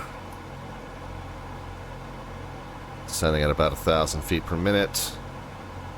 We're at 9,000, so we should be about 10 miles from Brand. And we're 6 from Windle, and then after Windle, 5 to Brand. We're doing good, man. We're doing good. Yeah, Rookie 31st. Yeah, we were talking about that earlier. We're going to land on 2 left. So we will not be in jeopardy of taking out any bakery trucks, as far as I'm aware. No, United likes to do that. We're flying the friendly skies here, so.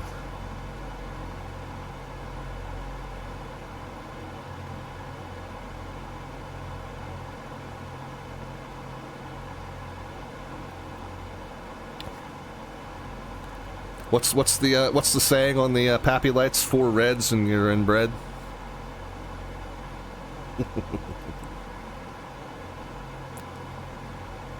Yeah, Rookie says, I was driving that road to and from work for several years. Yeah, I didn't ever drive it regularly, but I've been up and down it. many a road trip, and I've driven motor coaches up and down that road as in charter trips. So, yeah, I've definitely driven large, tall vehicles on that road before. All right, are we coming up on the point brand? All right, we're going to level off here. We're going to level off, which is good because we've got some speed to lose as well. But 7,000 at Brand, and we're still, yeah, four miles from Brand. So we're good. We did pretty good in terms of the descent path, descent profile.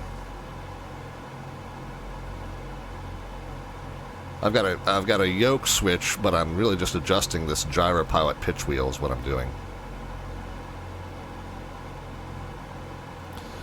Keep the BMEPs down at 100. At this point, we're getting ready to commence our approach. We can throw the mix back into auto rich. That's going to kick the BMEPs up a little bit. So we'll bring them back to 100 again.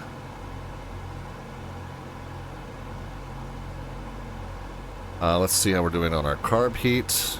Yeah, carbs are getting warmer and warmer. So let's bring the carb heat levers down just a little bit more. Right at the top of the yellow range. Okay, speed's starting to bleed off, which is what we want it to do. Are we after Brand yet? We're almost at Brand, and we're almost at 7,000. So, plan's working out well.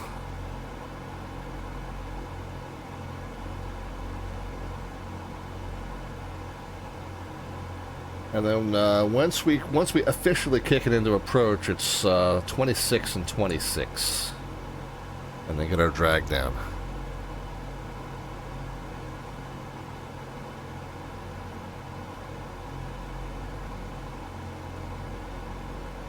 All right, I'm going to go ahead and pop it into heading mode, more or less. Let us change over into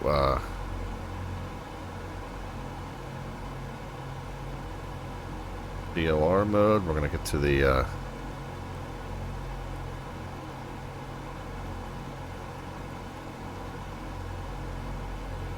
screen here.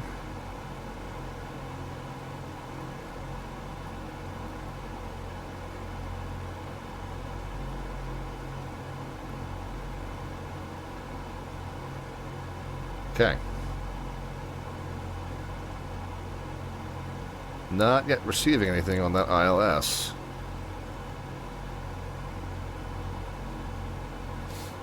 So I think we'll keep 7,000 for now.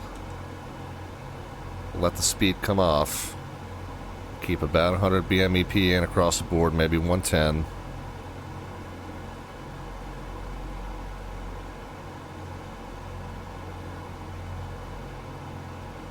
.200 cylinder head temp's good.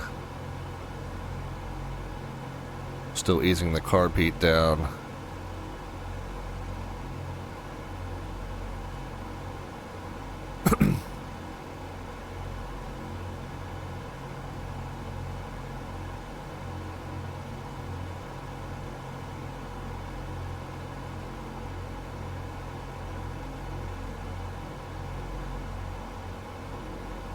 Okay, and if we're gonna vector ourselves aggressively onto a visual, then 5 out. Well, 6 out is 2,000 feet. But right now, we're not even receiving anything on it yet. How are we in terms of traffic? Yeah, we're still a ways out yet. Close enough to the airport, I think it's probably time to go ahead and switch over to the Newark advisory frequency.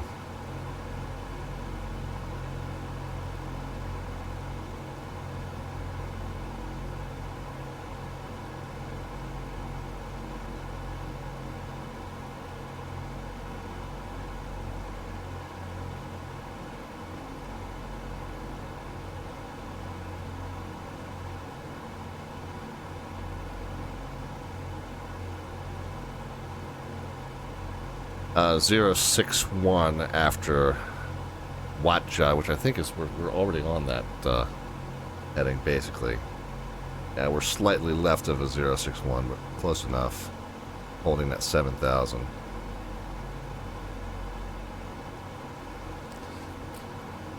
So I think because we're on that downwind, we're just going to have to run this up north a little ways further than we...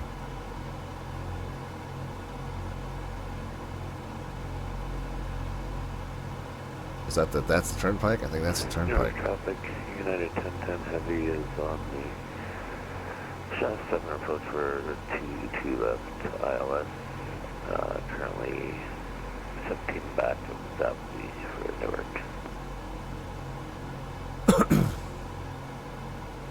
Alright, well, what is our distance to Newark?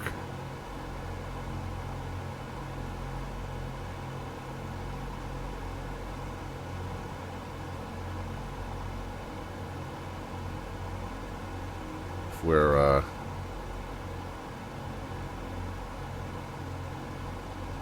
in Newark, we're 40 miles south.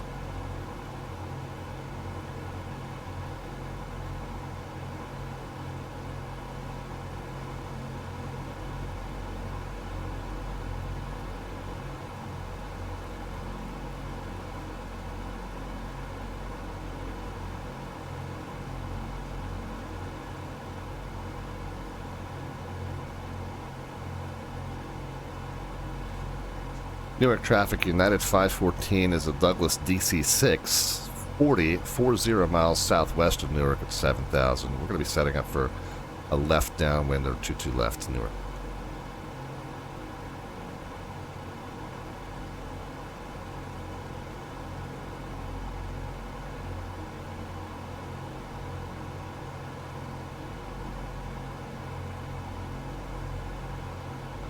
We'll be well behind that company Dreamliner. I mean, pretty much when we see the Verrazano, that's our downwind.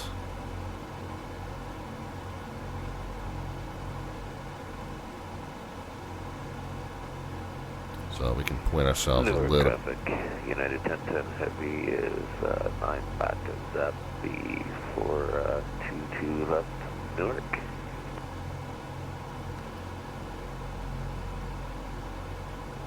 Yeah, we got your company. We're going to be well behind you. Yes, sir. Just spotted you on the scope there.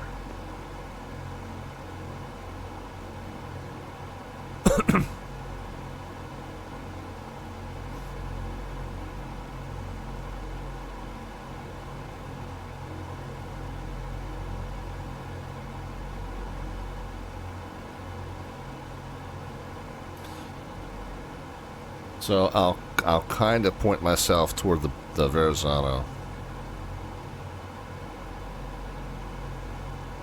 But yeah, we got a little ways to go. Newark's up past that on the left.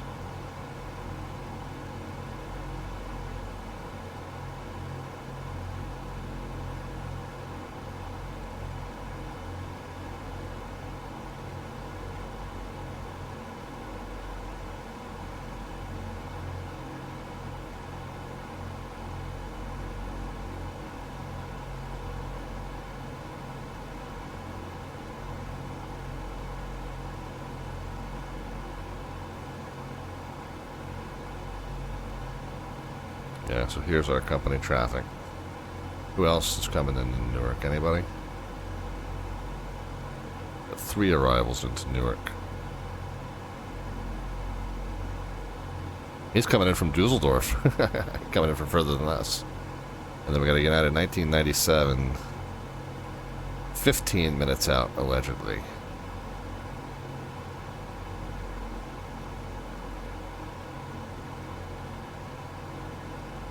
That one we're going to have to watch, because depending on how quick he's coming, he could catch up. Oh, he's down here. He's just over the north end of the Chesapeake Bay right now.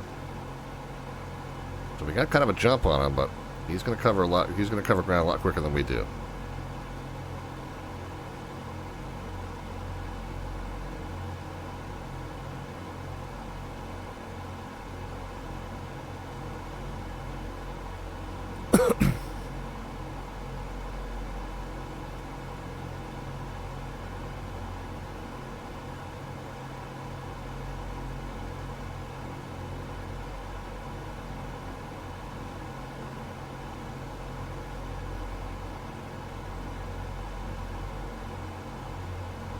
This ILS approach, 22 left, does it not have?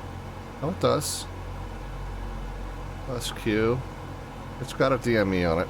Oh, might just not be receiving it yet. 108.7. I'll double check that we've got it tuned in properly.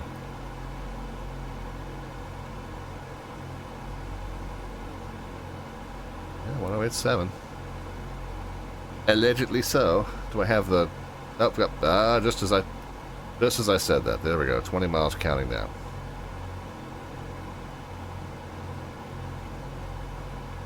And we've also now got a bearing to it.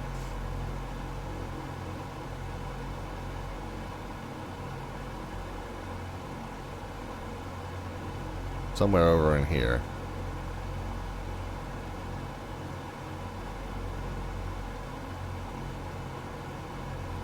So United's... We had one just take off from there, maybe? Or is he on the ground there? Newark traffic, United 1010 Heavy, 4 miles out on 22, left final call for approach, Newark.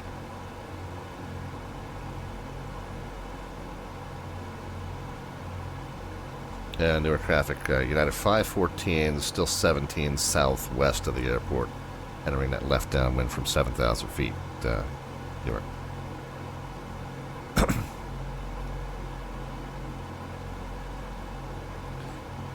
Yeah, we're gonna... Rookie 31st wants us to go under the Verrazano, circle Liberty Island, and then base to 22 left and land. Yeah. We're not in an EC-135, sir. We're in a DC-6.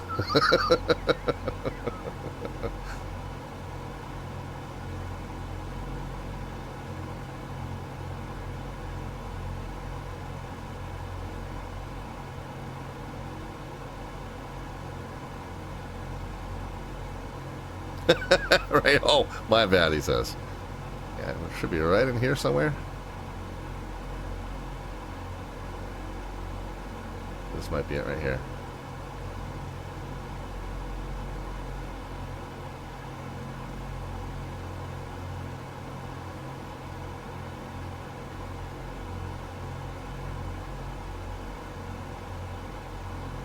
Yeah, right in that area somewhere.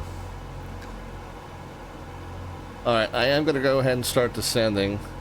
We're going to go second stage descent now, 26 and 26. We're already down to 26 in terms of the manifold pressure, so we're going to increase the RPMs, which will have the effect of decreasing the BMEP to about 70. Go ahead and initiate a little bit of a descent there.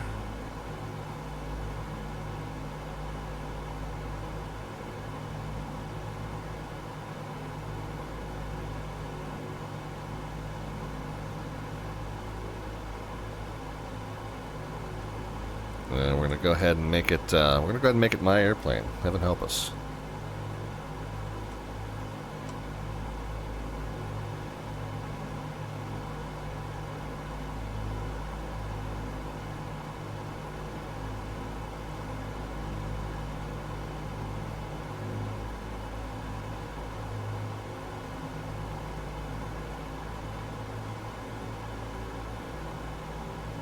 Alright, 70 BMEP across the board. Newark traffic, United 1010 Heavy is clear of T2 left and Papa 2.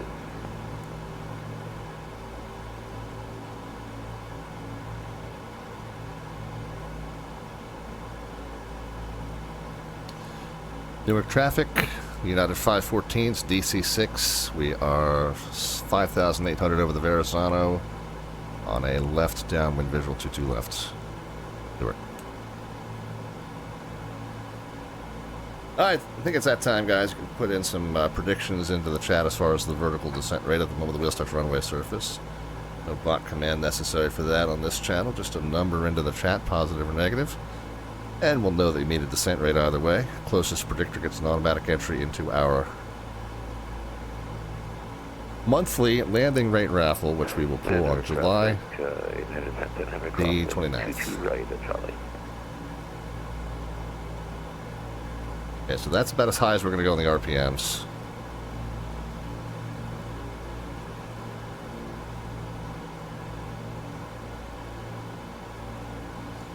go ahead and follow the river up so we're not going directly over Manhattan. Let's reduce the descent rate. 8 miles from the airport, but we're kind of abeam it. See the thin arrow pointing almost straight off to the left. So it's basically like right over here somewhere.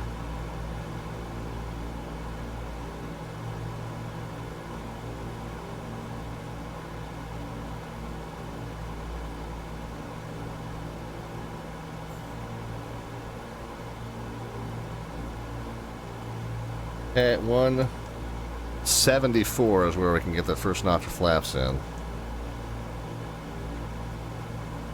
But we might have to shallow the descent and let some speed bleed off here.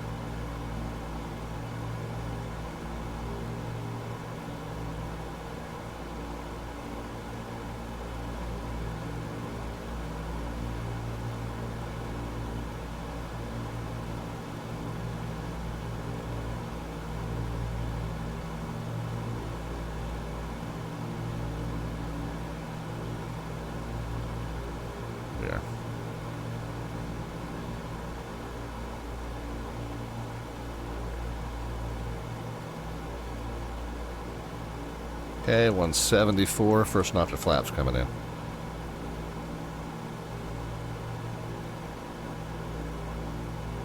$165, we can go second notch of flaps. How's carb heat looking? Carb heat's kind of on the high side. And drop the carb heat the rest of the way out.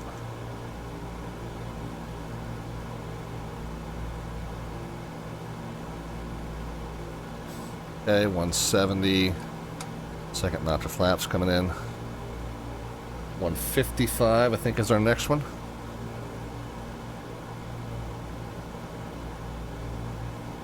And then V approach 124, VREF 94.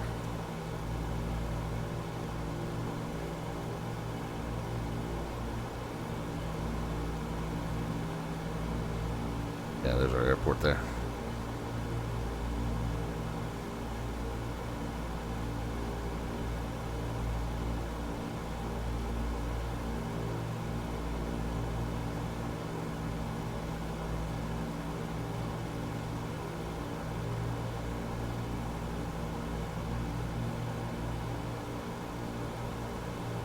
Okay, 155 before I can go flaps 20. Okay, so we need 5 more knots off before I can go flaps 20 here.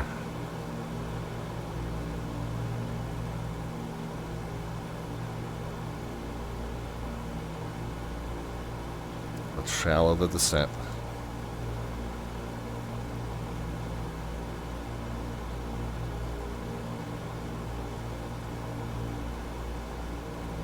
PMDG right at 70. We're probably not going to touch the power anymore.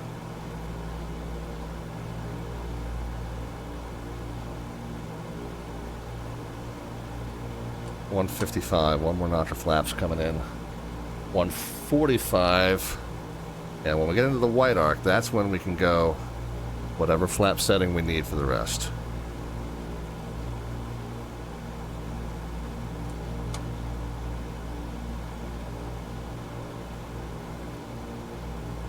Okay, so I'm going to start 9 miles north. I said I could be at what?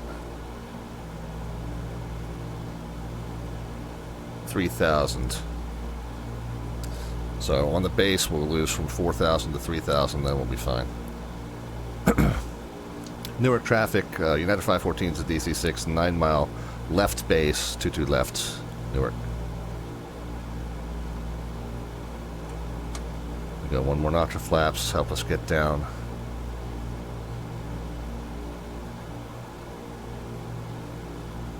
So 22, so 3-1 is the base heading.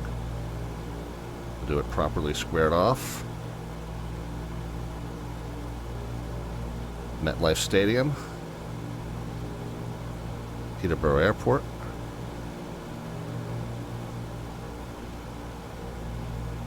Okay, getting back onto the glide slope.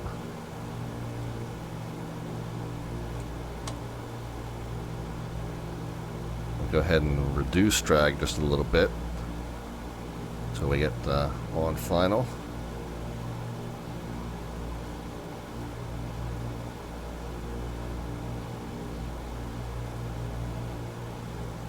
Newark traffic, United 514's DC-6 turning 9 mile final now, runway 22 left, Newark.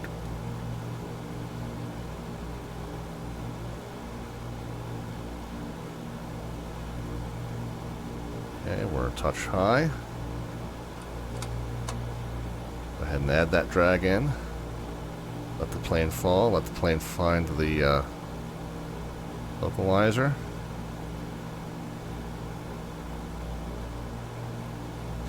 Alright, minimum's 210.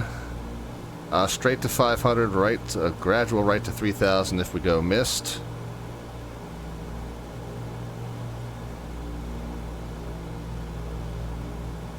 Gear down will be good.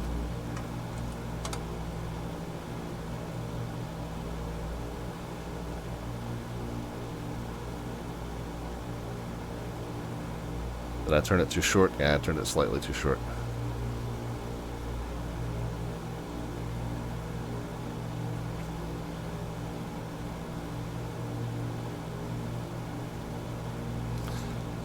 Alright, gears down in green. We are in landing flaps 30. We can go 30 to 50 landing flaps. Approach speed 124. We're starting to come through, and 94 is going to be our landing, our ref speed. Back on glide. Localizer starting to come in. Sitting pretty at 70 BMEP across the board. Landing checks are complete. We'll do one more ring of the cabin. Newark traffic, United 1997, 67 field, 04 from the ILS 22 left, Newark.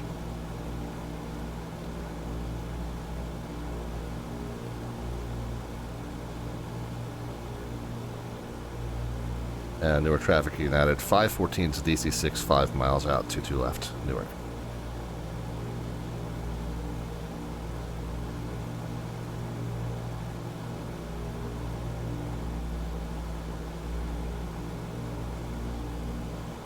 Okay, so the join to the localizer was sloppy, but we got there. We can now make our way from 124 to 94. So we'll go ahead and get the rest of our drag out.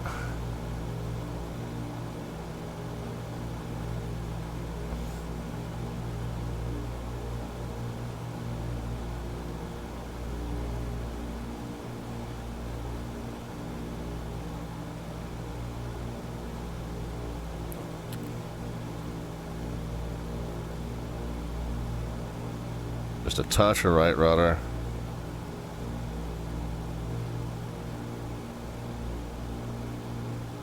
Drifting left.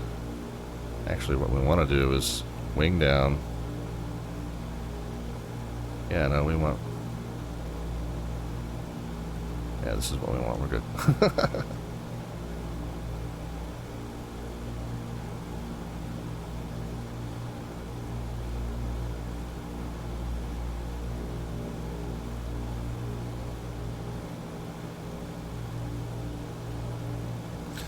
Okay, we're looking pretty good. Glide's good. Localizer's good.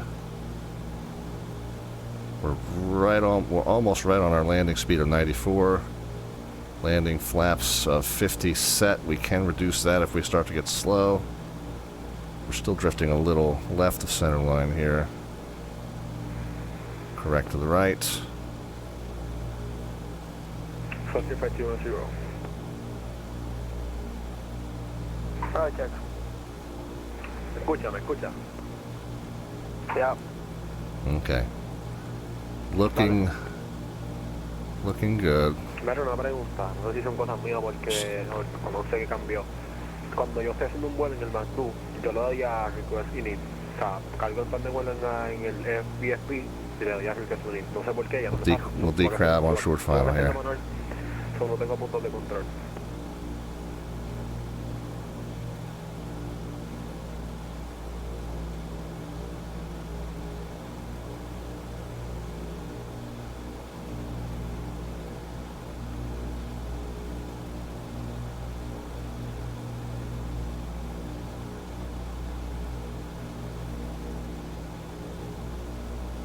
Yeah, on this runway, they got that nice long displaced threshold to make sure that you don't clip any bread trucks on the way down.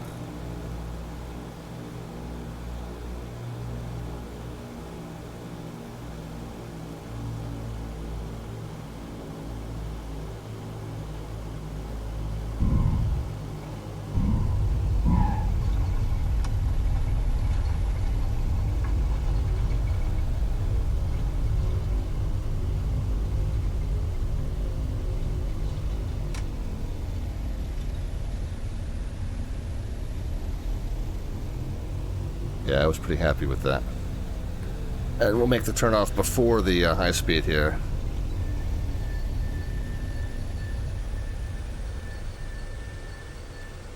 So we can kind of go straight in.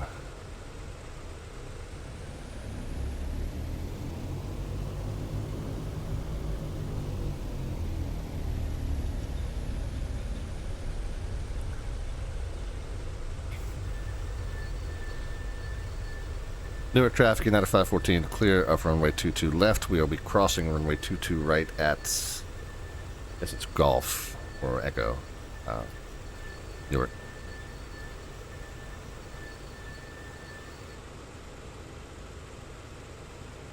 Golf.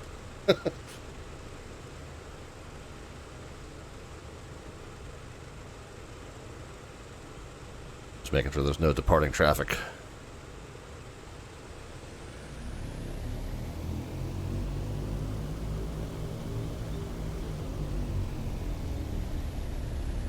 Okay, yeah, so we want to basically come straight into the gate here. If we can find an empty one. Of course, a lot of these are static. I don't think any of these are actually VATSIM users. Let's stow the flaps. Props full.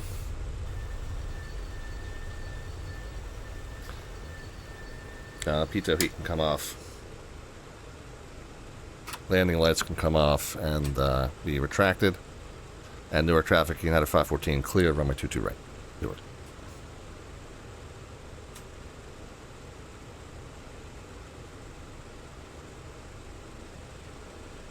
Alright, hang on a second, guys. My taxi and stuff done. Oh, cow flaps. Cow flaps can come open before we roast our engines. Engines are good, though. Yeah, brakes like a train, yeah. Sounds like it. Sounds like it, feels like it. Yeah, no, CB, it's not an airport scenery adding the traffic. It's Microsoft Flight Sim. Newark traffic blue 657 on Bush. I've yet to find the correct option to get rid of all that. On Alpha 2, on Alpha 10. But at the same time, I kind of like it to some extent.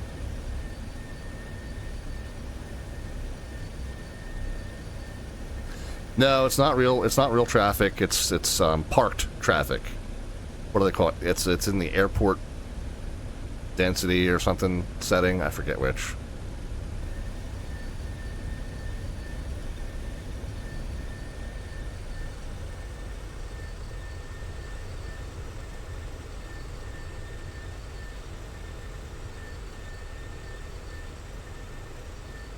It's fine. We found an empty one. It's all good.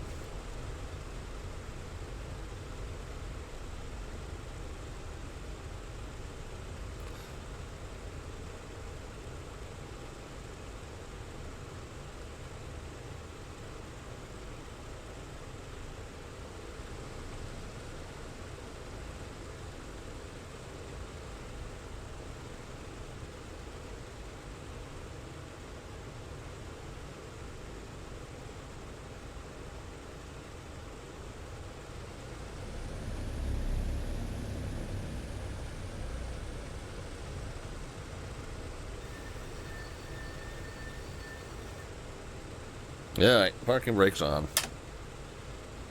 Let me run through. Let's see, flaps, cow flaps, pitot heat, anti-icing we didn't use. Strobe lights I left on, that's now off. Landing lights and carb heat. Okay, so that's all done. Let's go throttles down, mix to cutoff. And fuel selector's off. Oh, wow. I never did switch back to... Oh, holy cow. I never did switch back to the mains. I almost ran the fuel out. Oh, good gracious. That would have been fun.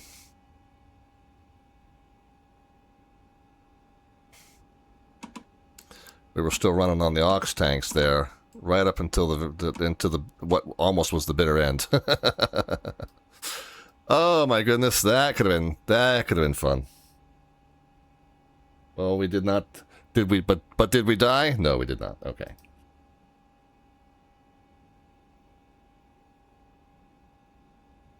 So seatbelt signs can come off, beacon light can come off. Let's jump up top here. I know, man, right?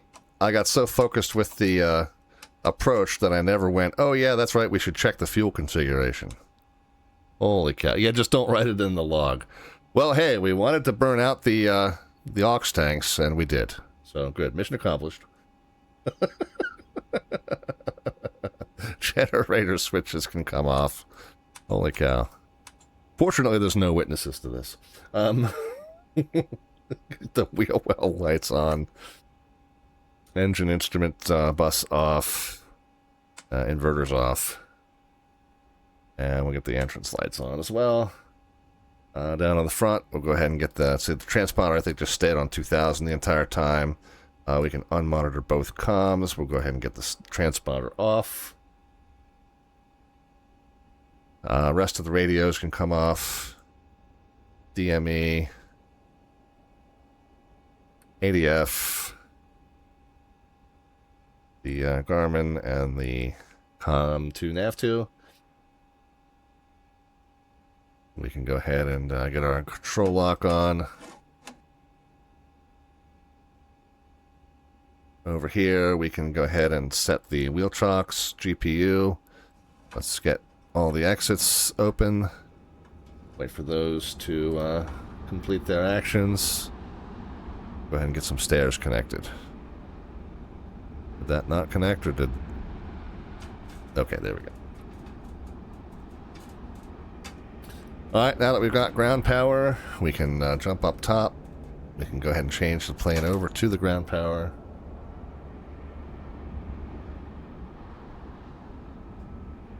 And yeah, so we expected to land with 3,900, or basically 4,000 pounds. Expected to land with 4,000 pounds. Let's see, how did we do? Oh my goodness, these are showing as 0. So that's weird. I wonder if they burnt out, but the engines kept running because of a realism setting I have somewhere. Realistic engine damage is off.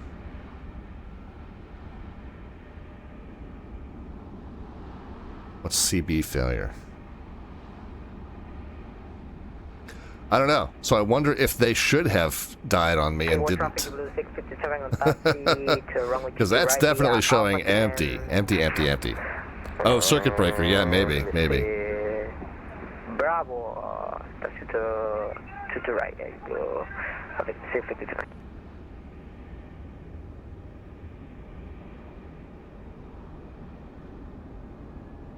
So yeah, I don't wonder if those engines should have flamed out and didn't. Yeah, I guess.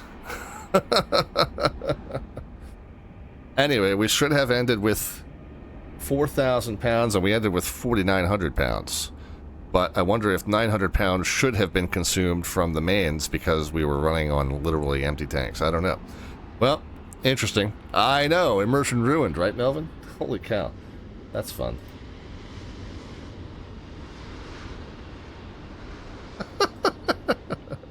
Good gracious. All right, well, hey, we landed successfully. In terms of my predictions, well, yeah, they were a little off. We were supposed to have been down at 11:30, and we wound up down 11:10, so 20 minutes early, which is a good thing. But the fuel consumption was close. Let's see how we did in terms of the landing. I felt like the landing was pretty good.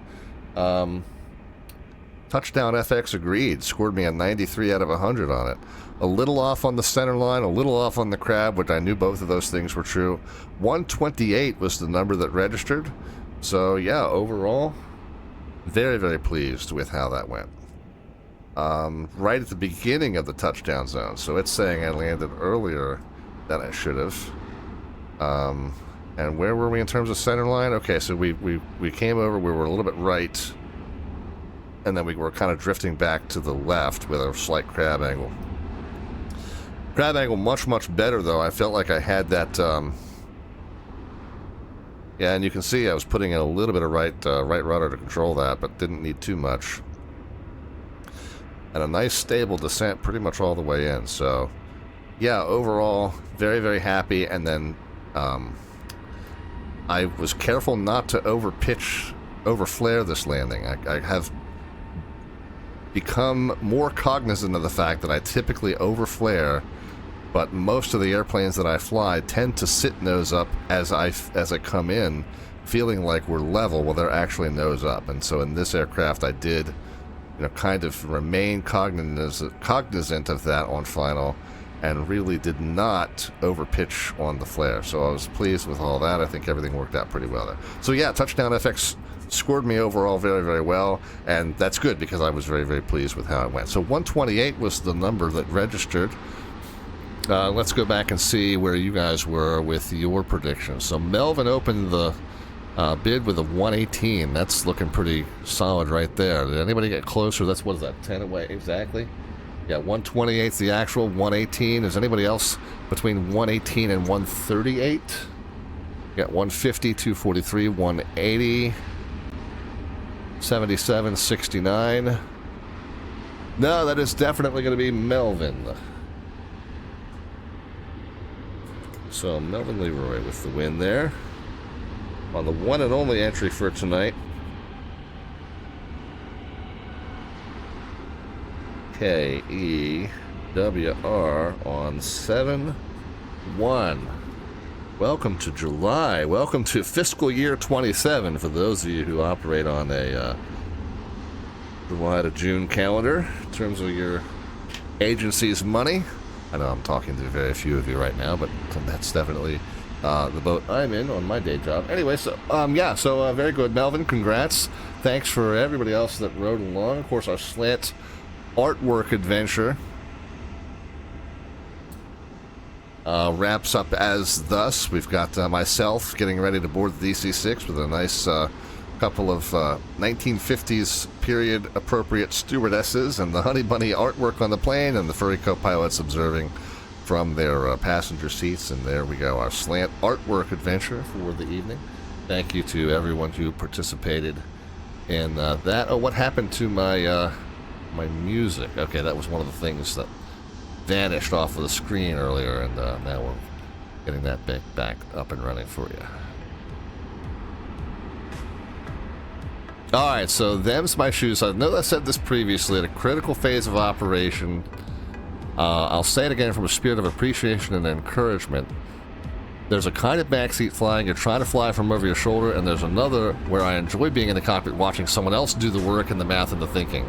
I guess that's jump seating more than back seating, but I do appreciate the opportunity. Yeah, absolutely.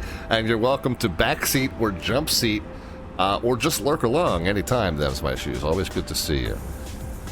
So yeah, thank you for popping in, and thank you for the kind words.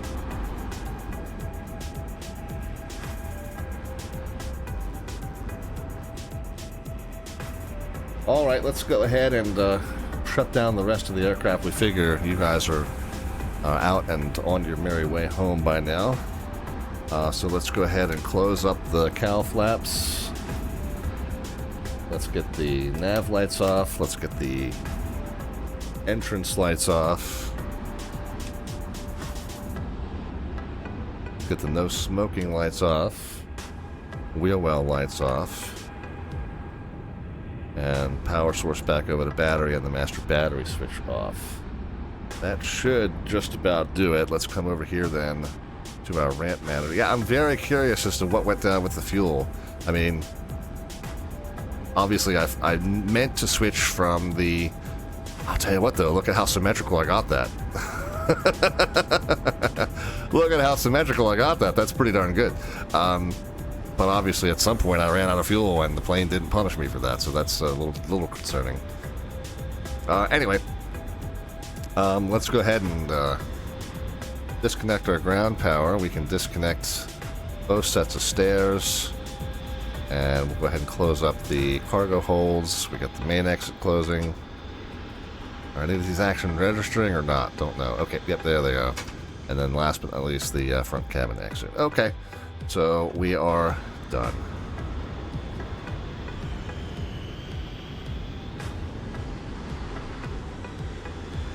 All right, friends. Well, yeah, thanks again for riding along as you did, and we always appreciate having you. For those of you new to the stream, the normal show schedule Monday, Wednesday, and Friday at 7 p.m. U.S. Eastern Time. That is 2300 Zulu time here during the summer months. And we do a mix of VATSIM air traffic control and flying on the stream. We fly the A2A Simulations Piper Comanche. We fly this DC-6. We do the FlySimWare Lear 35. Pound for pound, my favorite aircraft in the sim right now. And then as far as the airliners go, we got a vintage regional airliner called the BAE 146. It's a Just Flight product that we fly here. And then the one modern airliner that we do fly from time to time is the PMDG 737-800 series. Friday's stream is our next scheduled one that is tentative. I've got daytime plans that I have a fear will run long. My best guess, 80%. Probability is that I will be here. I will be controlling for what the ZDC is hosting as its 4th of July pre-party Friday night ops event. If we go to VATUSA.net, yeah, it's the one that pops up because it's the next one coming. But if you ever want to know what events are happening within VATUSA, pilot tools, events calendar, obviously we'll have to switch over. Oh, we don't have to switch over to July because July's today. But Friday the 3rd is the 4th of July pre-party. And we'll be featuring all of our Bravo airports within the Washington Air TCC airspace, Washington Dulles, Washington Reagan, and BWI. Typically when ZDC hosts a big event, I end up controlling the approach and departure sector around BWI. But because I've got those tentative daytime plans, I did not sign up for a position for this, and I'm just going to jump on whatever they need me on. Under the assumption that I do make it back here in time to control for that event. So it is scheduled to be a VATSIM air traffic control stream. I don't know where I will be assigned or where I will grab at the last minute. Hopefully that sector around BWI, what they call the Chesapeake sector of Potomac Approach, but we'll have to see. It'll be a game time decision, and fingers crossed. But if my day plans do run long, I will try and keep you informed, at least via social media, as to whether the stream is happening or not. So keep tuned to the Discord, keep tuned to the Facebook page, keep tuned to the X page, and you'll know whether or not, with some advance notice at least, whether or not the stream is happening, and then we'll figure out the position once we are getting ready to fire up. So that's the plan. And again, the full show schedule is always underneath the About tab, or over on our Discord server. You got the full one. The About tab has the next about 3 weeks worth. The Discord server's always got the rest of the current month and usually the following month. So you can always check out and see what days we're going to be on. We typically do that Monday, Wednesday, Friday, but occasionally we switch things up for special VATSIM events, or sometimes work or personal obligations make me switch things around, things like that. But you can definitely check out that published schedule, see what we're going to be up to, when we're going to be on for sure. And yeah, hopefully you'll join us. So finally, who are we going to send the raid over to here? Who else is doing some VATSIM stuff?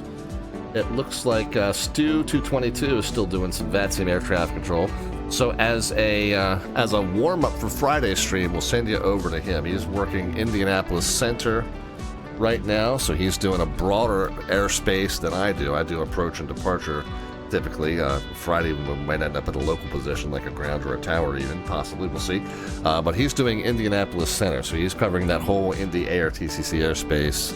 And you can go ahead and check his stream out, and he'll hopefully, if he's not too busy, he's got a handful of planes in his airspace, so it should be a good, interesting stream. But if he's got time, if he's got questions about what is happening and he can explain how things work, then you can ask him, and hopefully he'll have time to tell you. But go ahead and check your stream out. He's a great friend and very good at what he does. Hopefully you'll enjoy his live stream, and then come back and see us on Friday, friends. All right, so from the radar room or from the control tower, wherever we end up, we hope to see you Friday evening. And between now and then, guys, have a great rest of your week. Be happy, healthy, and safe in all of your travels and adventures. Between now and then, go Team USA. And good night, friends. Take care.